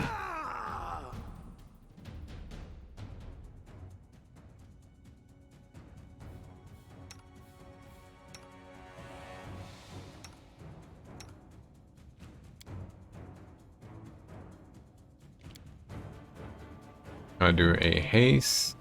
May I suggest another way to use this spell?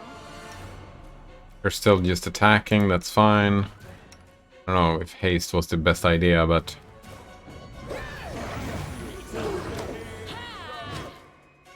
that was a good heal.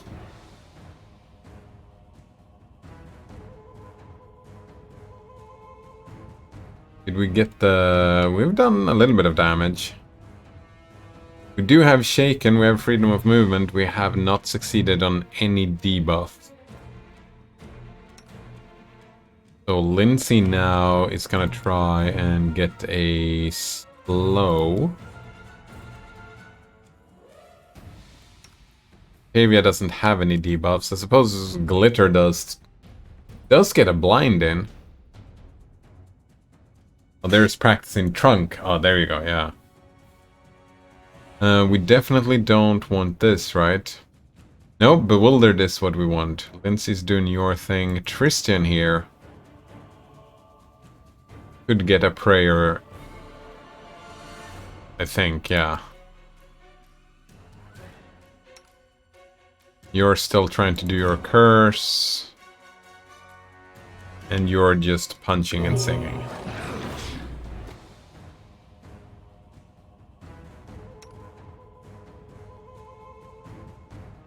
Right, the curse did not hit.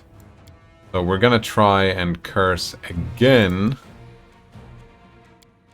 But I actually think we're gonna do curse...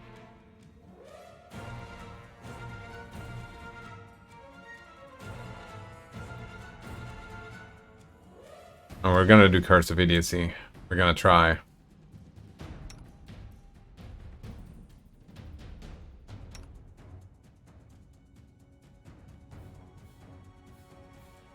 don't have any knowledge about you. However, we can assume that fire is no problem for you. I think you actually get to do the acid damage rather than the fire damage. 4 to 18, 3 to 19. Yeah, let's do the acid damage instead.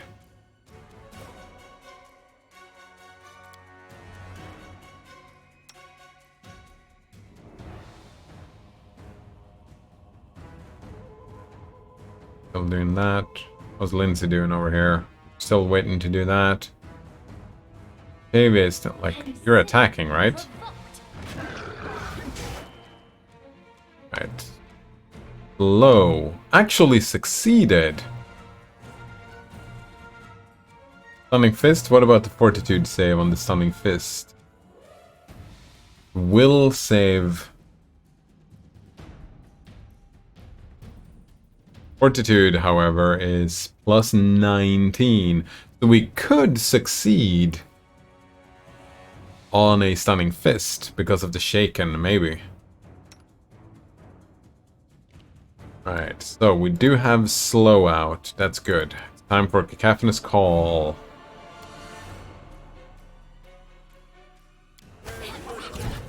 And you're still gonna do... Why did Tristan take damage? That's... We don't want to see that. We don't want to see Tristan take damage. What the fuck? Oh, it's an AoE Venom Spray thing. Fuck.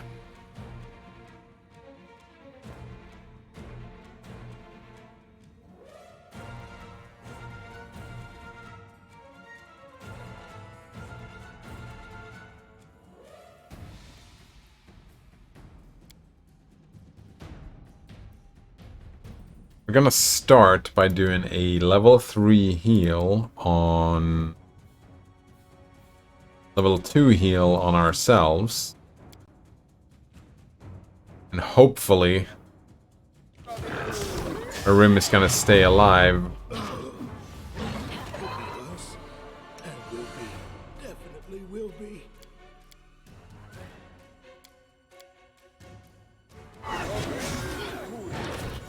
Lost. Fuck. Fuck. And now you're attacking Tristan. Fuck. That was such a terrible gamble. Such a mistake. Such a mistake. Stable versions are basically snapshots of trunk. That's usually how it's done, right? Well, Tab says when they approach putting out a new stable version, they stop doing new features and focus on making sure that stable version is release worthy. Yeah. Makes a lot of sense.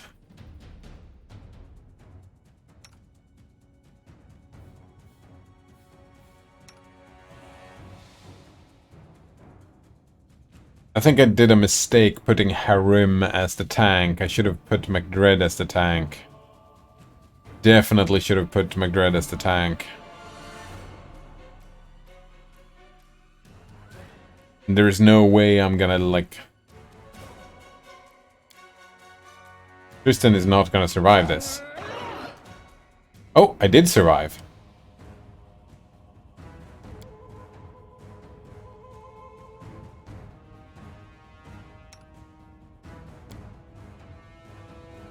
Right, so maybe. Did we get Cacophonous Call in? We did not. We're gonna try another Cacophonous Call.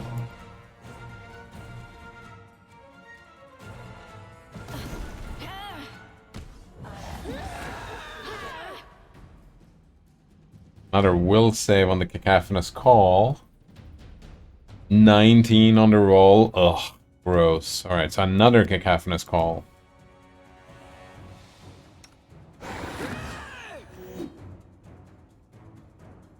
You're still golden, so...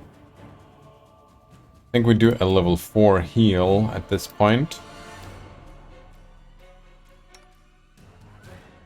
Did you get your curse out?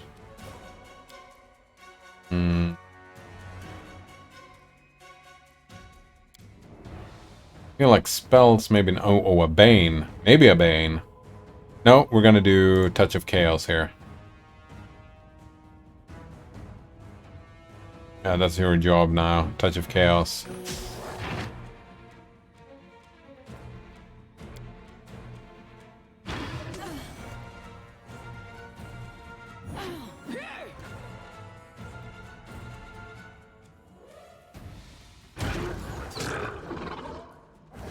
Skills exceed yours. Come on, can we get this heal in? There we go. Means you can now do a level 3 heal. Did we even get... I don't think we got the prayer off at all.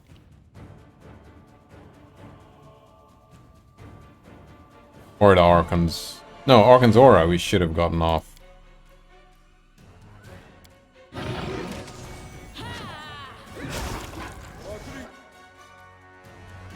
Fucking got it. Oh yeah.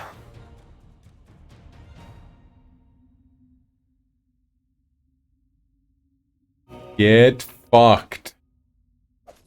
And we failed on the skinning. The thing didn't have any loot, but there's got to be loot in here, right?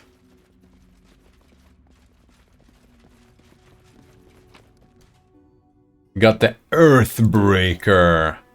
Alden Whip. We got a hat. Extend Metamagic Rod. Rod grants its wielder the ability to make up to 3 spells they cast per day. Wait, 3 charges per day? Oh, extend. So we extend duration. Double duration. A spell with the duration of concentration, instantaneous or permanent, is not affected. Right. And then we got the part 2 of that book thing. Oh yeah. Fantastic. Right, can we sort date? Newest to oldest. Right, Talon Whip is Antiquities, the book we've seen before. Extend Metamagic.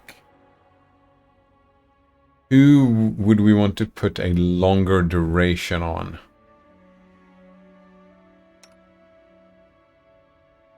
What else do you have?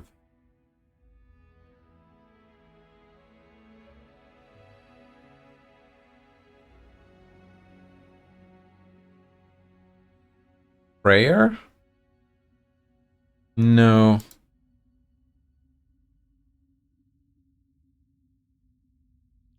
I don't even know. Protection from energy? I don't fucking know. Maybe Octavia's... No.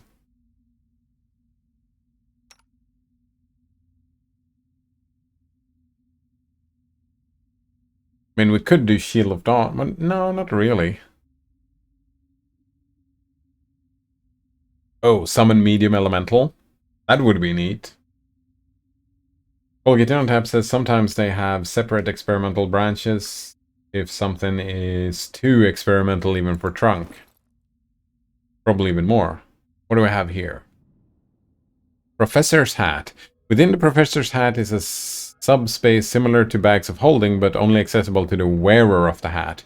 Wearing it increases the party carrying capacity by 200 and contains all masterwork tools possible, providing the wearer with a +2 competence bonus on all skill checks.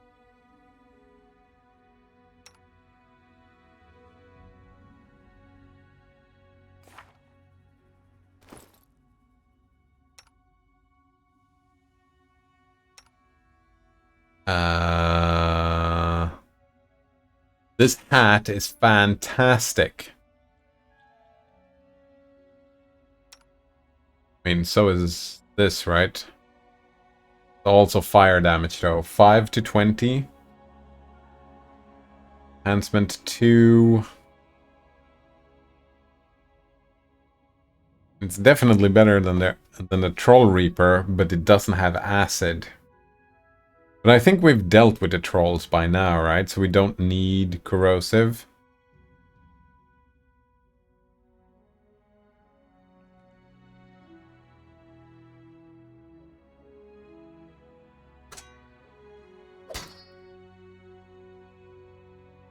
There you go. So we've got 2 different fire weapons now.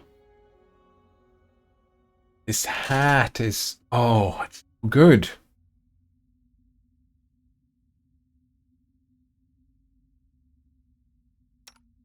This +4 charisma bonus, I don't want to lose that. I don't want to lose this intelligence bonus or this wisdom. No. Fuck me. Ah. And then those are added to the trunk if their experimentation is promising enough. Yeah, I'm assuming that that's what like a lot of people do, their own local branch experimentation before they push them towards their own experimental branch, and maybe even directly to trunk, right? Volgitino Tab says that attacks of opportunity were first tested in experimental branches and they were further adjusted in trunk before making it stable. What happens?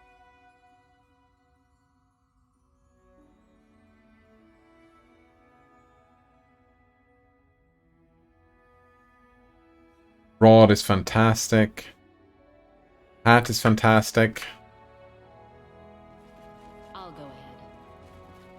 They're still singing, are they? Right, that was it. Serves you right. Serves you right, I agree. I guess we could just use it as a bag of holding if we ever run into that situation where it's like, oops, I really need a bag of holding now. Then we can just say, yeah, here's a bag of holding. But that is it for today. This game is long, yeah. It's gonna take a while. But thanks for hanging out, and have a good one. Yep. Cheers.